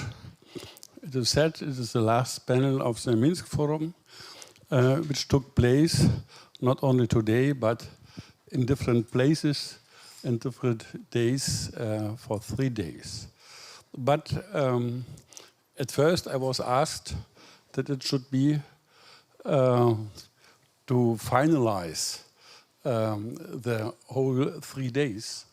But I think this is not possible to do so on the one hand, because there were different people taking part in different parts of the Minsk Forum and the different days, and even we together are not took part all these days.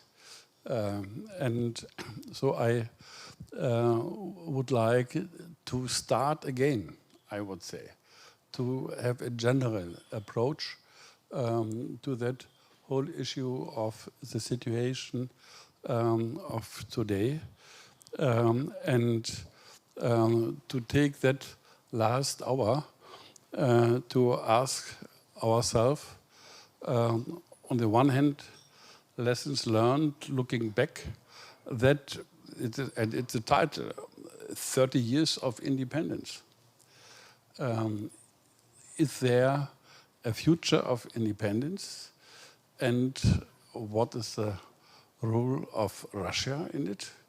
What are the aims of Russia in the current situation? And what is our view? But at first, it's a question what the people in Belarus wish to do, and are there strategies to reach it?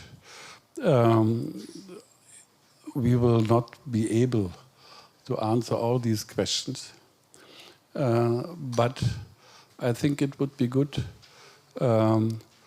to ask ourselves for the perspectives of that independency. And independency is a part of self-determinance. And these questions of independency and self-determinance, in my view, should be in the center of it. I can tell you, Sergei, at first that we had in the last panel, there was a presentation of a paper with 4 scenarios for Belarus, and Katerina was part of the group working it out, and Mr. Kegebein in the moderated panel before of that in the morning about the economic situation, which is not so bad, and the questions of sanctions and the economic situation will play an important role, even in the question of independency. So at first, I would like to ask you, Sergei, as a newcomer in the conference at all, and without me, I am a newcomer too. I only took part today and this morning online, and now here being present. But you are a part of the coalition talks now. You are a part of the European Parliament, which took this situation during the last 1.5 years very serious and took initiatives and made clear positions. And that's why I would like to ask you, what do you think is a point of the most danger of today, and what gives you hope? Well, thank you very much. It's great to be here, and thanks to everyone here, because you keep fighting and you keep organizing things with this great meeting, great format, and this is actually what gives me hope, that the people who keep fighting and who keep hoping, and if anything, these years, these months showed us that aspiration of democracy and democratic and European trajectory for Belarus are there, and they are not linked to any government. They're linked to the people and to the voters. The most risky situation, what is the biggest challenge that we're facing now, is probably the inability of the European Union and of many neighboring countries to deal with Belarus in conjunction with Russia. I think that if Belarus was, were just a state and a government on its own without any mutual obligations vis-à-vis Russia, if Moscow and the Kremlin wouldn't be standing behind it and playing the game, which is very ambivalent, with Belarus, the situation would have been different. We would have many more options to act and to deal with the regime. But because of this link, and because it becomes a larger geostrategical game also for Putin, and that makes it very difficult and very risky. And we're seeing it now on the border to Belarus. So the options that we have are very limited, and I think that they are basically summed up in one word. I think this is the word sanctions. I do believe that we should be working on projects like trying to bring Lukashenko to justice. I think this is an interesting idea. This is a good idea. I do think that we should be working on something like an archive of all the crimes that's been committed in order to preserve the facts for the future. But if we're honest, this is not what's going to work. These are not the leverages of geopolitical nature. What works is pressure, and this pressure, the only pressure that I can imagine for now, are sanctions, making them more severe, closing loopholes, especially considering certain calcium and other imports and exports. And also looking at the financial situation. I mean, you probably talked about this, or you can tell more, but I don't think that this is the right way of giving and giving credits to and loans to the country by International Monetary Fund. This sounds not very friendly and cooperative, but the situation is like this. There is not much cooperation signaled from the Minsk side, and frankly, the time for some cooperative solutions is long overdue. Is long over. So these are the two. What is positive? Of course, the people. I don't think that anyone would say anything else. The citizens of Belarus. What is the risk and the negative is, of course, this link between Minsk and Moscow. Thank you very much. I mentioned in the beginning that exactly this point is in danger of independency. And we know in the history during the many years that the Union Treaty between Russia and Belarus is always an issue. And always Lukashenko is going on with it, and at first very fast, thinking he can be on the top. But I think he lost this hope, I think. And but even last year, or in the beginning of last year, he tried to go forward in this. But on the other hand, he was skeptical, and in the end he insisted in that independency. Now he is in such a way dependent from Russia. That is the question, what will Putin do to link it, both countries, more and more, financially, economically, buying enterprises, dominating the financial system. That's why at first, the economic, you are the expert for that. What do you think can happen, or is there a danger, even because the Belarusian economy, as you said in your panel before, it is not so bad. It is not so much brought down by the sanction because it needs time. On the other hand, is the question what perspective it has. So lots of topics. Yeah, sure. Maybe first this link to Russia and the question of dependency or being independent from Russia. Mm-hmm. If you look that you have certain structural dependencies from the Union State, so there is no independence when it comes to this structural treaty-based kind of integration.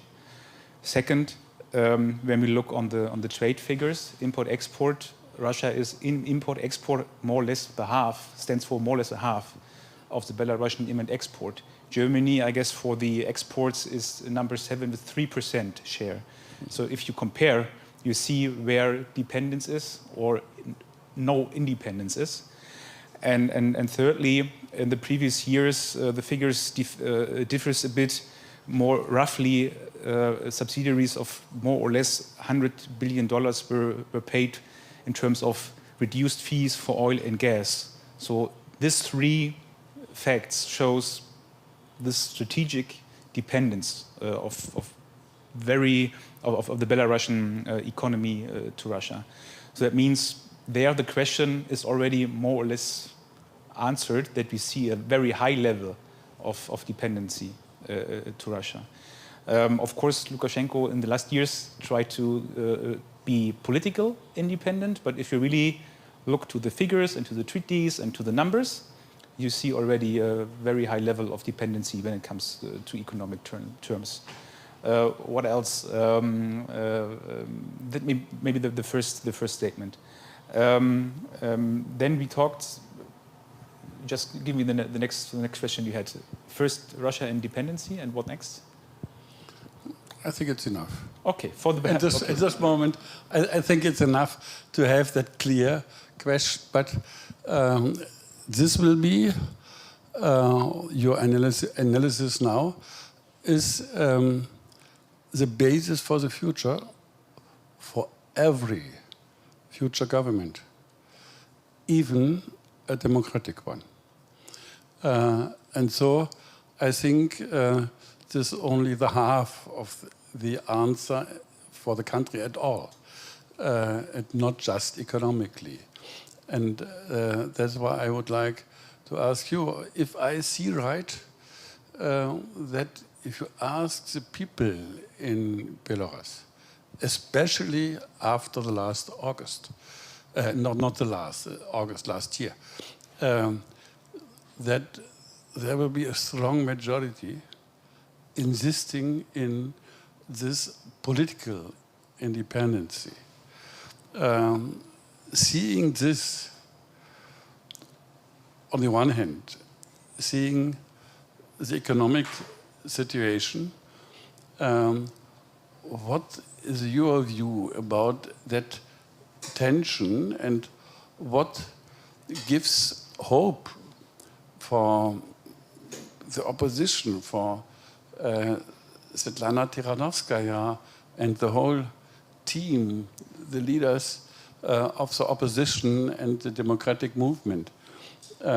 Starting there, not cut the link, and this was always the message from them, not cut the link to Russia, but real to have its own way as independent, self-determined democratic country. So if I understand your question correctly, it's about essentially the future for Belarus, even the democratic government in the context of existing links and dependencies with Russia. So when it comes to the public opinion polls, I think the better person to refer to is Andrei Vardomatsky, who is in the room, who could possibly, maybe after a comment, who's conducting the public opinion polls, who has a better picture of this. But if we look at the overall attitudes of Belarusians, and it's not a secret, it's been discussed multiple times that the current protest is not and was not about geopolitical preferences, and Belarusians stand for their own sort of political independence, independent foreign policy, and they do not seek alliances such as, I don't know, turning towards knocking on the EU doorstep, asking for membership perspective. That's not among the priorities of Belarusians. And also, given this many years of Belarus sort of dependency on Russia and Belarus integration into the Russian-led Eurasian integration structures, there were some sort of preferences for Belarusians with open borders and free movement of goods and labor force with Russia, when there are these natural connections, especially between the, let's say, borders or those regions close to Russia with Mogilov and Gomel, where many work in Moscow and then send remittances to Belarus, and let alone the business ties. So I don't think that the Belarusians would want to shift away from Russia. Again, overnight. And at the same time, there were some sort of tendencies among the opinion polls that when Kremlin explicitly supported the Lukashenko regime and tried to legitimize this use of force by the regime, it sort of also was reflected into the negative attitudes towards Kremlin among the Belarusians. Then there is an interesting question of, let's say, Russian propaganda, which takes more sophisticated forms, not only Solovyov kind of TV shows, but interesting anonymous Telegram channels, which tend to comment anonymously on, so to say, insider talks, what Putin decided in Kremlin regarding Belarus. And that's, again, that's an interesting vulnerability of Belarusian information space, which we have today. And then thinking about the prospects for the Belarusian democratic forces, how they could find common language with Kremlin, I think they need to, well, first of all, at the moment they're perceived with criticism, and they're mocked at least in some public statements by Peskov, for instance, or other people in Kremlin in the previous month, and they're not, they were perceived in very diminishing terms, and they were not perceived as an independent force. They're usually portrayed as someone like a puppet of the West, and someone who obviously appears as a danger to Kremlin's interest to keep Belarus in the orbit of Russia in the long run.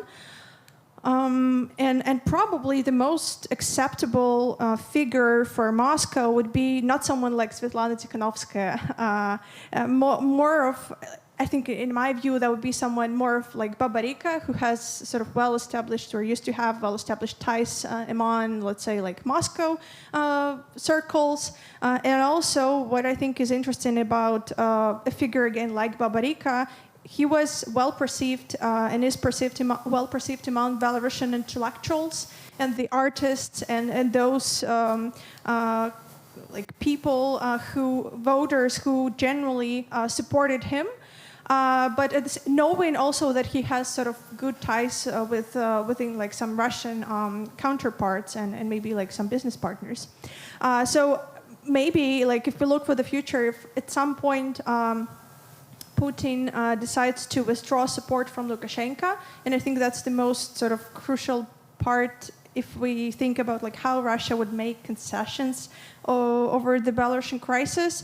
Again, like it's not a secret that their personal relations are far from being perfect. I mean, Putin and Lukashenko enjoys this sort of autocratic friendship because at the moment, Lukashenko staying in power serves the interests of Moscow in the region. But if there was another figure who would be more acceptable, then like Moscow would consider withdrawing its support from Russia.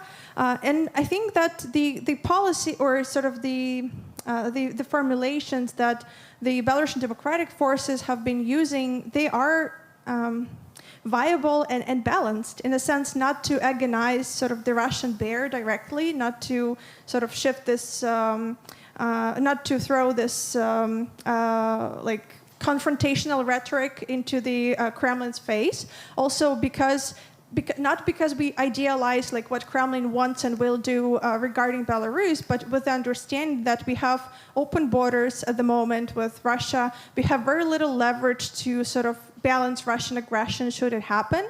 And in this case, like dialogue and some constructive position is maybe the most optimal solution at this point. And I also know about, or at least I've heard in the previous month, about the attempts of, let's say, the Warsaw or Vilnius-based democratic forces to reach out for some sort of negotiation, or let's say like informal communications within different policy circles in Kremlin.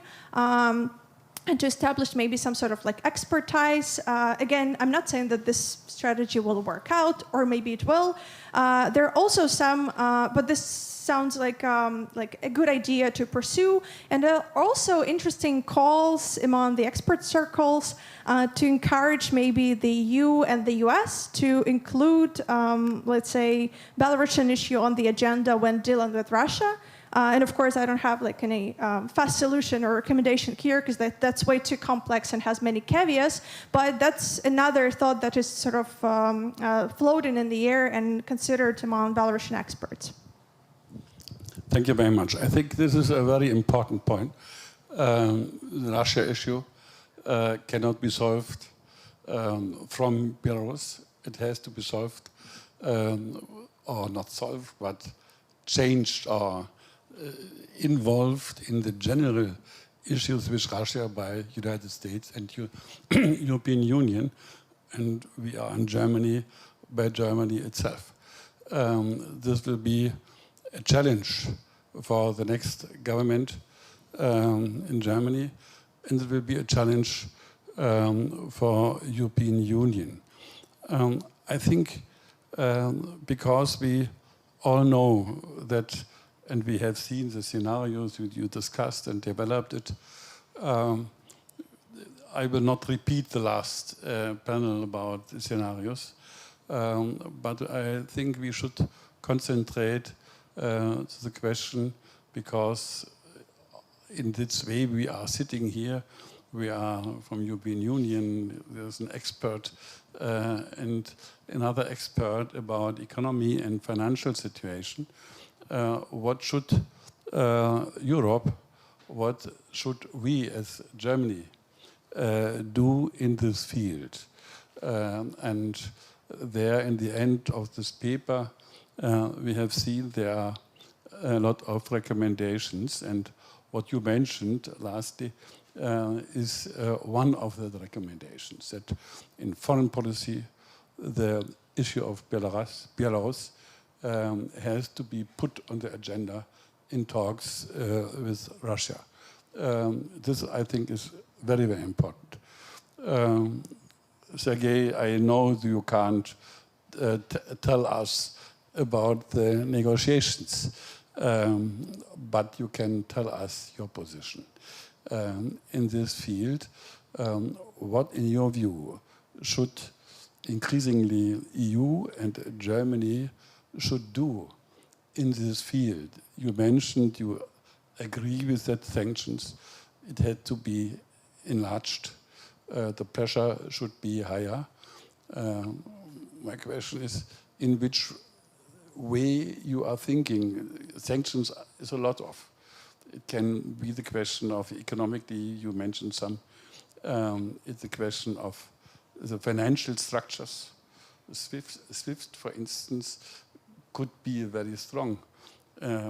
Another point is the question of personal sanctions. I think until now, there are not so many persons under sanction restrictions as 2010.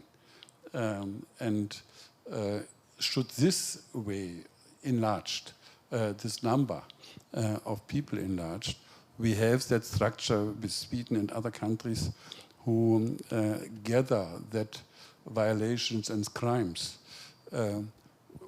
to which level people should be put on the list for sanctions should we combine as European Union this crimes, this involvement of crimes and putting people on this list.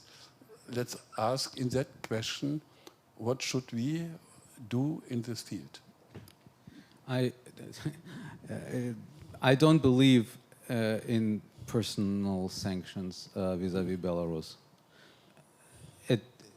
Personal sanctions presuppose that the person targeted is interested in links to the European Union, maybe has assets, is a little bit more kind of an international oligarch with assets outside of the country. Probably there are some in Belarus, but it sounds more like a tool from a toolbox vis-à-vis Kremlin and vis-à-vis Moscow, who do have a larger merger between state secret services and economic assets outside of the country. I doubt that we can go far and get far with personal sanctions.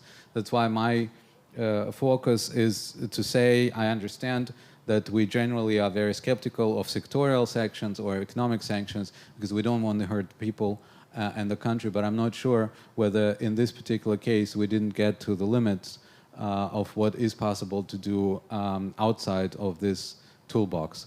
The SWIFT sanctions was in fact something that I proposed at the very early stage as kind of to consider and to weigh the pros and cons. I know that the SWIFT sanctions generally are not very realistic and are very difficult to implement. So I'm realistic on that. But the sanctions on all other fronts, economic fronts that I mentioned, especially closing the loopholes and also talking about not financing the regime from outside by international organizations would be a step forward. One more thing that I think is important, and I speak for myself, I wasn't even part, sure. in the coalition negotiations, I was part of the group on interior policies and legal affairs. I was not in the foreign policy group. So I cannot say anything on behalf of the future government, if it materializes. But I am not sure that making Belarus to part of the agenda vis-à-vis Moscow is something that should be desirable from a geostrategic point of view, because by doing so, you are giving Moscow another trump, how to say in English? You give them another leverage and another political capital regarding another country. I'm not sure that this kind of third way that the Belarusian opposition has chosen, and I'm not trying to look at things geostrategically, or talk only about democracy. From the very beginning of the uprising, I told people with whom I had to do, with whom I talked, I think this was a strategic mistake. Trying not to escalate, not to anger Kremlin, because the problem is I cannot imagine Putin accepting anything democratic on its borders. And then you will have to decide. You can pick Babariko. What do you want to live under kind of a semi-authoritarian Babariko regime, which would be tolerated by Putin, oligarchic, whatever. But there will be no. I cannot imagine. Like my fantasy gets to its outer limits to imagine that the Kremlin can tolerate anything which you have in mind when you talk about democracy. And from that point of view, democracy and geostrategy are not two separate categories. For Putin, democratic threat is a geostrategic threat.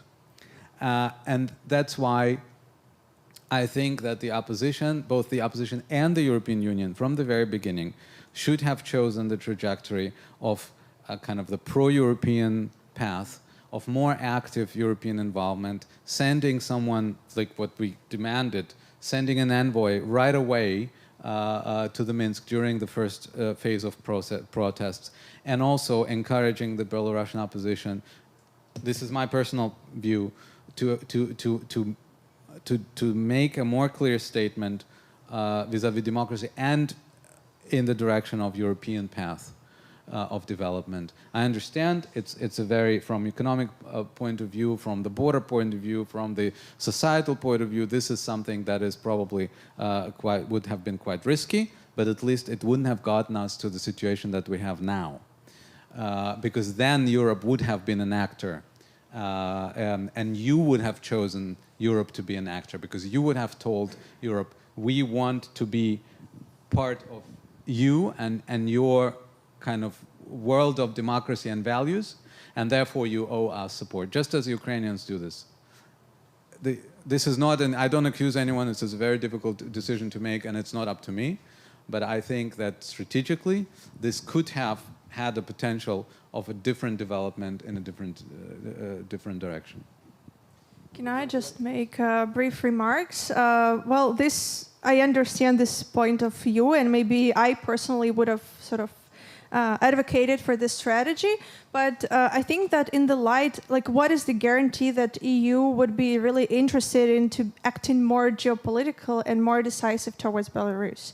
Because in the previous years, we've observed this interesting normalization dialogue with Lukashenko, and also it's a big question, what is the sort of agreement, what are the interests of the EU member states towards Belarus, and in general, like, what are the ambitions or lack thereof regarding Eastern neighborhood? And I think that Belarusians, they sort of felt maybe not left without the, like, I think that the perception was and is that, like, EU won't be as decisive on Belarus as they were on Ukraine.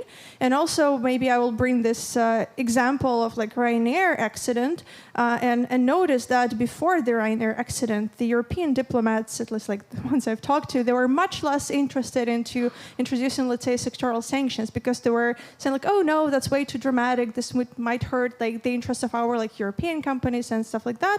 And then after the Ryanair accident happened, it actually sort of violated and targeted the interests of the EU citizens, and this encouraged EU to become more decisive. And otherwise, I think we would be just left with this, like, rhetoric of EU being deeply concerned about Belarus. I agree, and I respect your perspective totally, but one point was that the European Union did not see and was asked not to see the developments in Belarus as a European issue. And we were asked not to make a fuss out of it, be careful about the opposition who wanted us to stay back. And once you have started this trajectory and this path, you cannot get out of it. So it's not an accusation, it's just an explanation. I think there would have been a room for maneuver if there was a stronger push and encouragement of the EU to see it as their own issue and not just after the Rhine incident. Mr. Kegebein, even last year, but until now, there was a challenge for the EU to prepare a pocket for Belarus, economically, financially, to support it for the after Lukashenko time. What can you see is done in this field? What would your demand be for EU to do it as good and as fast as possible?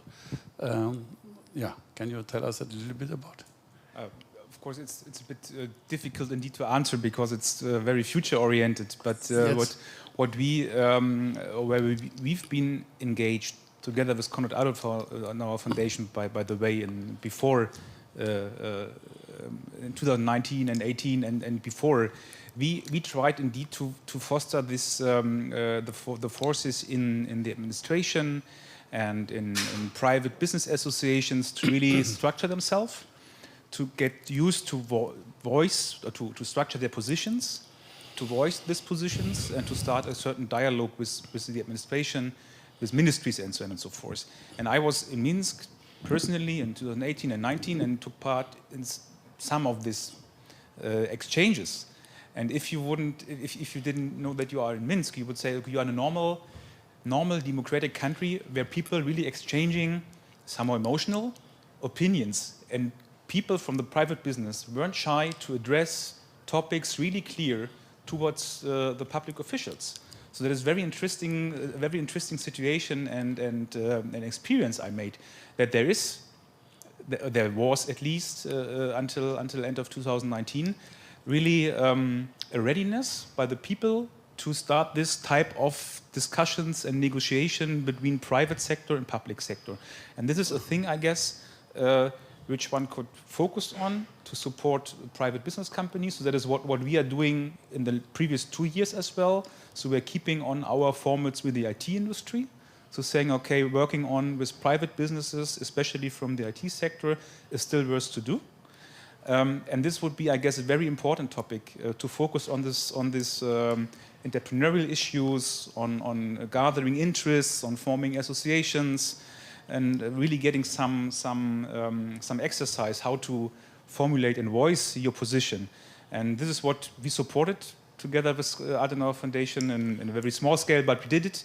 And this would be one issue from my point of view we should really focus on. This is just building capacity from a business point of view. It's nothing with civil society and NGOs, but this is indeed where some overlapping interests, I guess, could be. So you are satisfied what we are doing and what the European Union doing? It was not an assessment on nothing more is necessary. Or it was not a statement on being satisfied. Yeah. I just want to say that my experience is that there is really, or people in Belarus are ready. If you come with such kind of idea and make such offers, they are ready to grab it. So, and this is just, there is a potential. So the question is, what can we do right now in a country where you have the situation as you have it? Where is your influence from outside? Not only saying, okay, we are prepared with a certain amount of money, with some ideas, but where's your concrete outreach? Could you organize in Minsk as a European Union, as Adenauer Foundation, some meetings, capacity building seminars? It's not possible at the moment. So that means, for what we can do right now, or the European Union can do right now, is to be prepared to making some offers for a time after maybe some reforms took place in the country. And what we always say, and this is what we issued directly after the elections, that we really need a process of dialogue. I know that dialogue right now, it's very difficult, since you need always more than one side for a dialogue. But this is really a thing we need, and despite the situation that one or two sides do not want to talk, but anyhow you have to follow this path. Otherwise, you're just sitting there, and you are silent, and no movement you will see. That means you have to work on some channels to get a contact and to start the discussions, even if it is hard. I know. Okay, I thought that it would be important, really on the EU level, to prepare something, not something such channel. You are right, what you said, but in my view, it needs a clear pocket to give a hope for a next government, after the change. And there will be a change. We don't know when. But there will be a change, and you have to be prepared. And we have very often seen that that we were not, in past, we were not good enough prepared. And this is my point, I would think. But coming back to another field, we have issues of civil society. We have a lot of experiences during the last 1.5 and much more, but especially during the last 1.5 years. And there was done a lot, but especially by the neighbor countries, especially by Poland, by Lithuania. And I think this was marvelous, how fast Poland and Lithuania were ready to invite people who are under danger, to give people space for exile. And not just for that kind of exile, which is often the case in our countries, to be frank. Very often we give people in exile to survive, but not to remain a political person, a political actor. And exactly that happened with Lithuania and with Poland. I remember last year in September, when I met Svetlana Tikhanovskaya in Karpacz, the Economic Forum in Poland, and the day before, the Polish Prime Minister gave her the key of the House Belarus in Warsaw to make clear there's a place you can work, you can be active, you can bring people together. And this kind of exile is necessary. And I would say it would be good to be active in that way in Germany and European Union at all. Poland, for instance, I think last week I got the amount of, not the amount, the number of humanitarian visa. Poland gave 12,000, it was, 12,000 humanitarian visa for people from Belarus. I think we in Germany are not really 100, yes? And so there's really a gap in between. And the question is, in which way we in Germany, we in European Union can support Poland and Hungary, and including Ukraine, many of them are living in Ukraine. How can we do something to help them in their fight and to organize them, to include their families? I would make the thesis that the future, the human resources for the future of Belarus are lying in these people. These are the active people. These are the people with spirit, with willingness, with values. These are the people who are the future of Belarus, including the entrepreneurs. And what you mentioned in your panel, I think this is a question: are we good enough in this field, and what should be done more? Can you tell us more about that? So I will start with referring to Poland and Lithuania and point out that for past, I don't know, maybe a decade or more, those countries have been hosting Belarusian civil initiatives, and it was easier for several Belarusian NGOs to be registered in Poland or Lithuania, to pay the taxes there, to get the donor money there, and then to de facto operate in Belarus. And thus, there was some sort of infrastructure for those civil initiatives to, once they were forced to flee the country. And also, again, like Poland and Lithuania are naturally more interested in the Belarusian issues than, let's say, like other EU member states. And when it comes to Germany, I cannot sort of resist from bringing my personal example, which was that, let's say, so first of all, I'm very grateful to Lithuania and human rights defenders who helped me out. And also it was the German Marshall Fund, where I was a Rethink CE fellow last year, which organized my escape from Belarus, because I didn't know if I would be sort of captured, if I would be allowed freely to leave Belarus through the airport. And I'm again like really grateful to my colleagues. And also again, like even though over last year and a half I've been working in Vilnius mostly, I received several offers from German NGOs and the German universities as a sign of solidarity, because there are multiple efforts of Belarusian diaspora in Germany and also several local initiatives coming from university professors who would be interested into inviting Belarusian scholars. And I was invited to give a series of lectures at Frankfurt an Oder University. Also, I got an invite for some sort of like residency, a short-term residency in Greifswald, where this was essentially like the attempt of local NGO there to find some resources to host several Belarusians, and there were other people from other countries, also like Belarusians, sort of seeking this like short-term support and residency.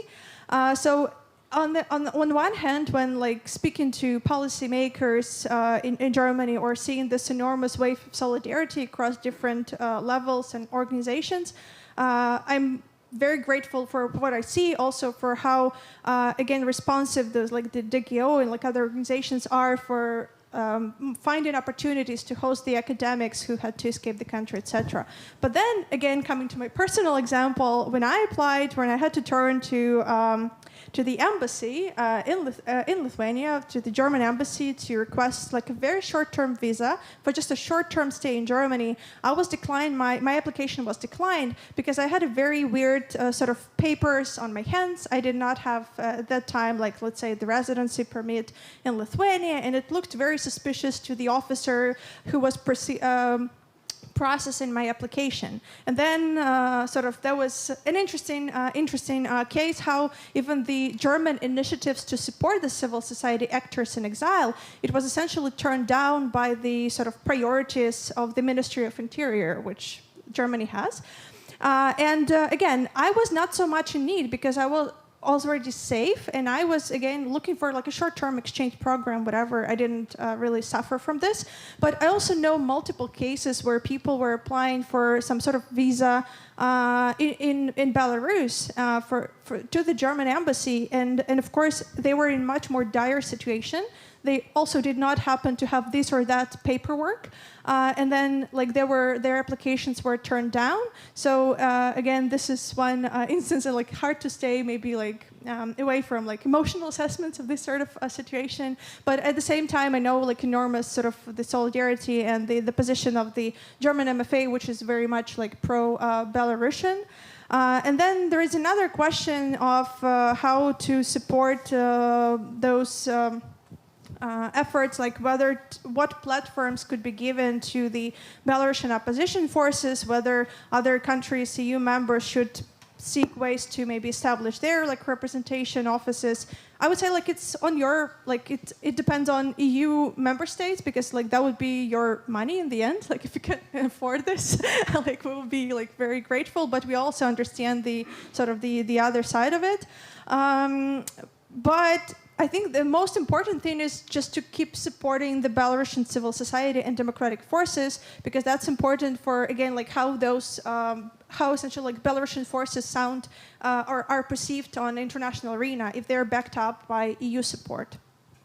If I may make one remark, and that's good that you are in the working group on interior and internal affairs.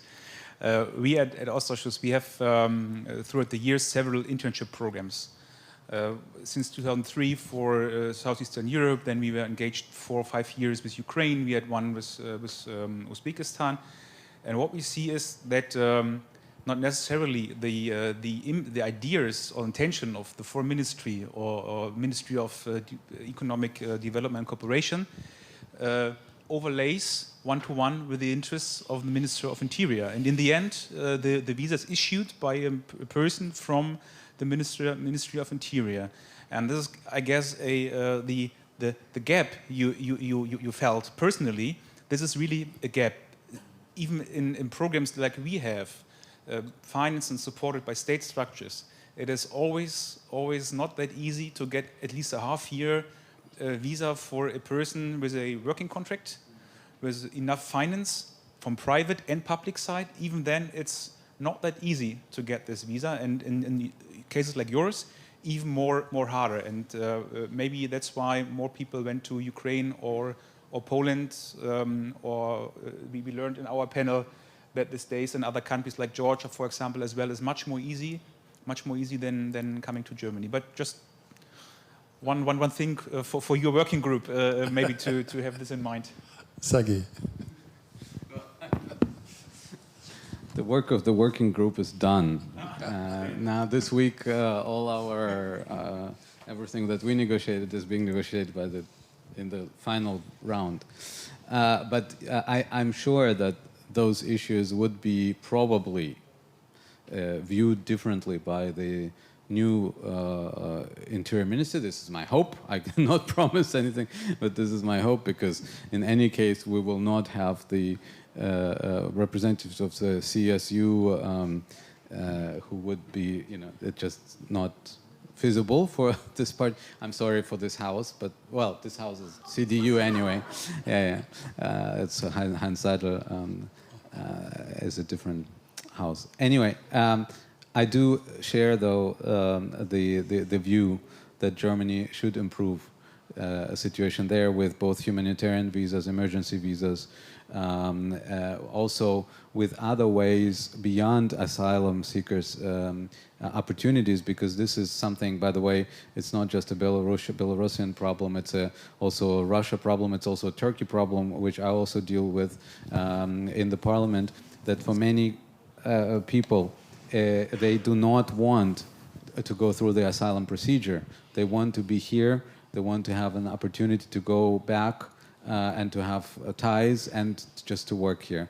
So this is this part, a sort of an organizational asylum, as I call it, or organizational shelter, also should be explored. How to make it easier for whole organizations or companies to move as easy as possible outside of the countries if they are endangered.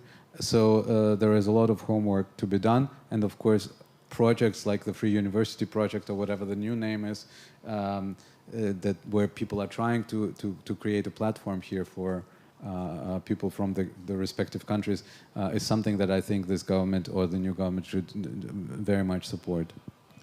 I think having the situation in Belarus in mind, we all know that there is no short-term solution. And it needs attention for that country. And if we wouldn't have the situation at the border between Poland and Belarus, and the instrumentalization of that migrants by Lukashenko, it is a question on which level Belarus will be in the international attention today. And so I think we should consider, and in that recommendations is it repeated what we asked for last year in Germany, to establish a special envoy for Belarus. In my view, it is really necessary. And the same should be done by the European Union. That's why I would like to repeat it, because you have one who is continuously dealing with that. I know that in the Foreign Office, in different places, again and again, it's the case, but you have always in such meetings or departments a lot of crises in foreign policy. You have a lot of topics in your meetings. And you need structures which continuously deal with that and bring people together. We need much more research about that. We need education, we need networking, and money for networking. Sometimes it is not so much. There's a lot of money in the Foreign Office for Belarus, but it's difficult to get it by the administrative situation, and it needs a long time, very detailed application formula, and long decision making, and all this is a problem.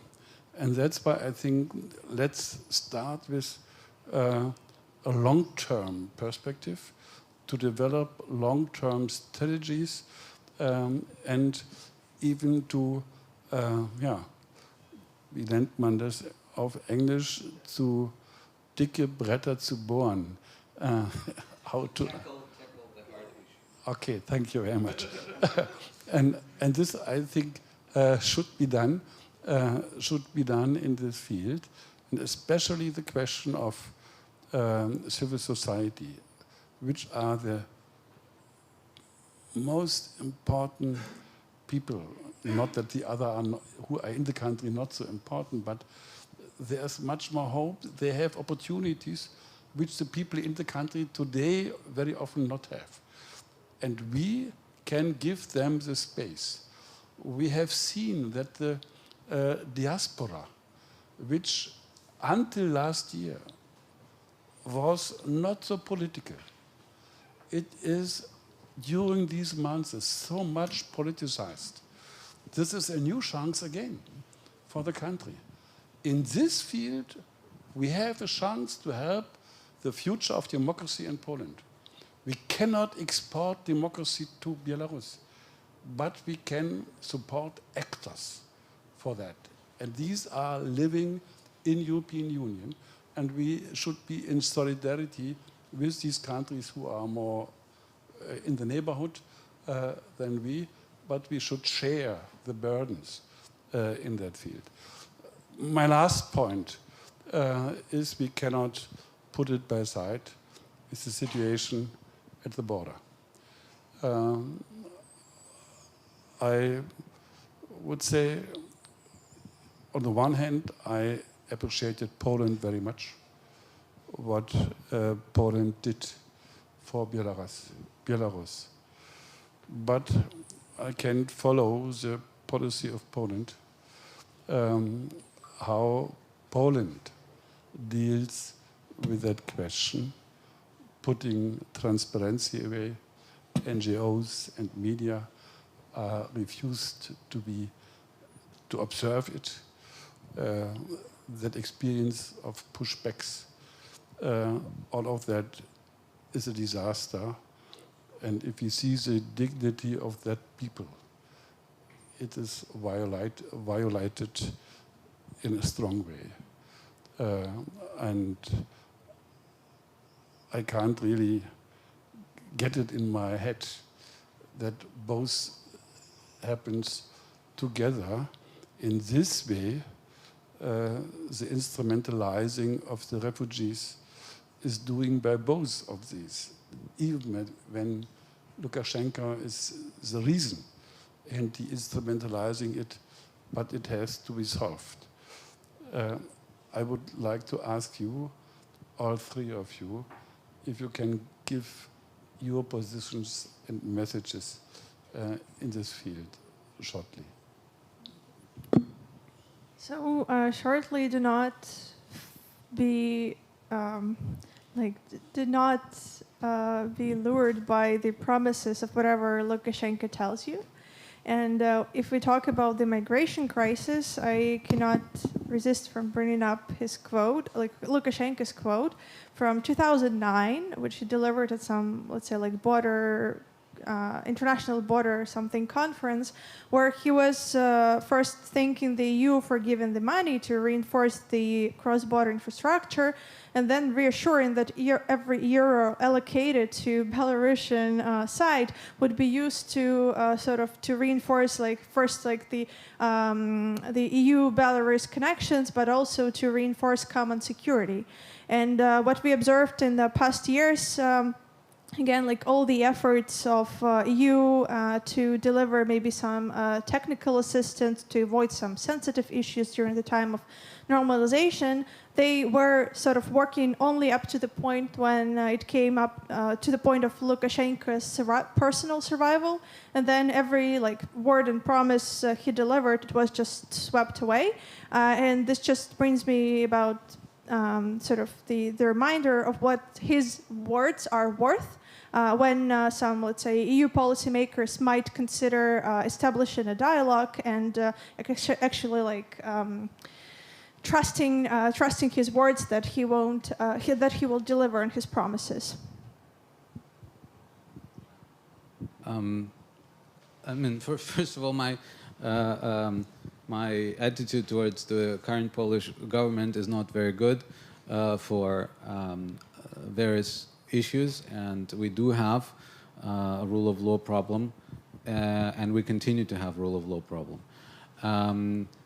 And part of it, the problem that we're having here is distrust towards Polish government that it can do things in a rule of law way, in a democratic way, and that's why I think it's a strategic mistake by the Polish government to disallow transparency and to close the border for the NGO organizations and journalists. I don't see why they shouldn't. What would they be risking? Not much, but they would be able to show and to unmask the propaganda of the regime of Lukashenko, telling that there is a genocide basically on the border, which is not the case. The biggest problems are on the other side of the border. That's where people are sitting in the woods. That's where the guards are not letting them to get back to Minsk, etc. I want to emphasize that nobody, also not my party, ever talked about a Europe without borders. Of course, we need controlled borders around the European Union. And that's why, I do not belong to those who say, having fences at the border is already a violation of human rights. No, we need to have fences, or for that matter, whatever other constructions. But those fences have to have doors and gates, where people who are in need can come in and say, we need a procedure, we need a process. And that's what the migration policy, where the migration policy of the European Union has always failed. This is not just Polish problem, this is a European problem, and that's why Lukashenko and Putin are using this, because we don't have a mechanism that would allow us to, for example, gather all the people in a situation like this on the territory of the European Union, not in Ukraine, as some propose, on the territory of the European Union, process their applications at the first glance, redistribute them among states who are willing to do so, etc., etc. But having said this, I refuse to be a useful idiot for Lukashenko or Putin. I do think that it is important to see this in the context, precisely because of Polish role and Lithuanian role in countering the totalitarians in Minsk. That's why they're also victims in this situation, and we owe them solidarity even under those difficult circumstances. We need to see this in context, in a larger context. This is also not these people, the poor people who are instrumentalized, but the strategy behind that. This is also an attack on them to have a revenge for everything they've done for the Belarusian opposition. Yeah. So it's not a question for a core question for business organization. This topic of having the refugees in the borderlands, but anyhow, at least you should treat people like human beings. So I guess that is what I can say as well. Anything else is a political question. I would like to take up your topic of borders. So what we see right now is that Poland and other states are building fences or other constructions. So what we see from, and then there comes business perspective in, what you said, we need indeed gates and doors, and not starting to raise new walls or borders to the eastern neighborhood of Europe. So, but then in the end, it's not only maybe about a migrant from Iraq, but at a certain point, it maybe affects a truck or what else, or some good. So that's why we need structured processes, and then another business issue come in for our economy as well. Structured processes of migration would be helpful. So that's why I just want to make this remarks, even when this migrant topic in the woods are not business related in the first end, but in the end, somehow it is.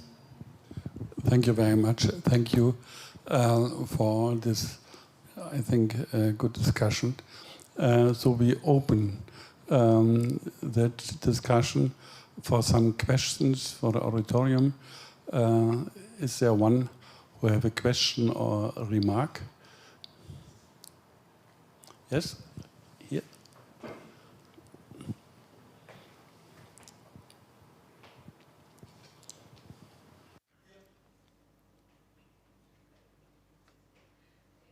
Opportunity, and sorry for standing between the dinner and and everyone, but my name is Natalia Novakova. I'm from Open Society Foundations. So I wanted to go back a little bit to the very beginning of the question of independence and the threats to it, which is speculated quite frequently, what Russia wants, what it doesn't want. I was wondering, like, I guess, I mean, I'm not such a deep expert as Katerina is, but I'm like kind of not really believing in the idea of full occupation, but I find it quite likely that Russia will want to kind of broaden the economic grip of Belarus. And I was wondering if EU could do something around it. Could it be an option for sanctions for such a purchases by Russia? Would it go into kind of broader picture of further like developing this connection between EU policy towards both countries? Do you think it might be possible? And then a second question, I do agree strongly, Sergei, with you on the kind of, I don't know, the ineffectivity of personal sanctions. And I do think that perhaps that's a time for kind of not popular, but sectoral steps. And then how do we interact, how we kind of, because the last fourth round showed that European business lobby is actually quite effective with preserving the loopholes. What can we do to counteract that? Is it the civil society push should be stronger? Is it like European politicians might be more annoyed in the context of the further Lukashenko's outrageous steps? How do you see this developing further? Thank you. Thank you. There's another question.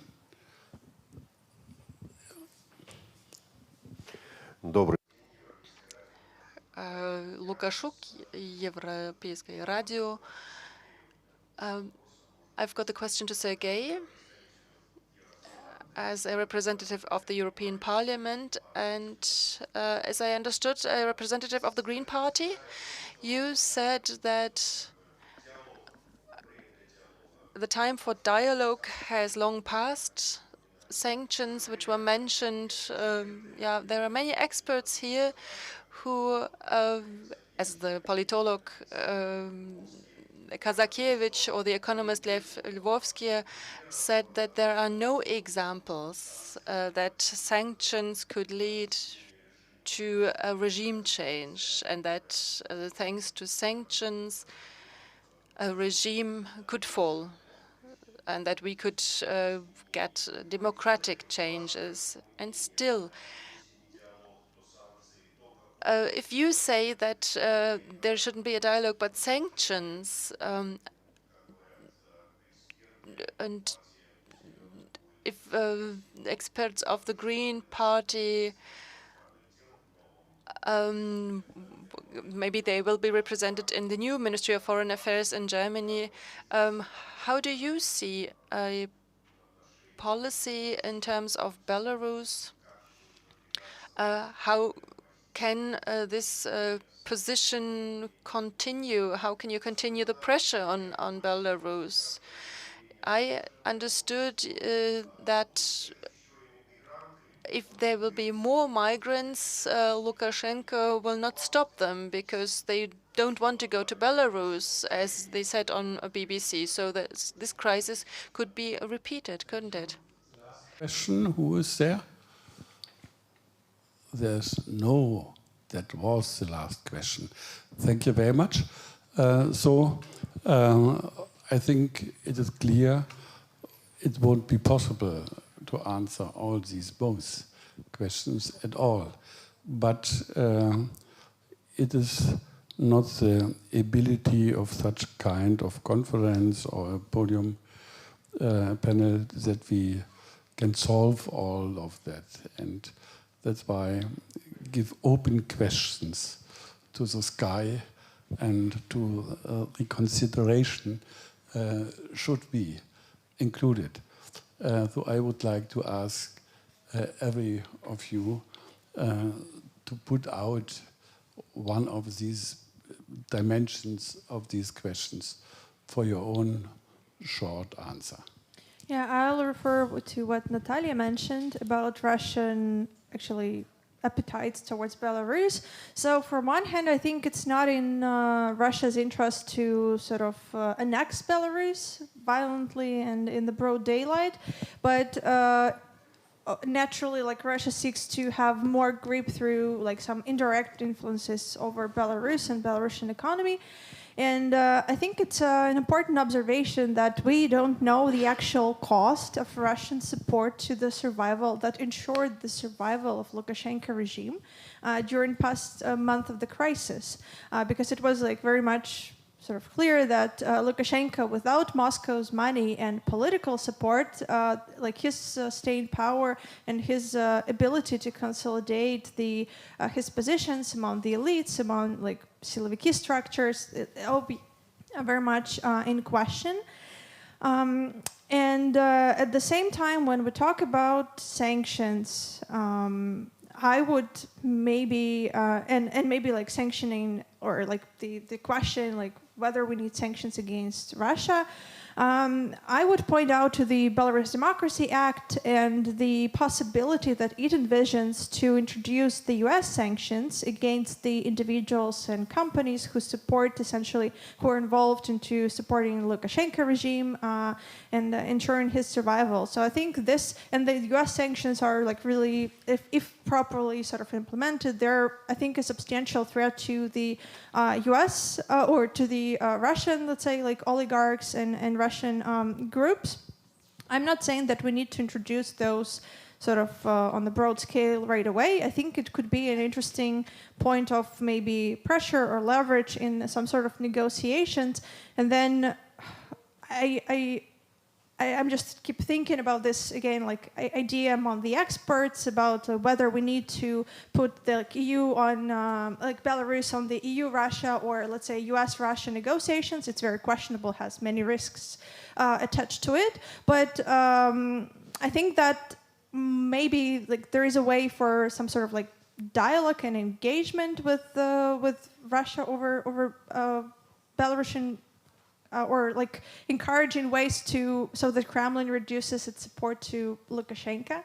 Again, many questions. I'm not going into details how this could be done. We've mentioned this in the scenarios, but then multiple contradictions and interests, etc. But I think that again, like the U.S., the risk of implementing the sort of sanctions that the U.S. Belarus Democracy Act, it's a good sort of leverage which you do not necessarily need to implement, but it's a good sort of risk that could be used when dealing with Russian counterparts. So I can't give you an assessment how the sanctions are working on the sanctions big Belarusian state entities. What we had in the economic panel is that we see already some costs, some impact in terms that the refinancing, especially for private business, rises and the instability rises. So we see already an impact. And what we heard from our member companies is that especially this topic of financing really provides certain uncertainty in the business relations. So there is a certain impact what we see. Maybe not really by the sectoral sanctions, but from the German side, from German companies, we really see that they are more and more modest. So my question, I don't know if this was the intention of the sanctions, but this is what I can share from communication with companies from Germany. Thank you. Sergei. Yes, very briefly to, I think, Mr. Lukashuk, as far as I remember. Basically, everything I said does not contradict to the Green Party line, so all of the above could be expected if foreign policy is in a way determined by the party. It's not decided. It's not yet decided whether the Greens would take foreign ministry. It's not clear for now. I do agree that sanctions and their effectiveness, it's not a clear deal whether they don't work, because the situation with sanctions is that we don't know the hypothetical behavior that would have been there if the sanctions weren't there. It's like with the Crimea. Some people say, well, the Crimea is still not back in Ukraine. Well, but maybe other regions would have been long part of occupying Russia. So I do think that we need dialogue. I think that there is that even with countries like that and the systems like that, this is my own opinion, we do need dialogue. The question is how and when such dialogue should take place. It should be definitely a dialogue with civil society, this is clear, and it could be definitely a dialogue on the technical levels. You can always have a dialogue with another state, even with a rogue state, on a technical and not on a high political level. And I think it's important, if we need some issues to clarify, this dialogue should continue.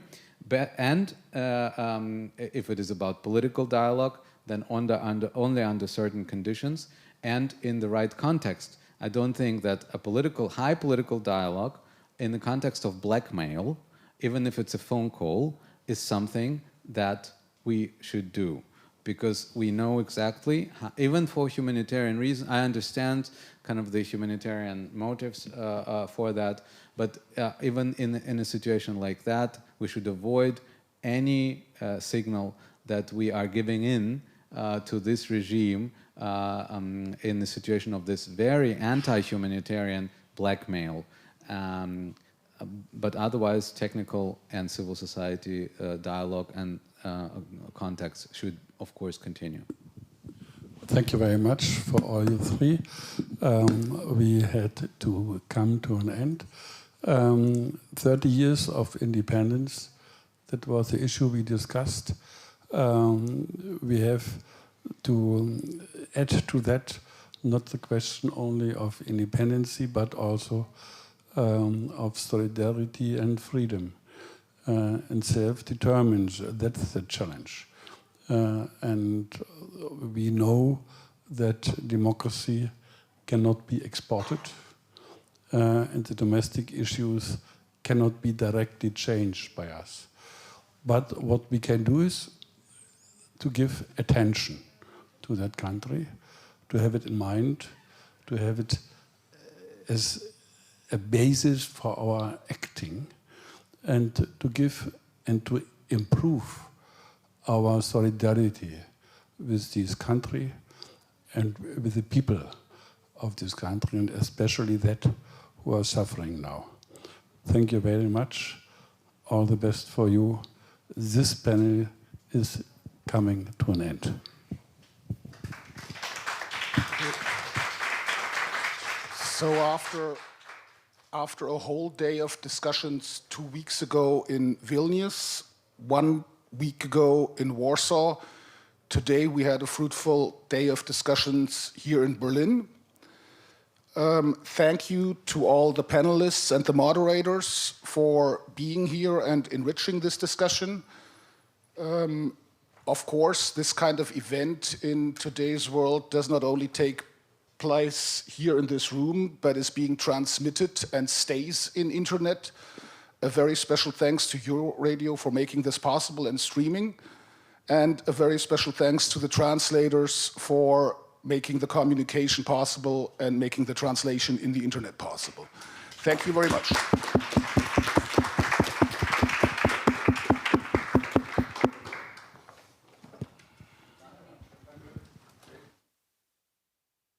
Reception outside, and we hope to continue the conversations.